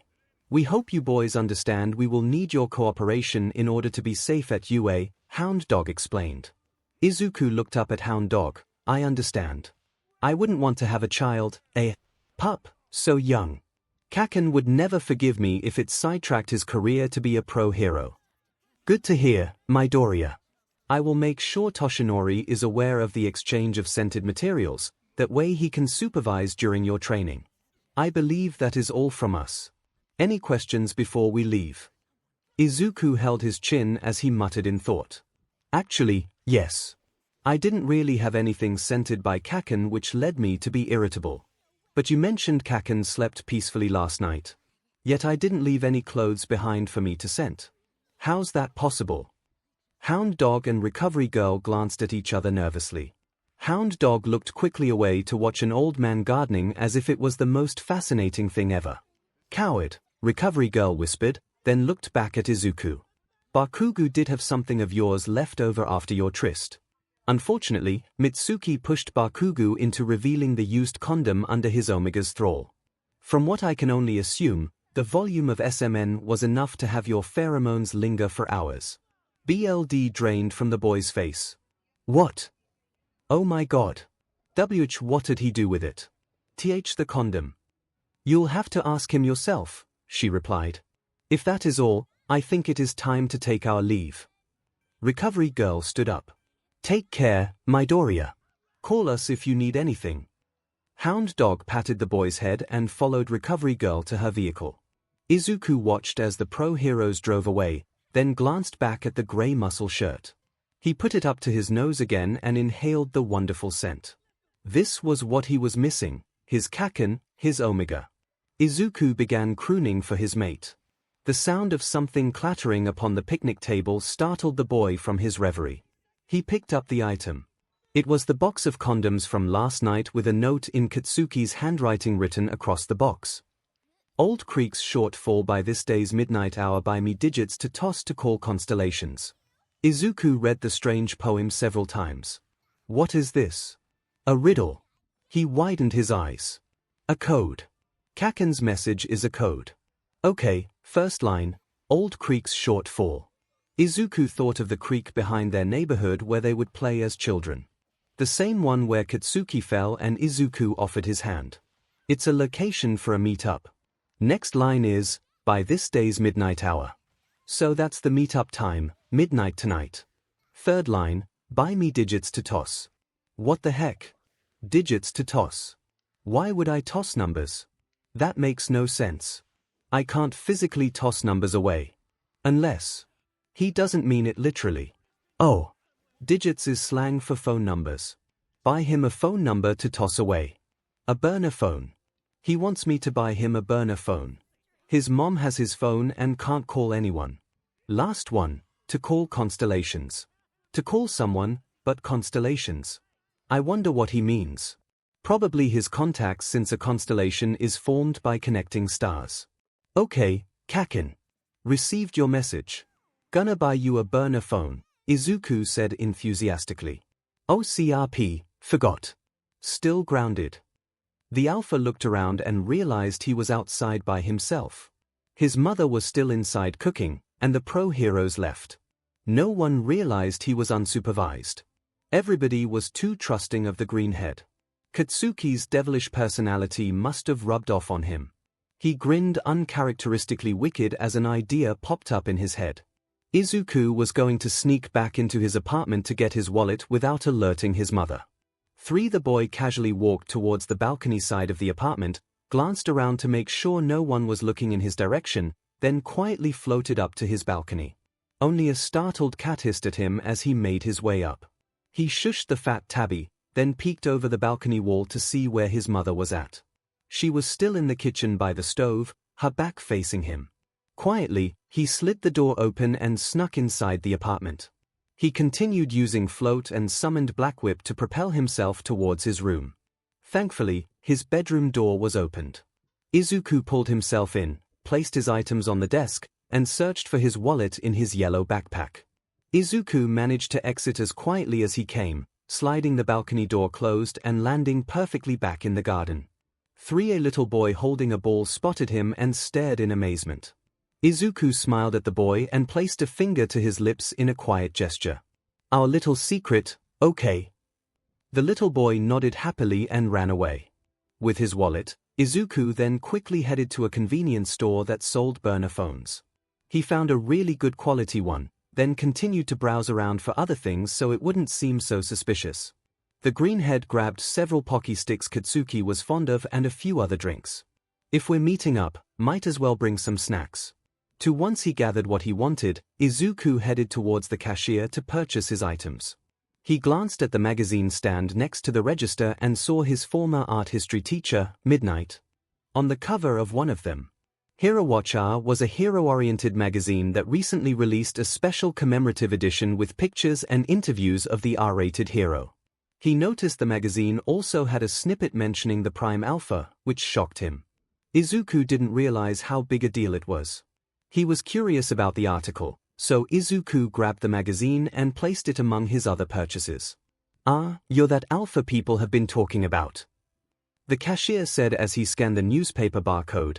"You're that alpha people have been talking about," the cashier said as he scanned the newspaper barcode. Yep. That's me, the alpha," Izuku chuckled nervously. "Seriously, all the hero stuff I've done these past few years, and I'm only remembered as that alpha. So cool. I have a cousin who's an alpha. He hinted he might be the Prime Alpha, but doesn't want to confirm cause he doesn't want the media all over him. I think he's full of SHT, though. Prime Alpha Mafuyu. Like, no Fing Wei. That guy's too shy to talk to girls, let alone have an alpha PP. Well, it's probably cause he's 13 and has a face full of zits, the guy said as he was bagging the items. I don't know why I never became an alpha, though. I've hooked up with tons of hot chicks in college. And I bet you're already swarming with Hero PP after announcing you are an alpha. You and I, we are just on a totally different level from him, YA no. Are you done scanning? Yes, said the cashier. Izuku slammed cash on the counter, grabbed his items, and scrambled for the exit. Don't you want your change back? No. Thank you. Izuku yelled as he ran as fast as he could out of there. He was blindsided how brazen people were comfortable talking about their private matters to him. Sure, he was becoming well known as a UA top student and as a prospective pro-hero, but it was still surreal that strangers knew so much about him. After nearly running a few blocks, Izuku slowed down to a jog. He made it back to his apartment and walked back to the garden where the greenhead used Black Whip to place his purchases on his balcony. Izuku then headed back to the front entrance and greeted his mother. Izuku, sweetie. Dinner's ready. How was the talk with your UA teachers? She said as she placed food on the dinner plates. Good, they just wanted to know how I was doing. Told me I could talk to them anytime I want. I'm feeling a lot better now, he replied. That's good to hear, dear, Inko said, putting a plate of veggies, rice, and chicken out for Izuku. You've been acting very unusual, and I understand you're dealing with a lot of things, but it seems like talking to your teachers helped. Actually, Recovery Girl prefers to be called a doctor, not a teacher, even though she has a teaching certificate, commented Izuku, reverting back to his nerdy self as he sat down. Itsudakimasu, they both quietly thanked, then started eating. The two continued discussing several topics throughout dinner: what the classes were going to be like, or where he wants to do his next work study, how she was up for a raise, and the status of her and Toshinori's relationship. Slow, but we plan on having a date before school starts, before things get hectic again, she answered. I still can't believe you're in a relationship with All Might. Izuku grinned. Well, honey, it's Toshinori I'm dating, not All Might. He retired his hero persona years ago, 𝗵𝗃 replied. But I am kind of excited, too. And Dad? No word from him. 𝗵𝗃's smile faltered. Not a peep. He's still living with his mistress and her family. I'm planning on drawing up divorce papers as soon as I get that raise. Hey, Mum. I can help, too, with cash. I've been saving money from work study, and No, 𝗵𝗃 firmly said as she grabbed her son's hand, you won't do such a thing. That money is for your future. I will be okay. Besides, I haven't had to spend so much now that you live in the dorms. 𝗵𝗃 smiled sweetly as she held his hand. Izuku regarded his mother. She's changed. Grown stronger ever since the war. She had to because of me. Okay, Mom. But don't get mad if I splurge on you now and then.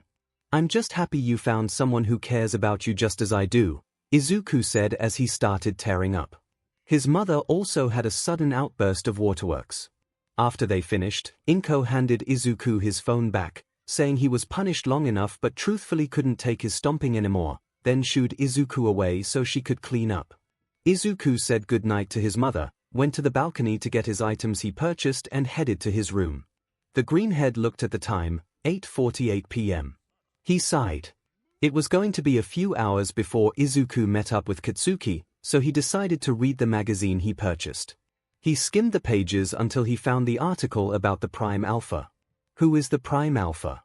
A modern-day mystery by 𝗳𝗄whatif, April 2nd, 2xxx Musutofu, Japan. Who is the Prime Alpha? That question has been on everyone's mind ever since Dr. 𝗬𝗏, head scientist of the Hero Commission, confirmed the existence of a Prime Alpha at the 𝗬𝗏 press conference on Tuesday. Now that the public is aware that 𝗵𝗃 causes second gender syndrome, many people have been claiming to be the Prime Alpha. So, who is claiming to be this Prime Alpha? myheroacademia has investigated several potential leads. One such lead comes from a source from a popular TV drama series Superhero Lovers. Our source speculated that a well-known actor from the drama could be a Prime Alpha due his large fan base. The actor, who did not wish to be named, put out a statement saying, "The rumors of me being a Prime Alpha are false. I have not made such a claim. My fans are just very loyal, overzealous at times, and ideally would want me to be that person. But I'm actually a beta." The interview was cut short due to his manager admonishing him for revealing his subgender. Another claim led me to an up-and-coming mixed martial arts fighter who wished to simply be named Goro the Strong, said he was a Prime Alpha simply because of his winning streak for Elite MMA Academy. When questioned, he said he was in peak physical and mental condition, that no one comes close to being a perfect alpha than him. I looked further into his claim and found out that Goro had yet to be tested in a sanctioned subgender testing site. More questions arise as to previous accusations of steroid usage from former high school classmates. When confronted with said accusations, I was scrayed out by the owner of the gym. The last credible lead came from a source who works at Endeavor's Pro Hero agency, who wishes to remain anonymous. She believes that the #1 hero himself is the Prime Alpha. According to the source, Endeavor is just built differently. He is strong, massive, and is a leader that many pro heroes look up to. At least, not since All Might. But that guy's old and frail now. The worker did not provide any proof of this. However, that seems unlikely due to Endeavor is well past PBRTY. As I confronted her with the facts, she became infuriated, calling me crude names, and kicked me out of our meeting. As I asked around, she was a recent hire who barely graduated and is a fan of the pro hero. I called Endeavor's agency for a comment, but was put on hold for a whole day. Eventually, I received a letter stating that I was banned from stepping foot anywhere near the agency. Other leads weren't very forthcoming. At many red light districts, politicians, businessmen, and regular customers have been known to throw around the title to impress their SXL partners. Even gangs have been using the 𝗵𝗃 title to threaten rival gang members and bully the general public. I asked Senior Commissioner Kenji Tsurugame about the crimes committed in the 𝗵𝗃's name and what can be done about it. Woof, there really isn't anything we can do. The 𝗵𝗃 has his right to privacy. Other than unique physical features, he may be living an ordinary life and would like to keep it that way. It is up to the person if he wants to be identified, but once he is exposed, he loses his chance at normalcy. The 𝗵𝗃 may never be identified, and we as a society must eventually accept that. The National Public Safety Commission has neither confirmed nor denied knowing who the individual is. They refuse to comment further on the issue. Whomever the 𝗵𝗃 is, he already has big shoes to fill. The title alone has already generated so much interest that searches for the phrase has risen 550% in just 2 days. Countless usernames have already snatched up variations of the 𝗵𝗃 title in Chatter, YouView, and TikTok. Many have created a betting pool of potentials online, with the jackpot said to have reached 66 million yen, approximate $500,000, 469,000 euros. It is a mystery that has generated so much interest, and we at myheroacademia will continue searching for answers. To paraphrase a popular quote from a song several hundred years ago sums up what we've all been thinking lately: will the real 𝗵𝗃 please stand up? Izuku was flabbergasted. So much had happened in just a few days, and now he had to worry about others finding out about his 𝗵𝗃 status. One thing at a time. Just focus on one thing at a time, he thought. Izuku decided there was really nothing he could do about it, so he continued reading the magazine. There were still a few hours before the meetup. The freckled boy grabbed a notebook and began an analysis of his subgender. If anything, he wanted to document what was happening in case he needed it for future reference. By the time it was 11:50 p.m., his mother had already gone to bed. He stuffed his bed with extra pillows and blankets to make it look like he was sleeping, dressed in dark clothing, and unwrapped the box of condoms from Katsuki's shirt to put it in the convenience store bag. Izuku quietly floated to the balcony and over into the garden, then sprinted to the old creek behind their neighborhood. The greenhead stumbled around in the moonless light until he reached the creek. Oi, nerd. What took you long? Ah. Kaken. You scared me. I couldn't see. It was dark. Dumbass, you could have used your phone's light. I was trying to be sneaky, actually.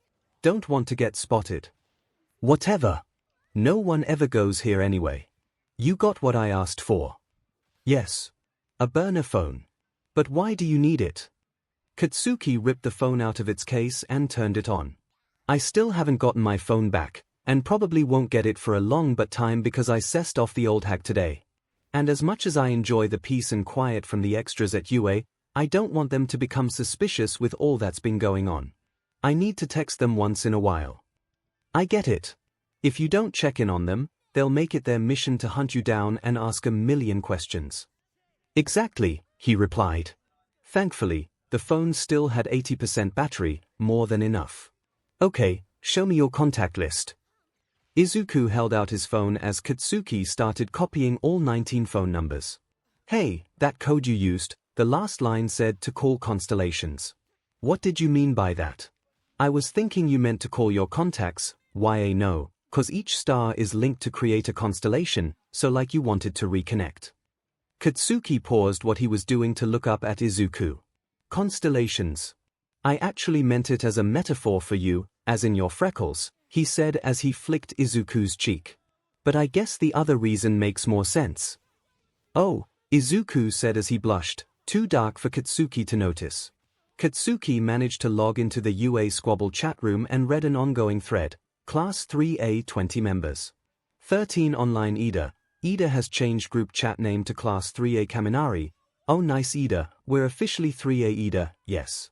I believe it was a good time to update the group name coda. Thumbs up sign Ojiro, thumbs up sign Jiru, nice Yorozu. I am excited for the new term to start. Hagakure, girl same. But the classes are gonna be insane. I'm not ready. Yorozu, don't worry, we can do study groups and I'll be happy to host in my home Hagakure, Momo. You're the best. Ashido, don't even start talking about school. I'm still on vacation mode. Kaminari, yeah and. Barely passed over here. Gonna need Bakugou to help W homework 𝗧𝗵𝗲 𝗵𝗃 I doubt he's gonna help much this time. Bakugou, 𝗧𝗵𝗲 is right. I won't have time to help you too, dumbass. I already saw the type of classes for upcoming year. You're on your own, pinky 𝗧𝗵𝗲, or come on blasty. 𝗵𝗵𝗃𝗏, where you been, Bakugou? We miss you in this chat room. Why's your number difference? Plus Soto just gave us his recipe of matcha gâteau au chocolat. 𝗵𝗃𝗏 is beside himself and gonna try to bake it when we're back in the dorms. I bet you could make it better. Bakugou, grounded, so borrowed cousin's phone to quickly text. Letting you extras know I won't be online much cause of this. And I already know what you're doing, trying to butter me up so I'll make it and you mooch off of my hard work as usual. Send me the recipe already. 𝗧𝗵𝗲, DMN grounded again. Don't worry, we won't tell anyone. Face with stuck out tongue winking eye 𝗵𝗵𝗃𝗏, no problem winking face 𝗵𝗵𝗃𝗏, send a picture match recipes. JPEG. Bakugou, don't bother texting till I get my DMN phone back. By middle finger. Katsuki logged off of the chat room and turned off the phone. Dunce face isn't as stupid as he looks, unfortunately. He noticed my absence even if it was a few hours, the blonde told Izuku. He may act airheaded, but 𝗵𝗵𝗃𝗏 is really observant when it comes to noticing a change of behavior, Izuku confirmed. Heh, nerd, Katsuki teased. Shut up, Kaken, Izuku said jokingly. What else do you have in the bag? Oh. I figured since we're meeting up, I brought us snacks. Hell yeah. The boys walked towards the fallen log hanging over the small creek and sat down. Katsuki had brought out a flashlight lantern combo from his camping gear and placed it between them on the log. Izuku fished out a matcha-flavored Pocky and handed him his strawberry-flavored one. Izuku opened a bag of chips for the both of them and gave the blonde one of the bubbly drinks. As they were munching on the junk food, they looked up at the moonless sky and saw thousands of stars twinkle brightly. You know, Kaken, this was the same log where you fell down years ago. You got so mad at me for trying to help. Oh, yeah. I was a little 𝗧𝗍𝗍, wasn't I? Guess nothing changed, Katsuki replied, continuing to munch on a Pocky stick. So strange to be here again, knowing all the things that have happened to us, said the greenhead. If our younger selves could see us now, what do you think they would say? Katsuki looked back at Izuku. Nothing good from me, I bet. But I would tell them that they would F in the future. Would love to see their reaction to that. Kaken. You can't say stuff like that to little kids. I can, and I will. My past self needed a spanking, several spankings, for sure. I was an but kid, Katsuki explained. You know, I can still give you those spankings. 5. Katsuki froze. Hey. It's not too late. It's dark and there's no one around. Wanna do it? Katsuki almost choked on his Pocky stick. Wait, you're being serious? Absolutely, Izuku said in his alpha voice as he leaned in closer, revealing the box of condoms he hid in the convenience store bag. 5. The blonde's heart began pounding. He could clearly smell the 𝗚𝗏𝗏 coming from the nerd. He was also getting aroused as slick started to trickle from his hole. Yes, please. Let our alpha spank us. He will be pleased. I'm leaking. I didn't bring a change of clothes. Take your clothes off then, Kaken. Katsuki's throat tightened. He was definitely getting turned on by Izuku's DMNs. Yeah. Sure. The blonde took the lantern and stood up on the log, walked over to a patch of clearing to place the lantern down and shimmy out of his clothes. Hey, if I'm getting naked, it's only fair that you take your clothes off too, he said as he glanced back at Izuku. Sure enough, Izuku was doing just that. The alpha grinned as he ripped off his shirt and shoved his breeds down. I think you were planning this all along, you pervert, Katsuki said, placing his clothes carefully on the grass. You were the one that wanted to meet at midnight. I might have jumped at the opportunity, Izuku explained as he walked fully naked towards the blonde. Katsuki smirked. Since this is your idea, you get the wonderful task of sitting down on the damp grass. He went to grab Izuku's shirt and tossed it towards Izuku. Sit on this so bugs don't bite your fat butt. Hey! Why my shirt? And again for the millionth time, my butt is not fat, Izuku pouted. Katsuki ignored his complaints, instead kneeling next to a sitting Izuku. Well, You said you wanted to spank me. Still up for it? Yeah, wanna spank you so bad, 𝗂𝗂𝗃, the boy dreamily replied. Then shut up and kiss me, he said, then leaned over to kiss the nerd. Katsuki gently liked into Izuku's parted mouth, and began skiing and gently biting the soft lips. Ouch, said the blonde as he pulled back. A small cut appeared on his lips, blood trickling from it. Sorry, 𝗂𝗃𝗃. My teeth got a little sharper ever since I became an alpha, Izuku explained. It's fine. Mine are a little sharp too. We just gotta be more careful. Let's just get into position already, Katsuki demanded as he pushed Izuku away and laid down over his lap, but facing up. Well, I'm waiting, he said, playfully wiggling his butt. Izuku was growing hard underneath as he was taking in the sight of Katsuki's powerfully built backside. He hesitantly hovered his right hand over the plump-looking butt. What, you're too afraid to spank me? Thought you grew out of your scaredy-cat phase. Come on. Hit me. The alpha within Izuku flared up at the challenge and grinned sinisterly. You have no idea what you've done, 𝗂𝗃𝗃, his alpha replied. He raised his hand high and whipped Katsuki's buttock with a hard smack. So loud was the smack that it startled the nighttime creatures in the forest. Although a little hard to see at night, a handprint was imprinted on his cheek. Oh, F. That hurts. Oh my god, 𝗂𝗃𝗃. I'm sorry. I'll stop, Izuku said, concerned. The hell you take me for? A weakling. It was hot. Hit me again. Katsuki roared. The alpha smiled as he raised his hand to smack the other cheek. Then another smack, and then another. He spanked him several times that Katsuki's butt cheeks had angry, red welts. Katsuki whimpered, but not once did he say to stop. The burn felt so good as the cool spring air cooled it off. He didn't realize how much he enjoyed getting punished. His PP certainly agreed. I'm definitely a MSCST. Figures. Katsuki could also feel Izuku's own member get hard underneath him, the heat between them grew. The blonde suddenly got up mid-spank, tossed the box of condoms at Izuku, and glared at him. Put on a condom before you bust a nut, dweeb. Here. Oh. Yeah, of course, 𝗂𝗃𝗃, the freckled boy agreed as he took out a condom and ripped the wrapper. He shakily tried to roll the condom on his growing 𝗪𝗏. Teach, let me do it, Katsuki uttered, then rolled it slowly over the boy's genes. Izuku hummed merrily as he slid the condom on, enjoying the blonde's warm touch. Okay, lie down shitnut. I'm gonna ride YA now, he demanded as he pushed Izuku's chest down to the ground. Katsuki squatted over the boy's waist and firmly gripped his PP to line it up with his dripping hole, the leaking head firm against the entrance. Ready? Katsuki asked, then took a breath and pierced himself on the nerd's PP. His hole was too tight, not having prepared himself, and Izuku's PP was expanding in length and width every second.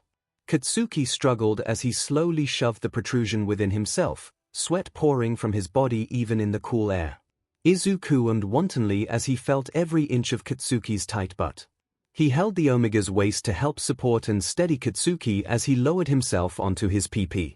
The alpha wanted so badly to grip his thin waist and ram his whole body up into him, but he knew it had to be at the 𝗲𝗏's pace. This was more for Katsuki than himself since he felt guilty the blonde was being punished more severely than he was. And well, I'm more obsessed that they are forcing us apart. My alpha has become restless without him by my side. I just want to F 𝗂𝗃𝗃 all the time now, and the only way I can think clearly is to F it out of my system. Actually, this is probably more for me. Hurry up, 𝗂𝗃𝗃. You're taking too long. Izuku used his alpha voice at the last second, then moved ruthlessly upwards that his balls slapped Katsuki's butt. He was fully inside Katsuki now, PP pulsing within the warmth of Katsuki. 3 arg. You mothif. You're gonna pay for that. Katsuki screeched, his butt burning in pain. It hurt so good, though. He lifted himself off of Izuku, then shoved himself back into the nerd's monster of a PP. Izuku hummed loudly, 𝗂𝗃. Like that, pervert. That gets you corny. How about more? Katsuki smirked as he lifted again and again many times, enjoying the 𝗲𝗏ing, sobbing mess beneath him that was the freckled nerd. After a while, The burn became less as the slick did its job to make sec more enjoyable. Katsuki used the natural lubrication to ride the alpha like a bull rider. He kept at it, using Izuku's PP to find that spot that curled his toes. Once he found the spot, Katsuki grit his teeth and angrily rode faster to abuse his own PSTT. He chased his 𝗬𝗲𝗄𝗏 until he came onto Izuku's abs. The soft light of the lantern glistened on the cum and sweat between them. Still, Katsuki was not satisfied. There was still that itch deep within him. He needed Izuku's PP to breach the entrance of his 𝗬𝗲𝗍𝗵𝗵. The blonde threw his whole weight onto the fat PP, fluid squelching in the night. Katsuki lowered himself to Izuku's scent gland by his neck and began sking on it. As he was riding hard, Katsuki's sharp canines grazed Izuku's glands, causing Izuku to shudder. "En need your PP too.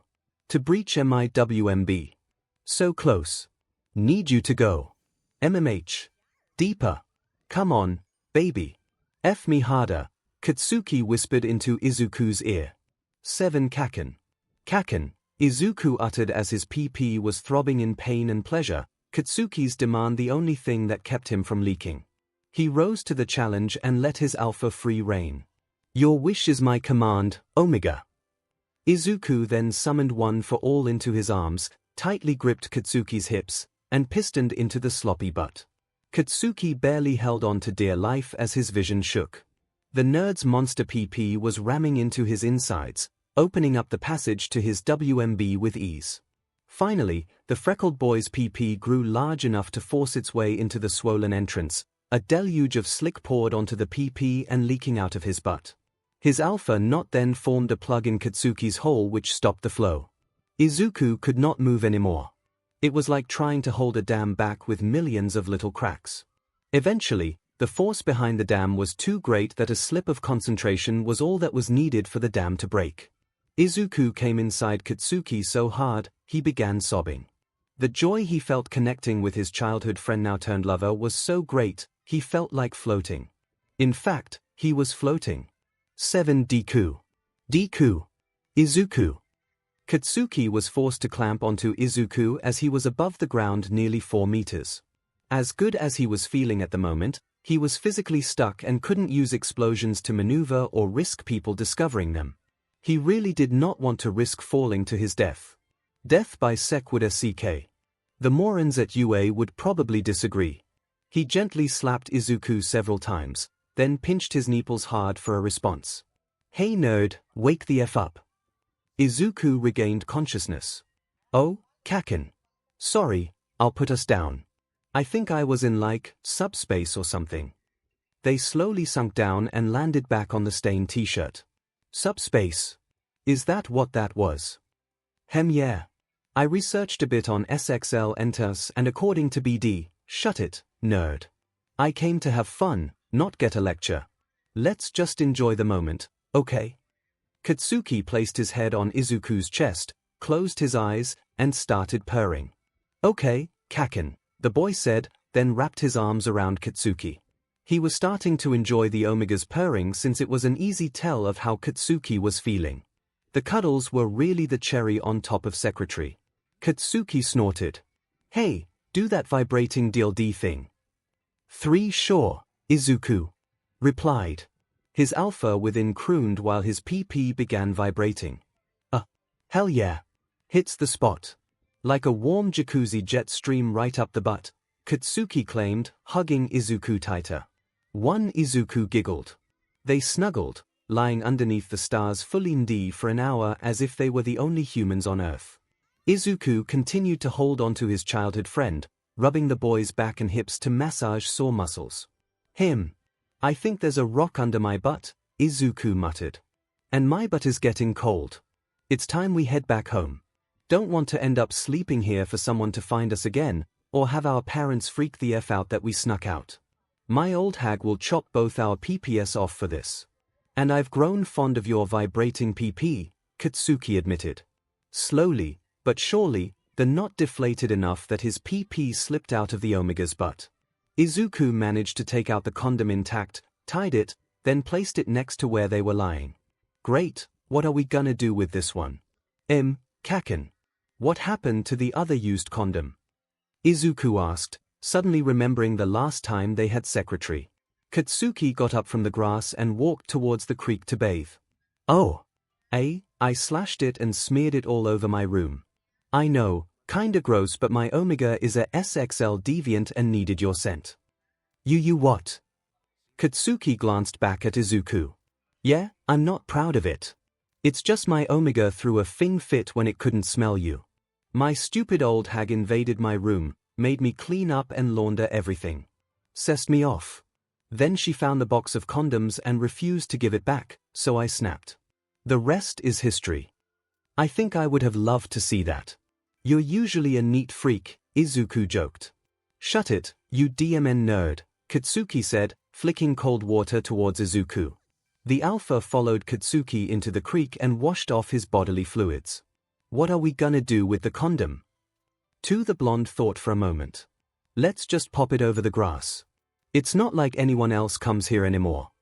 He marched towards the balloon as sharp claws burst from his fingertips.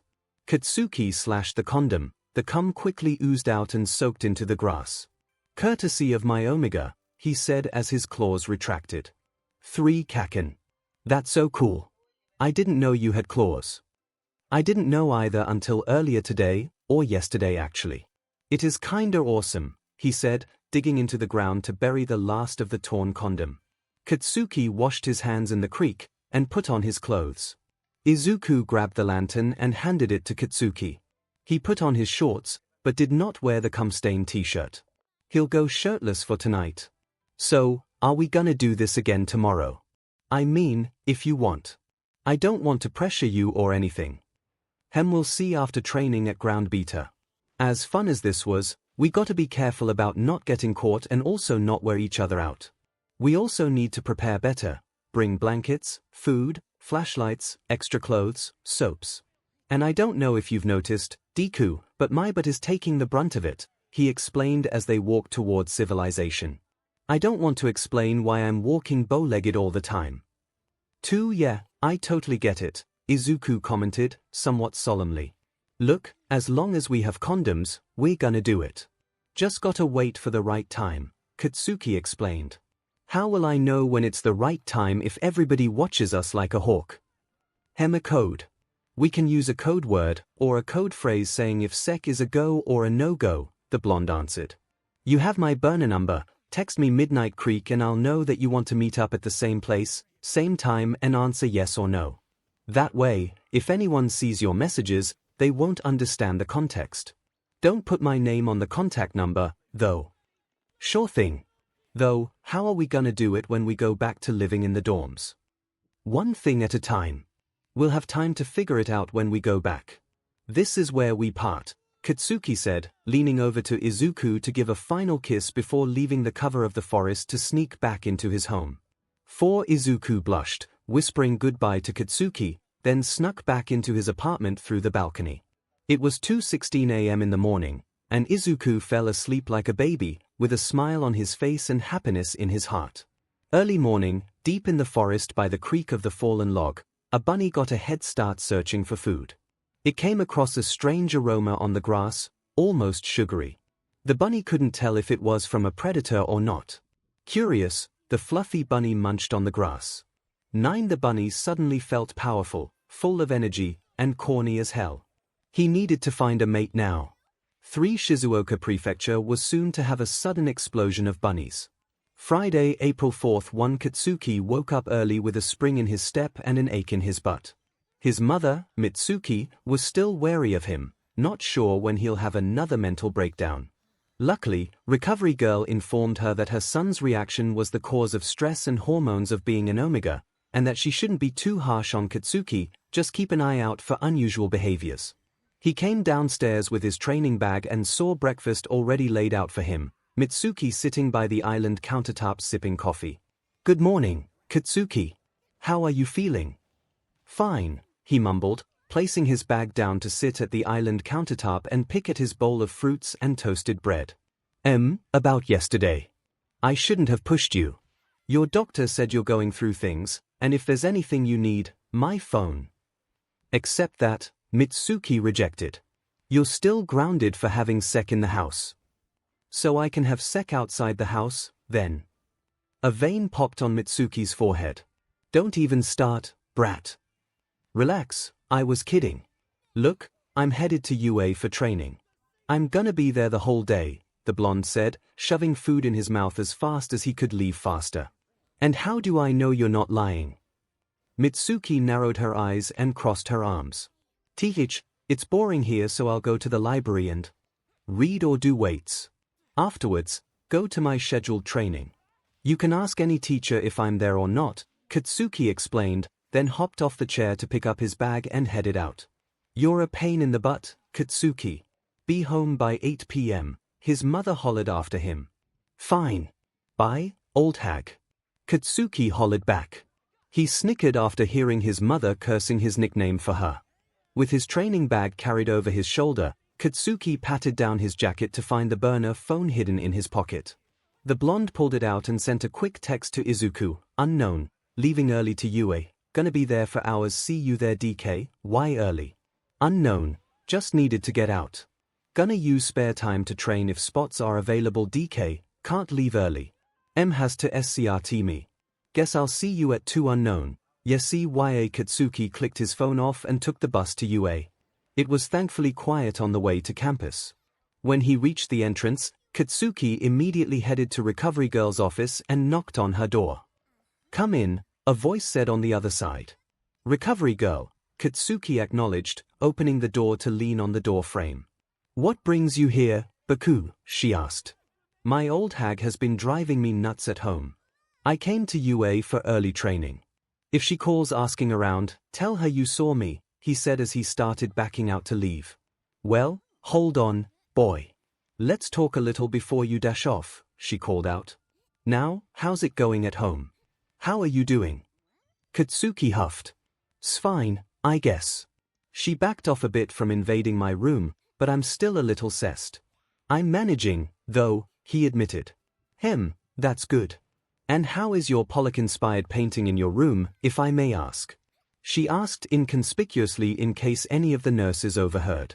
He looked away. I had to clean the whole day again, sanitize door knobs, handles, windowsills. My mom refused to give me new bedsheets, so I slept without. Not my proudest moment, to be honest. And how are you doing without his scent? A bit irritated, but if we train, it should be enough to get through the day. The doctor scrutinized Katsuki for quite some time, as if to uncover the truth. Very well. Make sure to ask Midoriya for a scented shirt in case you both do not train the same day. Not likely. Deku pretty much scheduled us together for these 2 weeks. Well, that solves that. If there's nothing new, you may leave, Bakugou. Take care, Recovery Girl said, then continued typing on her computer. He decided to keep their nighttime shagging to himself. F everyone.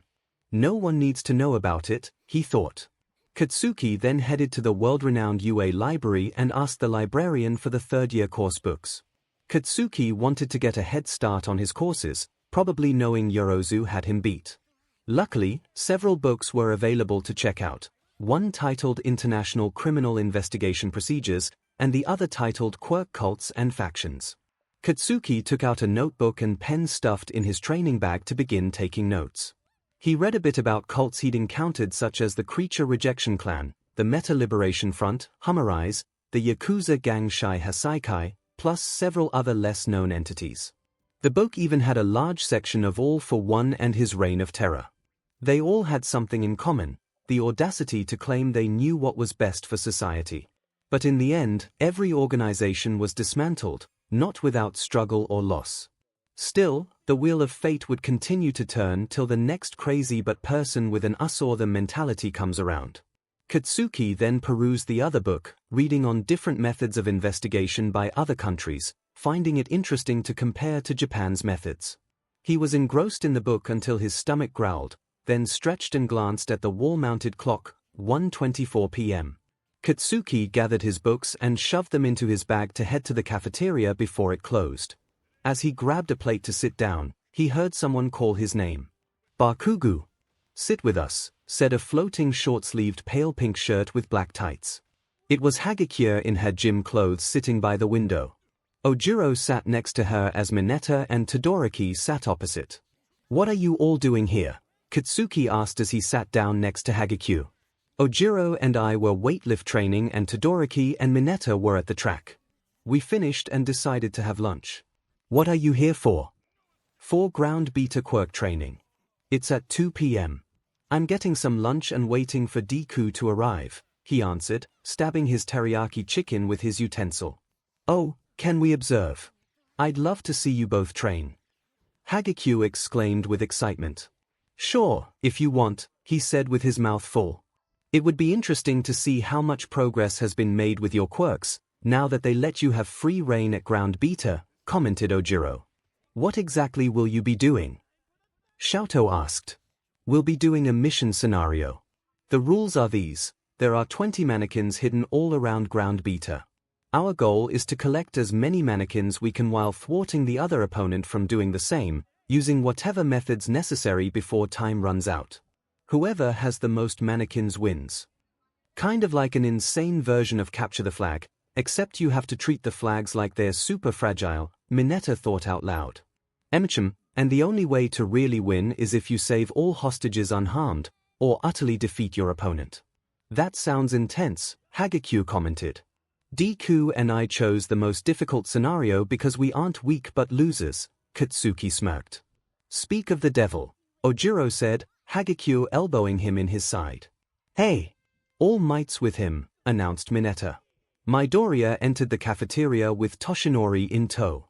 He spotted the group and smiled, quickly spoke to the old man, then walked towards their group alone. Hi, guys. I didn't realize other students from our class would be here today. Well, other than Kaken, of course, he smiled brightly. The table greeted him. Katsuki rolled his eyes. Join us. Midoriya. Blast is telling us about your upcoming training, the social butterfly 𝗬𝗃𝗧𝗏 said, collecting classmates. Sure thing. I gotta get my lunch. Be right back, the alpha said, then ran to the line to fill his plate. Katsuki noticed Toshinori had gotten his own meal and sat separately from the group but within viewing distance of the two boys. Still supervising even in public, he sighed. How was he gonna explain this to their classmates? Izuku sat down across from Katsuki next to 𝗬𝗪𝗀 and began eating. So why were you and All Might walking in together? 𝗵𝗃𝗲 asked. Is he still mentoring you or something? I thought he was supposed to be on vacation. We just happened to meet outside, is all, Izuku said, shifting his gaze away from 𝗵𝗃𝗲. Clearly, he was a terrible liar, and the others were starting to pick up on it. Deku, just tell them the truth, Katsuki interrupted. Izuku gave a startled "What the hell are you talking about" look at Katsuki. The blonde turned towards the rest of the group. Deku's mom and All Might have been boinking. His mom asked All Might to keep an eye on her precious son. Deku's too embarrassed to say no to All Might following him around. It's too f***ing hilarious, if I say so myself. Too Kaken, why? What? No way. Oh my god, congratulations Midoriya. 𝗬𝗃𝗧𝗏's outfit suddenly shook with excitement. Oh, that's so cool. 𝗵𝗃𝗲𝗏 replied. Nice, Midoriya, 𝗎𝗪𝗀 said. Congrats on their boinking. 𝗬𝗪𝗀 turned towards 𝗵𝗃𝗲 and whispered, what does boinking mean? 𝗵𝗃𝗲 whispered in his ear. 𝗬𝗪𝗀's eyes widened and blushed. Congratulations on them having sex, he said bluntly. What? Izuku shouted. One Katsuki ugly cackled loudly enough that students glanced in their direction. He was living for it, enjoying Izuku's embarrassing situation. Splat.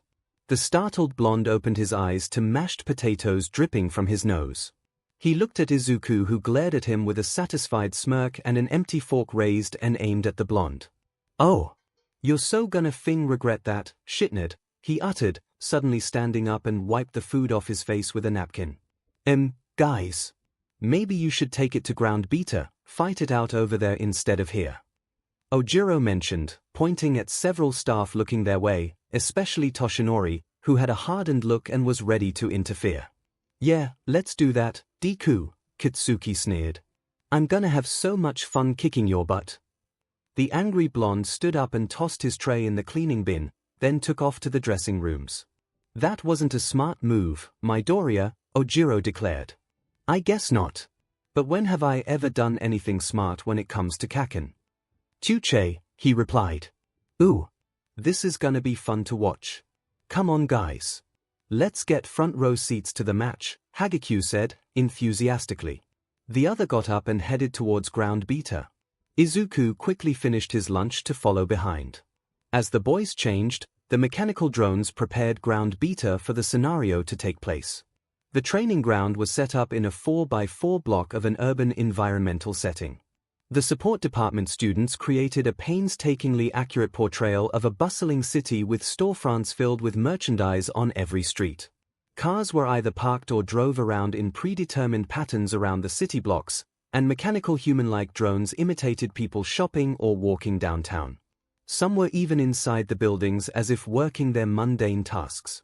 The boys had booked the full 4 hours of training in the most difficult mode, so a small medical unit was set up on the side of the training area for scrapes and burns.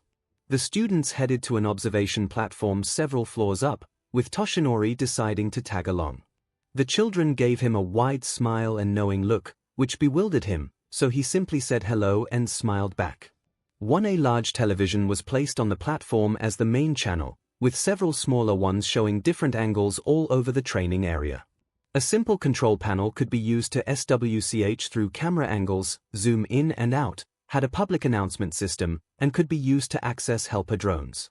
Toshinori was well trained with the control panel, having used it during his hero course classes, so he decided to take charge of the training. Izuku and Katsuki came out of the dressing room in their hero costumes and headed to the opposite ends of the training ground. Their posture showed they were ready to fight. Toshinori cleared his throat, then spoke over the PA system. Okay, boys. The scenario is save all 20 hostages and defeat the villain, extreme mode. Let me explain the rules, can we just spar already? The title pretty much explains the rules, Katsuki gruffly commented. The elderly man chose to ignore the rude child and continued, each opponent must save 20 hostages, which are scattered throughout the training ground, and will be easily identifiable by their blue coating. You will be given 5 minutes to come up with a strategy. When you hear the first siren, the match officially begins. If a mannequin is successfully saved, it is a point for that person, but the opponent can sabotage his efforts and reclaim the hostage again, therefore losing that point. The siren will blast once more when time runs out, signaling the end of the match. Whoever has the most saves wins. Avoid destruction of property or points will be deducted. If you are severely injured and cannot continue, you can say I yield, or if you cannot talk, click on the button located underneath your biometric collar in your hero outfit. Other than that, I will be observing and deciding if the match needs to be halted. Any questions? The boys shook their heads no. After 5 minutes had passed, they were ready to begin. All right. Ready in 3, 2, 1.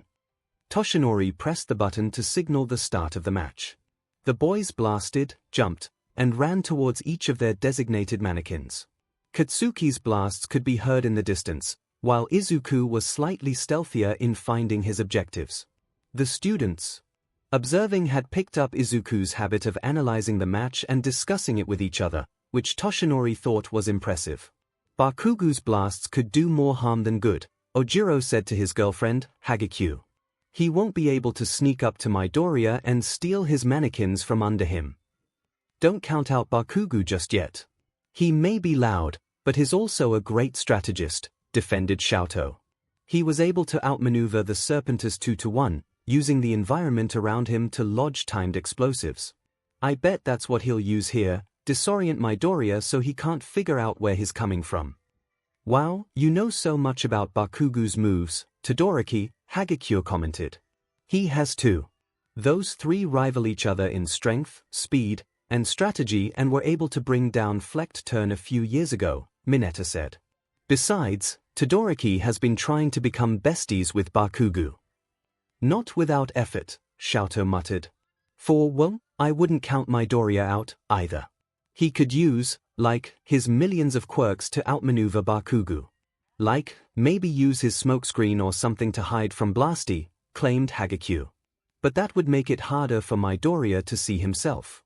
Though it kinda defeats the purpose if Bakugou can just blast smokescreen away, Ojiro mentioned. Gshift is just too dangerous to use, even for a match. Jin is pretty useful, yet in a populated environment, he could endanger people and property. He'll probably have to limit it, which leaves Black Whip and Float.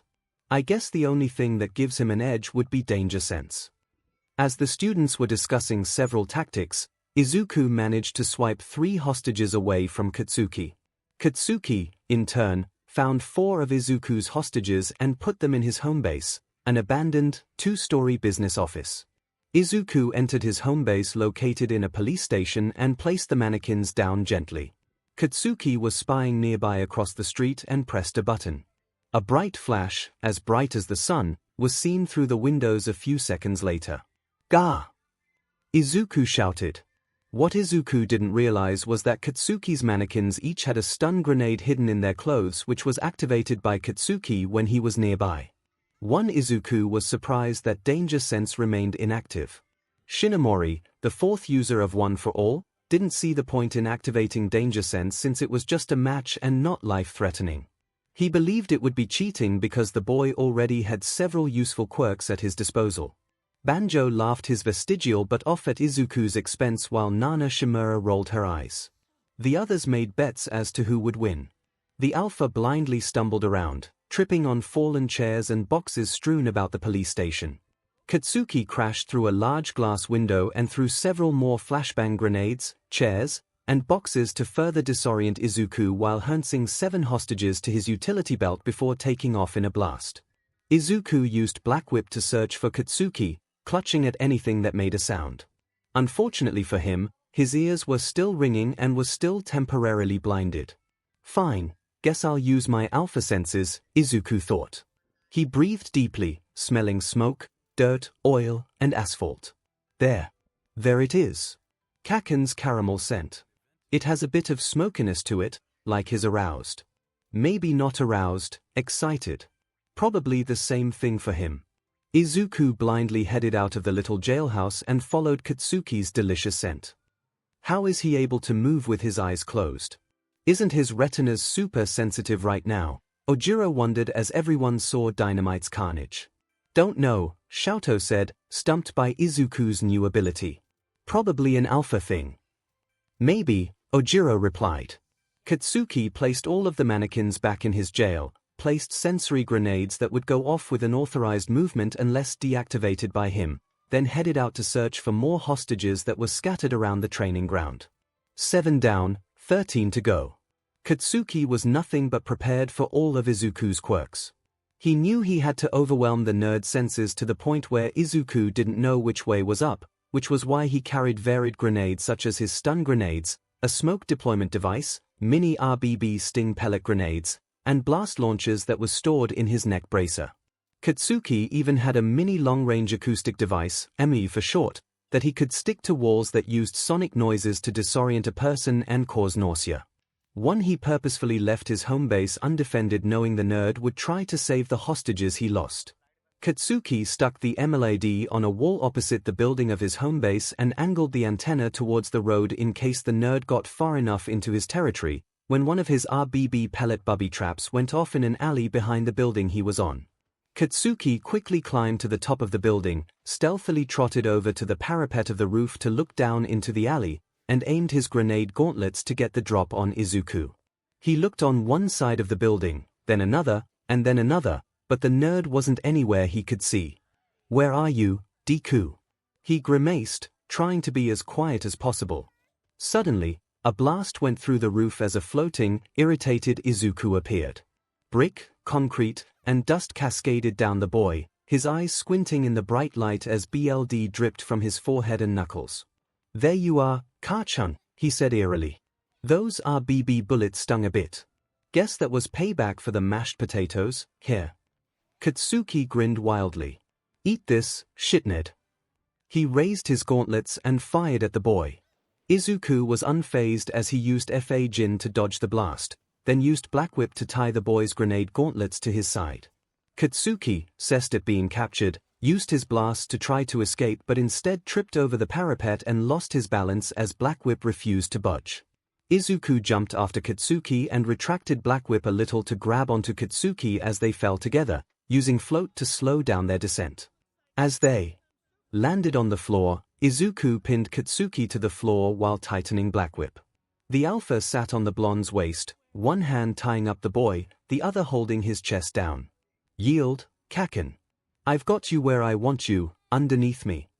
A bit of his alpha came out, slightly corny from the chase. Is that so, Deku? I don't give up so easily. I enjoy the struggle, he whispered, then rocked his hips upwards into Izuku. Izuku gasped and lost focus at the contact. One Katsuki used it to his advantage and used his legs to flip over the nerd, then fell on top of him. He began rolling his hips onto Izuku's PP sensually. Katsuki got near Izuku's neck and rubbed his own scent gland on the nerd. Too much STMLTN for you. Bet it feels fin good. Maybe you should let me go, Alpha, Katsuki teased in Izuku's ear. Izuku was stunned at the STMLTN on his PP as well as the pleasurable reaction when their neck glands rubbed against each other. He lost all rational thought and began umming and rubbing against Katsuki. Fu feels good, Kaken, he stuttered. His breaths began to tighten as his PP hardened. The siren blared, ending the first game. Game over. Bakugou wins with 7 hostages taken. Midoriya loses points with property destruction. You can get off of Midoriya, now, a frazzled Toshinori yelled into the mic. Izuku realized that they were being recorded and snapped back to reality. He retracted Black Whip all the way and tried to cover his 𝗧𝗏 unsuccessfully. Katsuki smirked at the nerd and held out a hand towards Izuku. You're so fin easy, Deku. That's a dirty move, Kaken, the alpha said, taking Katsuki's hand to stand up. Not when it comes to winning. Gotta use any and all of your assets, Katsuki declared. Why are you mad at me? Well, I'm mad cause you're too stupid for not seeing how All Might's presence around you all the time is gonna make people question why. I gave us an out when I said your mom and All Might are together. Now, no one will be none the wiser. I'm also mad cause you fling your shitty potatoes thinking the worst of me. Izuku looked at Katsuki, then looked down ashamed. Sorry. I guess I didn't think about it. You're right, Izuku admitted, scratching his head. He looked at his slowly deflating 𝗧𝗏, then back at Dynamite. That was kinda hot though, you pinning me down. Kinda like last night when you rode me. Shut the F up, Deku. Katsuki yelled as he blushed, turned away quickly to hustle back to his corner for the next game. Izuku walked towards his side as well, chuckling. Up on the platform, the UA students were discussing the game. Don Chacha think that was kinda Suze. Like, I'm totally feeling some vibes from them. And I'm talking boy love vibes, Hagekyu said as she pushed Toshinori aside to replay the end of the game several times. CRP, I wished we had audio, she said, fiddling with the control panel to view different angles of the ending. I don't think there was any boy love vibes, just Bakugou throwing Midoriya off his game, Ojiro commented. Bakugou was pinned down and was about to lose unless he did something drastic to win. Midoriya was thrown a curveball and reacted the way he did. Like I said, nothing Suze about it, he explained. What do you mean Midoriya was thrown a curveball? Xiaotou asked. It's a baseball term. Basically means unexpected or surprising distraction, Mineta explained. Which, I think worked a little too well. Are we sure Midoriya's not gay? He did break up with Uraraka. Why would he break up with that hot piece of butt? Shut up, Mineta, Hagekyu chastised. Shoot. None of the angles are good. It's too dusty to see anything. Kids, let's just focus on the game and not discuss such private matters, Toshinori said as he gently guided the invisible girl away from the control panel. And Mineta, don't talk about your classmates that way. I'll be talking to Aizawa about this. Gulp, sorry All Might. The bald-haired boy apologized. Toshinori readied the next game. The boys took off searching for the mannequins again. This time Izuku gained the upper hand by avoiding bubby traps in narrow alleyways and using 40% of smokescreen to cover ground beater in a hazy blanket. He kept low to the ground, using float and Black Whip to maneuver quietly around. Flashbang grenades were less efficient due to the scattering of light. Bakugou had to use his explosions to blow away smokescreen, therefore letting his position be known. Izuku managed to circle around, tie up the boy with his 𝗵𝗃𝗃𝗏, and quickly pinned Katsuki on his chest. "It seems like you're begging to be pinned down by me, Kaken," Izuku murmured in Katsuki's ear, then slowly began rubbing his PP on the boy's backside. He subtly sniffed Katsuki's scent gland as his lips hovered over the boy's exposed shoulder. "Yield, or be prepared for slick to pour out of your butt." Katsuki shivered and huffed. "You took my advice to heart, 𝗧𝗏𝗏. Fine. I yield," he quietly muttered.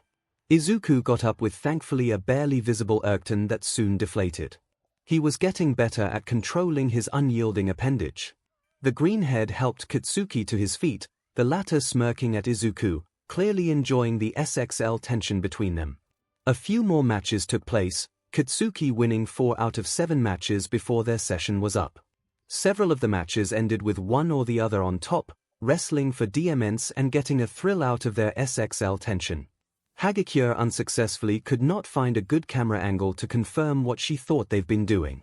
The others just assumed the boys were fighting again, using popular grappling moves they've seen on television. Toshinori knew he wasn't getting paid enough.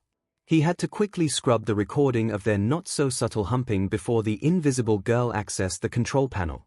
By 6 p.m., training was over. Ojiro and 𝗬𝗏𝗃𝗏 left soon to go on their date. Mineta followed Xiaoto out, asking how he picks up women easily, to which the boy merely shrugged.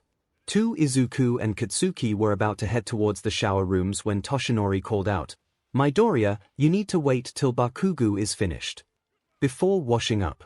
"What dash? I have to wait now." "Sorry, those are the rules put in place. You can't be in a room with Bakugou by yourself. Please understand, I'm not trying to." "It's fine, Deku. Let's not make a big deal about it," Katsuki interrupted as he was making his way to the showers. "I'll see you Monday." The blonde tossed a towel over his shoulders, picked up his training bag, then walked into the shower room. He put his bag on a bench nearby and gathered his supplies to shower. Katsuki turned the shower on to scrub dirt and sweat off his body. The boy reminisced on their training, the thrill of the hunt still fresh on his mind, how good it felt pinning the nerd down, and being pinned down himself, both teasing each other as adrenaline pumped in their veins and almost coming close to Fing in the middle of ground beta. Yes. Have our alpha F us in public. On ground beta for all to see. One the hell we are. We're not Fing in public. Katsuki roared out loud in the empty room. His 𝗬𝗏𝗃𝗏 was still feeling a little giddy and corny afterwards. Too bad they had to be physically separated after, but that didn't mean communication between them was not. The 𝗬𝗏𝗃𝗏 turned towards his training bag on the bench. Thankfully, no one was around when he walked out of the shower stall naked to look for his burner phone.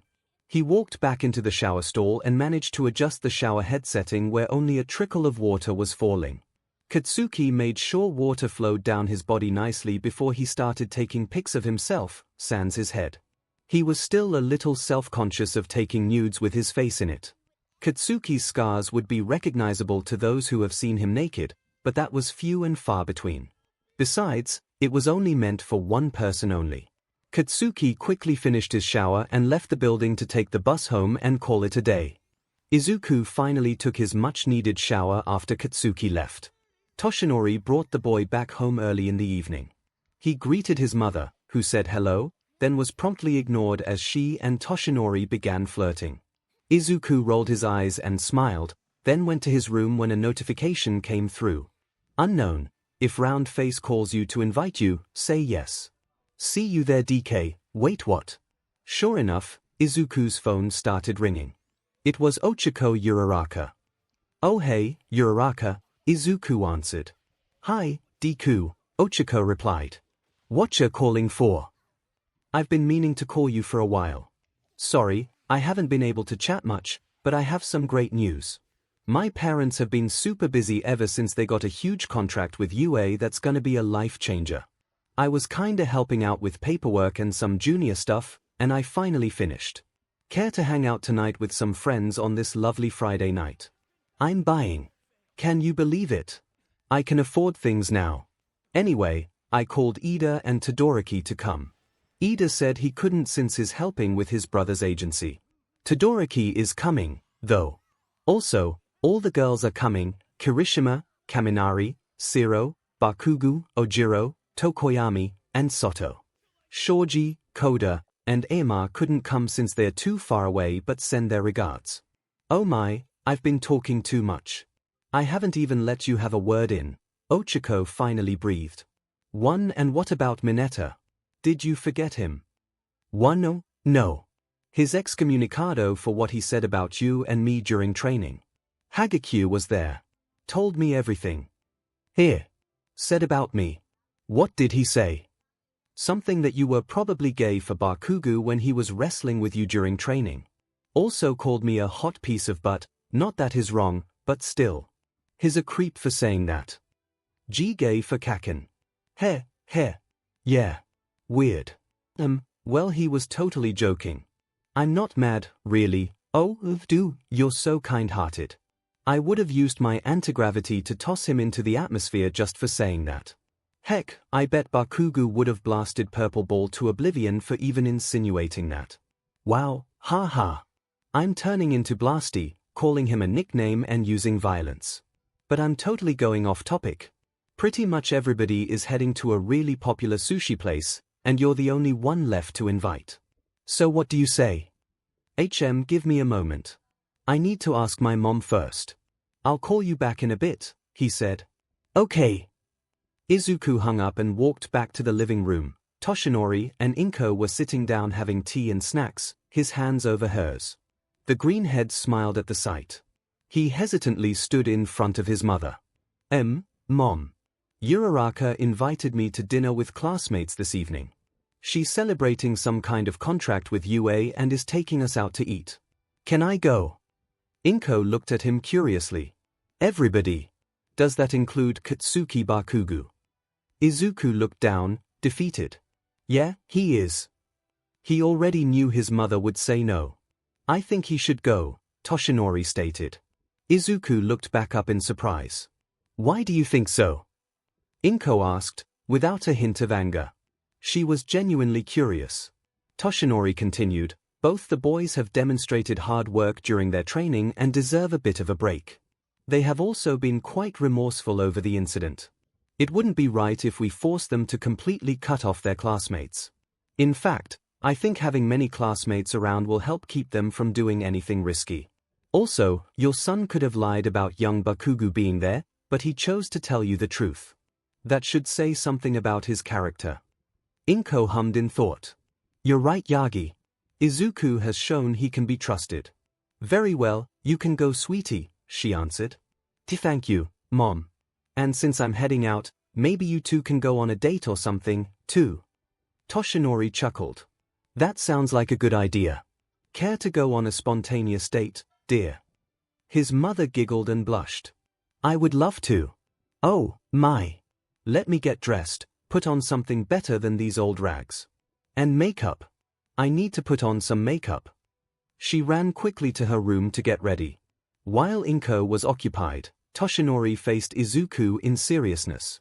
Young Midoriya, I trust you will be on your best behavior with young Bakugou. During the training, I noticed you and Bakugou were getting quite personal with each other. So much so that I had to delay, blur, and even scrub footage before your classmates could catch on. Please, don't break your mother's trust, or mine as well. I don't want to regret my decision. Izuku felt so guilty for sneaking out last night and having risked sex in the woods with his favorite blonde bombshell. I will definitely not engage in sex with Kaken. Absolutely, positively, 100% will not have sex with Kaken in any way, shape, or form from here on out. For I promise. I'll keep away from Kaken as much as possible. With my friends there, it will look suspicious if we're suddenly close. We don't want anyone to know about what happened, so I know Kaken would agree to this, Izuku promised. Good. Well, have fun then, the older man said. Thanks. Have fun on your date, too. Izuku replied, going back to his room to get his wallet. I'll certainly have fun on my date as well, Toshinori smiled. Izuku called Ochiko back to confirm he was going. Then he sent a quick text to Katsuki, DK, will be going unknown. Thumbs up sign. Izuku arrived at the location about 30 minutes later. He was led inside a comfy-looking sushi restaurant by the hostess to his party. The UA students were hidden all the way to the back, sitting in a traditional tatami room with legless zaisu chairs around the table meant for private parties. They had already ordered drinks and several plates of nigiri sushi, sashimi sushi, chirashi sushi, and many more delectable dishes. The alpha soon spotted Katsuki, who was sitting between Tokoyami and Soto, two people he could tolerate. He looked freshened up, wearing a white tight-fitting muscle shirt with a white and grey pattern jacket. The blonde even accessorized with a gold necklace and leather bracelet, and wore charcoal grey shorts and black combat boots. Everyone else was dressed business casual. Izuku felt embarrassed since he was a little underdressed, wearing his well-worn light blue shirt that said party dress, and wore black jogger shorts with his old red shoes. Deku is finally here. Sit over here next to me and Todoroki. Okiko enthusiastically yelled, waving her hands towards the chair they were saving for him. Izuku walked over and sat at the zaisu chair, crossing his legs underneath the low-level table. He shot a quick glance at Katsuki, who was ignoring whatever conversation was happening at his end, simply enjoying the meal before him. His ruby-red eyes flickered to Izuku's for a brief moment. The smallest of smiles flashed on his face. Izuku blushed, then looked away, suddenly fascinated by the food in front of him. Clink, clink, clink. Ladies and gentlemen, I want to say thank you all for being here. I've always wanted to come to this restaurant, but could never really afford it. But now, with the constant construction and rebuilding of many cities devastated years ago, and now the UA contract with my parents' company, we'll be able to live comfortably for the foreseeable future. No more having to pinch pennies or scrounge around for loose change. As some of you may know, my original goal was to become a pro hero so I could help my parents live comfortable lives and never have to worry about money. Now that has already come to pass. My goal now is just to be the best pro hero ever, and I plan on doing that with the best, brightest, smartest, kindest, and strongest people I know. I'm so glad to know you all, and I can't wait to be with you all for our final year. Plus ultra! Plus ultra! Cried out everyone in the room. The students dug in, eating, drinking and conversing in different groups. Izuku, Ochiko, and Todoroki commented on the food and discussed many topics together. Mina had informed everyone that Kendo from Class B was the only alpha while the Vine and Mushroom Girl were the only omegas. Others mentioned what agency they would like to work at after graduation. Izuku and Katsuki were somewhat vague in their answer, not mentioning that All Might himself offered them a job. All Might had yet to inform any other UA students besides them too that he would be leaving UA. Later that evening, everyone finished their meal, and Ochiko paid the bill in full. The students trickled out until it was just Katsuki, Izuku, Ochiko, and Todoroki left. That was a great meal. I can't wait to do this all the time, Ochiko said, patting her full belly. I guess we should head out then. My mom wanted me home before 10, Izuku mentioned. That means I'm gonna go with the nerd, make sure he doesn't get into trouble. CYA cheeks, Katsuki said, following Izuku out. Todoroki turned towards Ochiko and offered her a ride home in his car. Such a gentleman. Thanks Todoroki, she said as they walked to the car. Katsuki caught up to Izuku before he left on the bus ride home. Hey, wait for me nerd. Oh, yeah of course, Kaken, Izuku mumbled. Katsuki raised his eyebrows, but said nothing as he sat next to Izuku on the bus. Izuku refused to look at Katsuki for most of the journey. Did I do something to upset you, Deku? You haven't looked or talked to me at all, like you're purposefully avoiding me. Izuku looked up at Katsuki and whispered, It's not that, Kaken. All Might help convinced my mother to let me go to the restaurant, knowing you were there, too. He said that I earned his and my mother's trust, that I wouldn't try to be NTMT with you at the restaurant. But I don't deserve his trust. We've had sec behind their back. I'm a horrible person. If they knew, but we didn't do anything at the restaurant, assured the blonde. Nothing happened. Besides, you and I both know if we go too long without intimacy, our subgenders go unstable. It's because of sec that I don't go rubbing cum on every nook and cranny, and you don't go knocking down a wall or two. What would happen if your alpha went too long without my omega? Ask it, Katsuki demanded. Izuku chewed his lips in thought, then closed his eyes and went into the vestige realm. The other one for all holders were lounging around, curiously observing Izuku. As he approached the very large, expanded cage, the alpha, looking like an older, mature version of Deku in what seemed like a future-looking hero uniform, emerald green eyes glowing in the shadow of smoky tendrils that circled the large beast-like man. "You heard what Kaken asked. What would happen if we're separated for too long? I will become angry. I need my 𝗍𝗵𝗲. He is my other half. Without him, I cannot think clearly. I revert to my animalistic urges. He, as well. Our separation causes us pain, anxiety, and depression." "Oh, I see. I didn't realize how much we're dependent on each other. Being dependent doesn't mean we are weak. We are stronger together. We cover for each other's weaknesses. You take away that feeling of being loved, of being complete, of physical and mental connection. It is like ripping your soul in half," the alpha explains. "Thank you. I understand now," Izuku said blushing, and closed his eyes to leave the vestige realm. "Go get some butt," Izuku hollered banjo as the vestige world faded away. The other holders laughed hysterically as Nana Shimura chastised his crudeness. "Oi, Deku! Izuku!" Katsuki waved his hands in front of the greenhead's blank face. "Oh, sorry. I went to the vestige realm and talked with my alpha. You were right. He explained everything, that separation is harmful. We do need each other," Izuku said, holding Katsuki's hand. Katsuki blinked. "I wish I could do that, talk to my 𝗍𝗵𝗲 face to face. Tell him to stop giving me so many perverted ideas." "Here. Perverted ideas. What, tell me?" The bus slowed down at their stop. "I'll tell YA later, nerd. This is our stop," the blonde said as he flicked the boy on the forehead. "Kaken. Please, tell me," Izuku begged, following Katsuki until they were in their neighborhood. "One, just keep an eye on your phone. Make sure your mom is asleep. Lock the door if you have to. Gotta go know before the old hag calls the police. Bye, nerd," waved Katsuki, walking towards his house.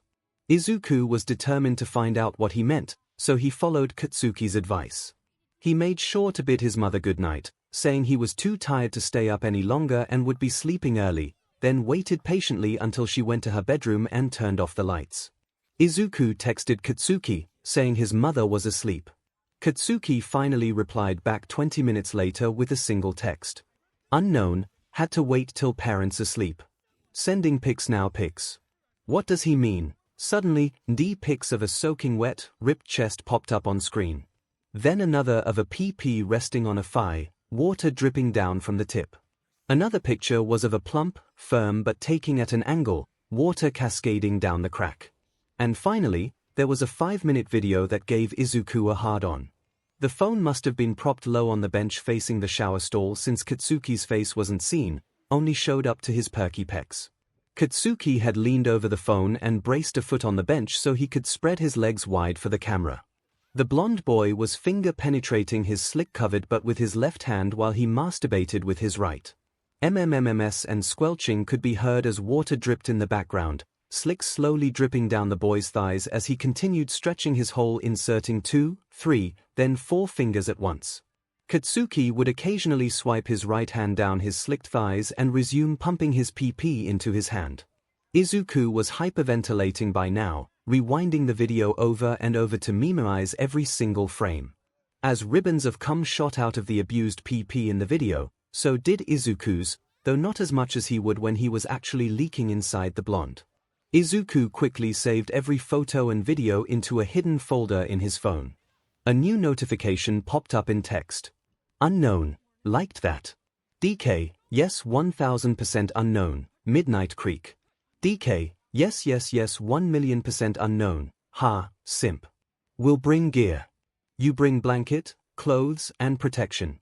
See you soon." Izuku was corny after seeing those pictures and video. Katsuki was giving him spank bank material. It would be courteous to send him one as well, but he had to wait another time. Tonight, he was going to F the brains out of Katsuki. 10 minutes before midnight, he stuffed a small blanket in his mustard yellow backpack, a change of clothes, some wet wipes, a small trash bag, and condoms. Izuku got bottled water and shoved it on a side pouch. He was ready. Izuku snuck out the balcony while everyone was hopefully asleep in their beds. The boy sprinted as humanly and silently as possible to the woods. He could smell Katsuki's caramel and smoky fire before he could see him. You really enjoyed the pictures and video I sent. Kaken. Yes. I loved them, Izuku happily admitted, putting his backpack down. Good, 'cause there's more where that came from, the blonde said, quickly stripping down to nothing. He had already placed the lantern on the fallen log, and a throw blanket with pillows covering the same grassy area where they had sec last time. Been prepping myself a bit, so we can get started already. The 𝗲𝗍 laid down on the pillows and spread his legs, slick trickling from his hole already.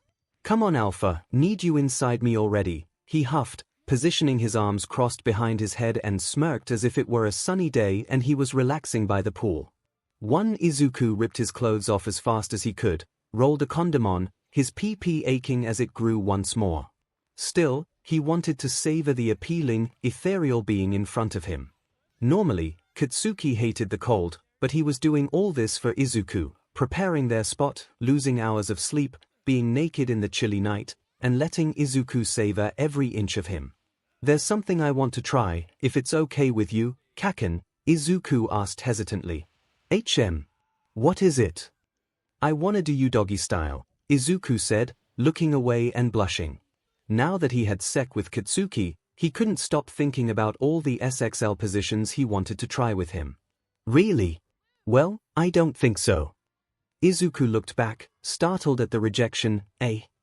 If someone's gonna me doggy style, he better be a thing beast. He needs to know I don't take it from behind from any weak but loser, that I like it rough and fast. Makes me come so many times that if I beg him to stop, he won't listen till he's used every bit of me for himself. Spank my butt so hard that there would be bruises for days. Hell, I'll even let him choke me if he's man enough to do it, Katsuki declared with a glint in his eyes. Izuku's alpha emerged, his irises became pinpoints as a wickedly ferocious smile plastered his normally cute face, his sharp canines glinting in the lantern's light. He had hunted the 𝗲𝗍 for hours earlier that day, and now he finally caught his prey. Izuku's pee-pee was already heavy and dripping, and he needed to be inside the boy's but right now. The alpha roughly flipped over the boy on his belly, Katsuki somewhat startled at his sudden change in demeanor, and shoved his head down onto the blanket while pulling up the boy's hips as high as he could. Izuku lined up his pee-pee, then without hesitation, plunged it ball deep into the wet, warm hole. He clutched the boy's waist as hard as he could, summoned Black Whip to wrap itself around Katsuki's body several times to keep him steady from the pounding force, then furiously hammered into his butt. The alpha raised a hand while continuously driving himself inside the boy and loudly smacked his butt many times, causing Katsuki to Red welts were left on his cheeks. The alpha then lifted the 𝗲𝗍 to have him lean on his sweaty chest and held him securely. Slowly, he slid his scarred hands over the throat of the 𝗲𝗍 and gently squeezed. The blonde boy's breath was taken away as his insides were being rearranged. The alpha leaned his head on the blonde's neck, inhaled the savory scent of Katsuki's pheromones that was pouring out, then liked and sked the gland over and over. As the 𝗲𝗍 was about to lose unconsciousness, the alpha let go of his neck so he could breathe again. Izuku did it several times, making sure the blonde was okay with it every time. Katsuki was high as a kite with the SXL pheromones coming off the both of them, feeling pliable and safe with the alpha. Katsuki came not long after, but still Izuku did not stop. He lowered him back down onto the pillows to rest. Katsuki sighed contently on the soft, fluffy pillows as a warm body laid on top of him. Sweat beaded from his back due to the heat and exertion, the alpha taking advantage to like wherever he could. The nitroglycerine-like sweat caused Izuku's BLD vessels to expand mainly in his PP and also lowered his BLD pressure. He ended up penetrating Katsuki slower, but made up for it by going deeper and longer, using this time to abuse his PRSTT relentlessly. The blonde gasped at the feeling, his PP hardening again while clenching his hole tighter, creating a wonderful feeling for the alpha. Kaken is so tight. Feels good. So perfect for me, Izuku whispered in the 𝗲𝗍's ear. Katsuki was giddy with excitement as the alpha gently fed him, and his omega purred in happiness. There you diamond pervert. We're getting fed good by our alpha, and he loves it too. Can you chill for a bit about having pups? Yes. Yes. Our alpha loves us, wants to use us. To breed us. You never listen, whatever. Just gonna enjoy being impaled by Deku's monster PP. So warm inside, so soft, all mine. My cock sleeve. Mine, Izuku continued muttering, scraping his sharp teeth carefully over the boy's back, making Katsuki shiver. He reached underneath to hold Katsuki's PP and began rubbing it so the boy wasn't feeling neglected down there. I'm foofing better then. NNNVG. That stupid FL fleshlight you got, he stuttered. One, so much. Love feeling everything about you. My kaken. No one else's. You belong to me, the alpha said, ready to breach the slit to the blonde's WMB. So close, Kak-chan. Gonna open your WMB. Gonna make you feel SOG good. The monster-sized PP wedged itself into the swollen entrance above his PSTT and finally penetrated the WMB, slick gushing out of the Omega's WMB. Like before, this was the moment that Izuku's PP had been waiting for, expanding to knot the leakage. Can't move anymore. Izuku said, his alpha voice fading away as he continued pumping Katsuki's own PP until he came onto his hands. The alpha came soon after, his spend gushing into the condom.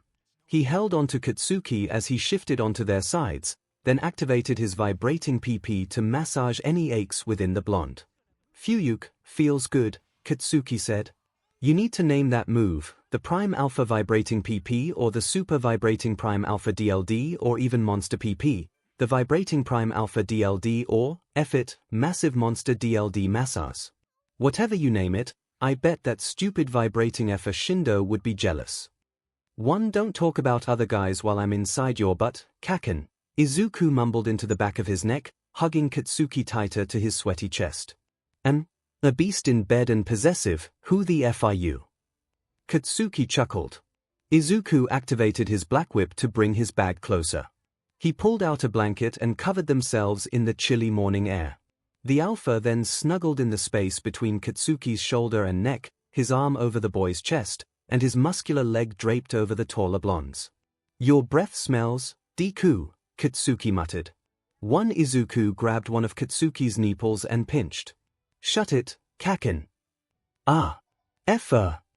Katsuki yelled, then started aiming at the pain. Oh, like that. Good, the freckled boy said, sliding his hand down Katsuki's pecs, his abs, over the hips, then down the damp PBIC hairs, until he reached Katsuki's moist PP and began playing with it. Deku, I can't come anymore. It's too much, Katsuki pleaded, unsuccessfully wiggling away from Izuku as he was still too sensitive. I thought you said you needed a beast that wouldn't stop even if you said no, that would use you up like the slot you are, Izuku murmured in his ear. He kept pumping at the boy's PP while he vibrated inside him, leaving gentle nips, kisses, and likes at the back of his neck. Katsuki said nothing, only sobbed and ummed while he was sweetly tortured. He loved every second of it, orgasming several times dry until he was too tired. After it became too much, he slipped into subspace.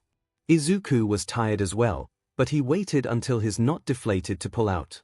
He tied up the condom and set it aside.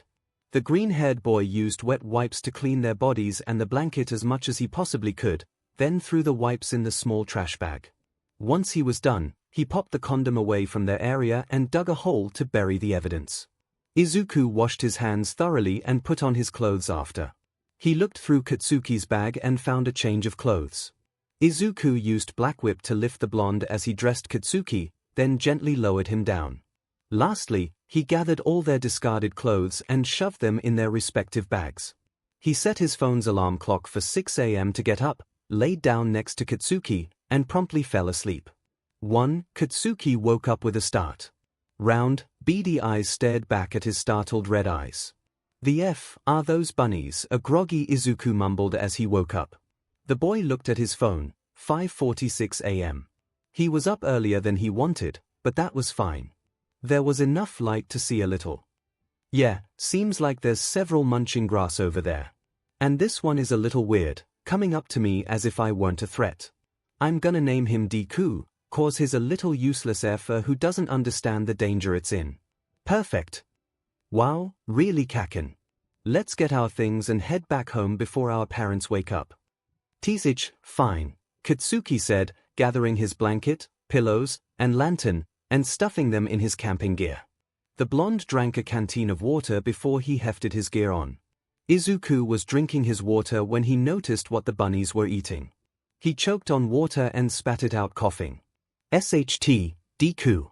The hell you choking for?" he yelled, smacking Izuku on his back to help, but only made it worse. Izuku couldn't speak, merely pointing to where the fluffle of bunnies were eating. As he got closer, he noticed the grass wasn't wet with just morning dew, but the alphas come. He turned back at Izuku and raised an eyebrow. "That's fin gross. Next time, dig the hole first, then dump your jizz in it." "Got it," Izuku gasped. The boys left the woods in silence and reached the edge of their neighborhood. Katsuki quickly leaned onto Izuku, rubbing their neck glands together, then separated. "See you later, nerd." One Izuku saw Katsuki walk away in the early morning's light with a smile. It was their ritual. Every day, they followed their training schedule supervised by Toshinori, hung out with friends on some days, then headed home. And every night, they snuck out and had rough sex, parents and friends none the wiser. It kept their subgenders content and stable for the time being. But then school started.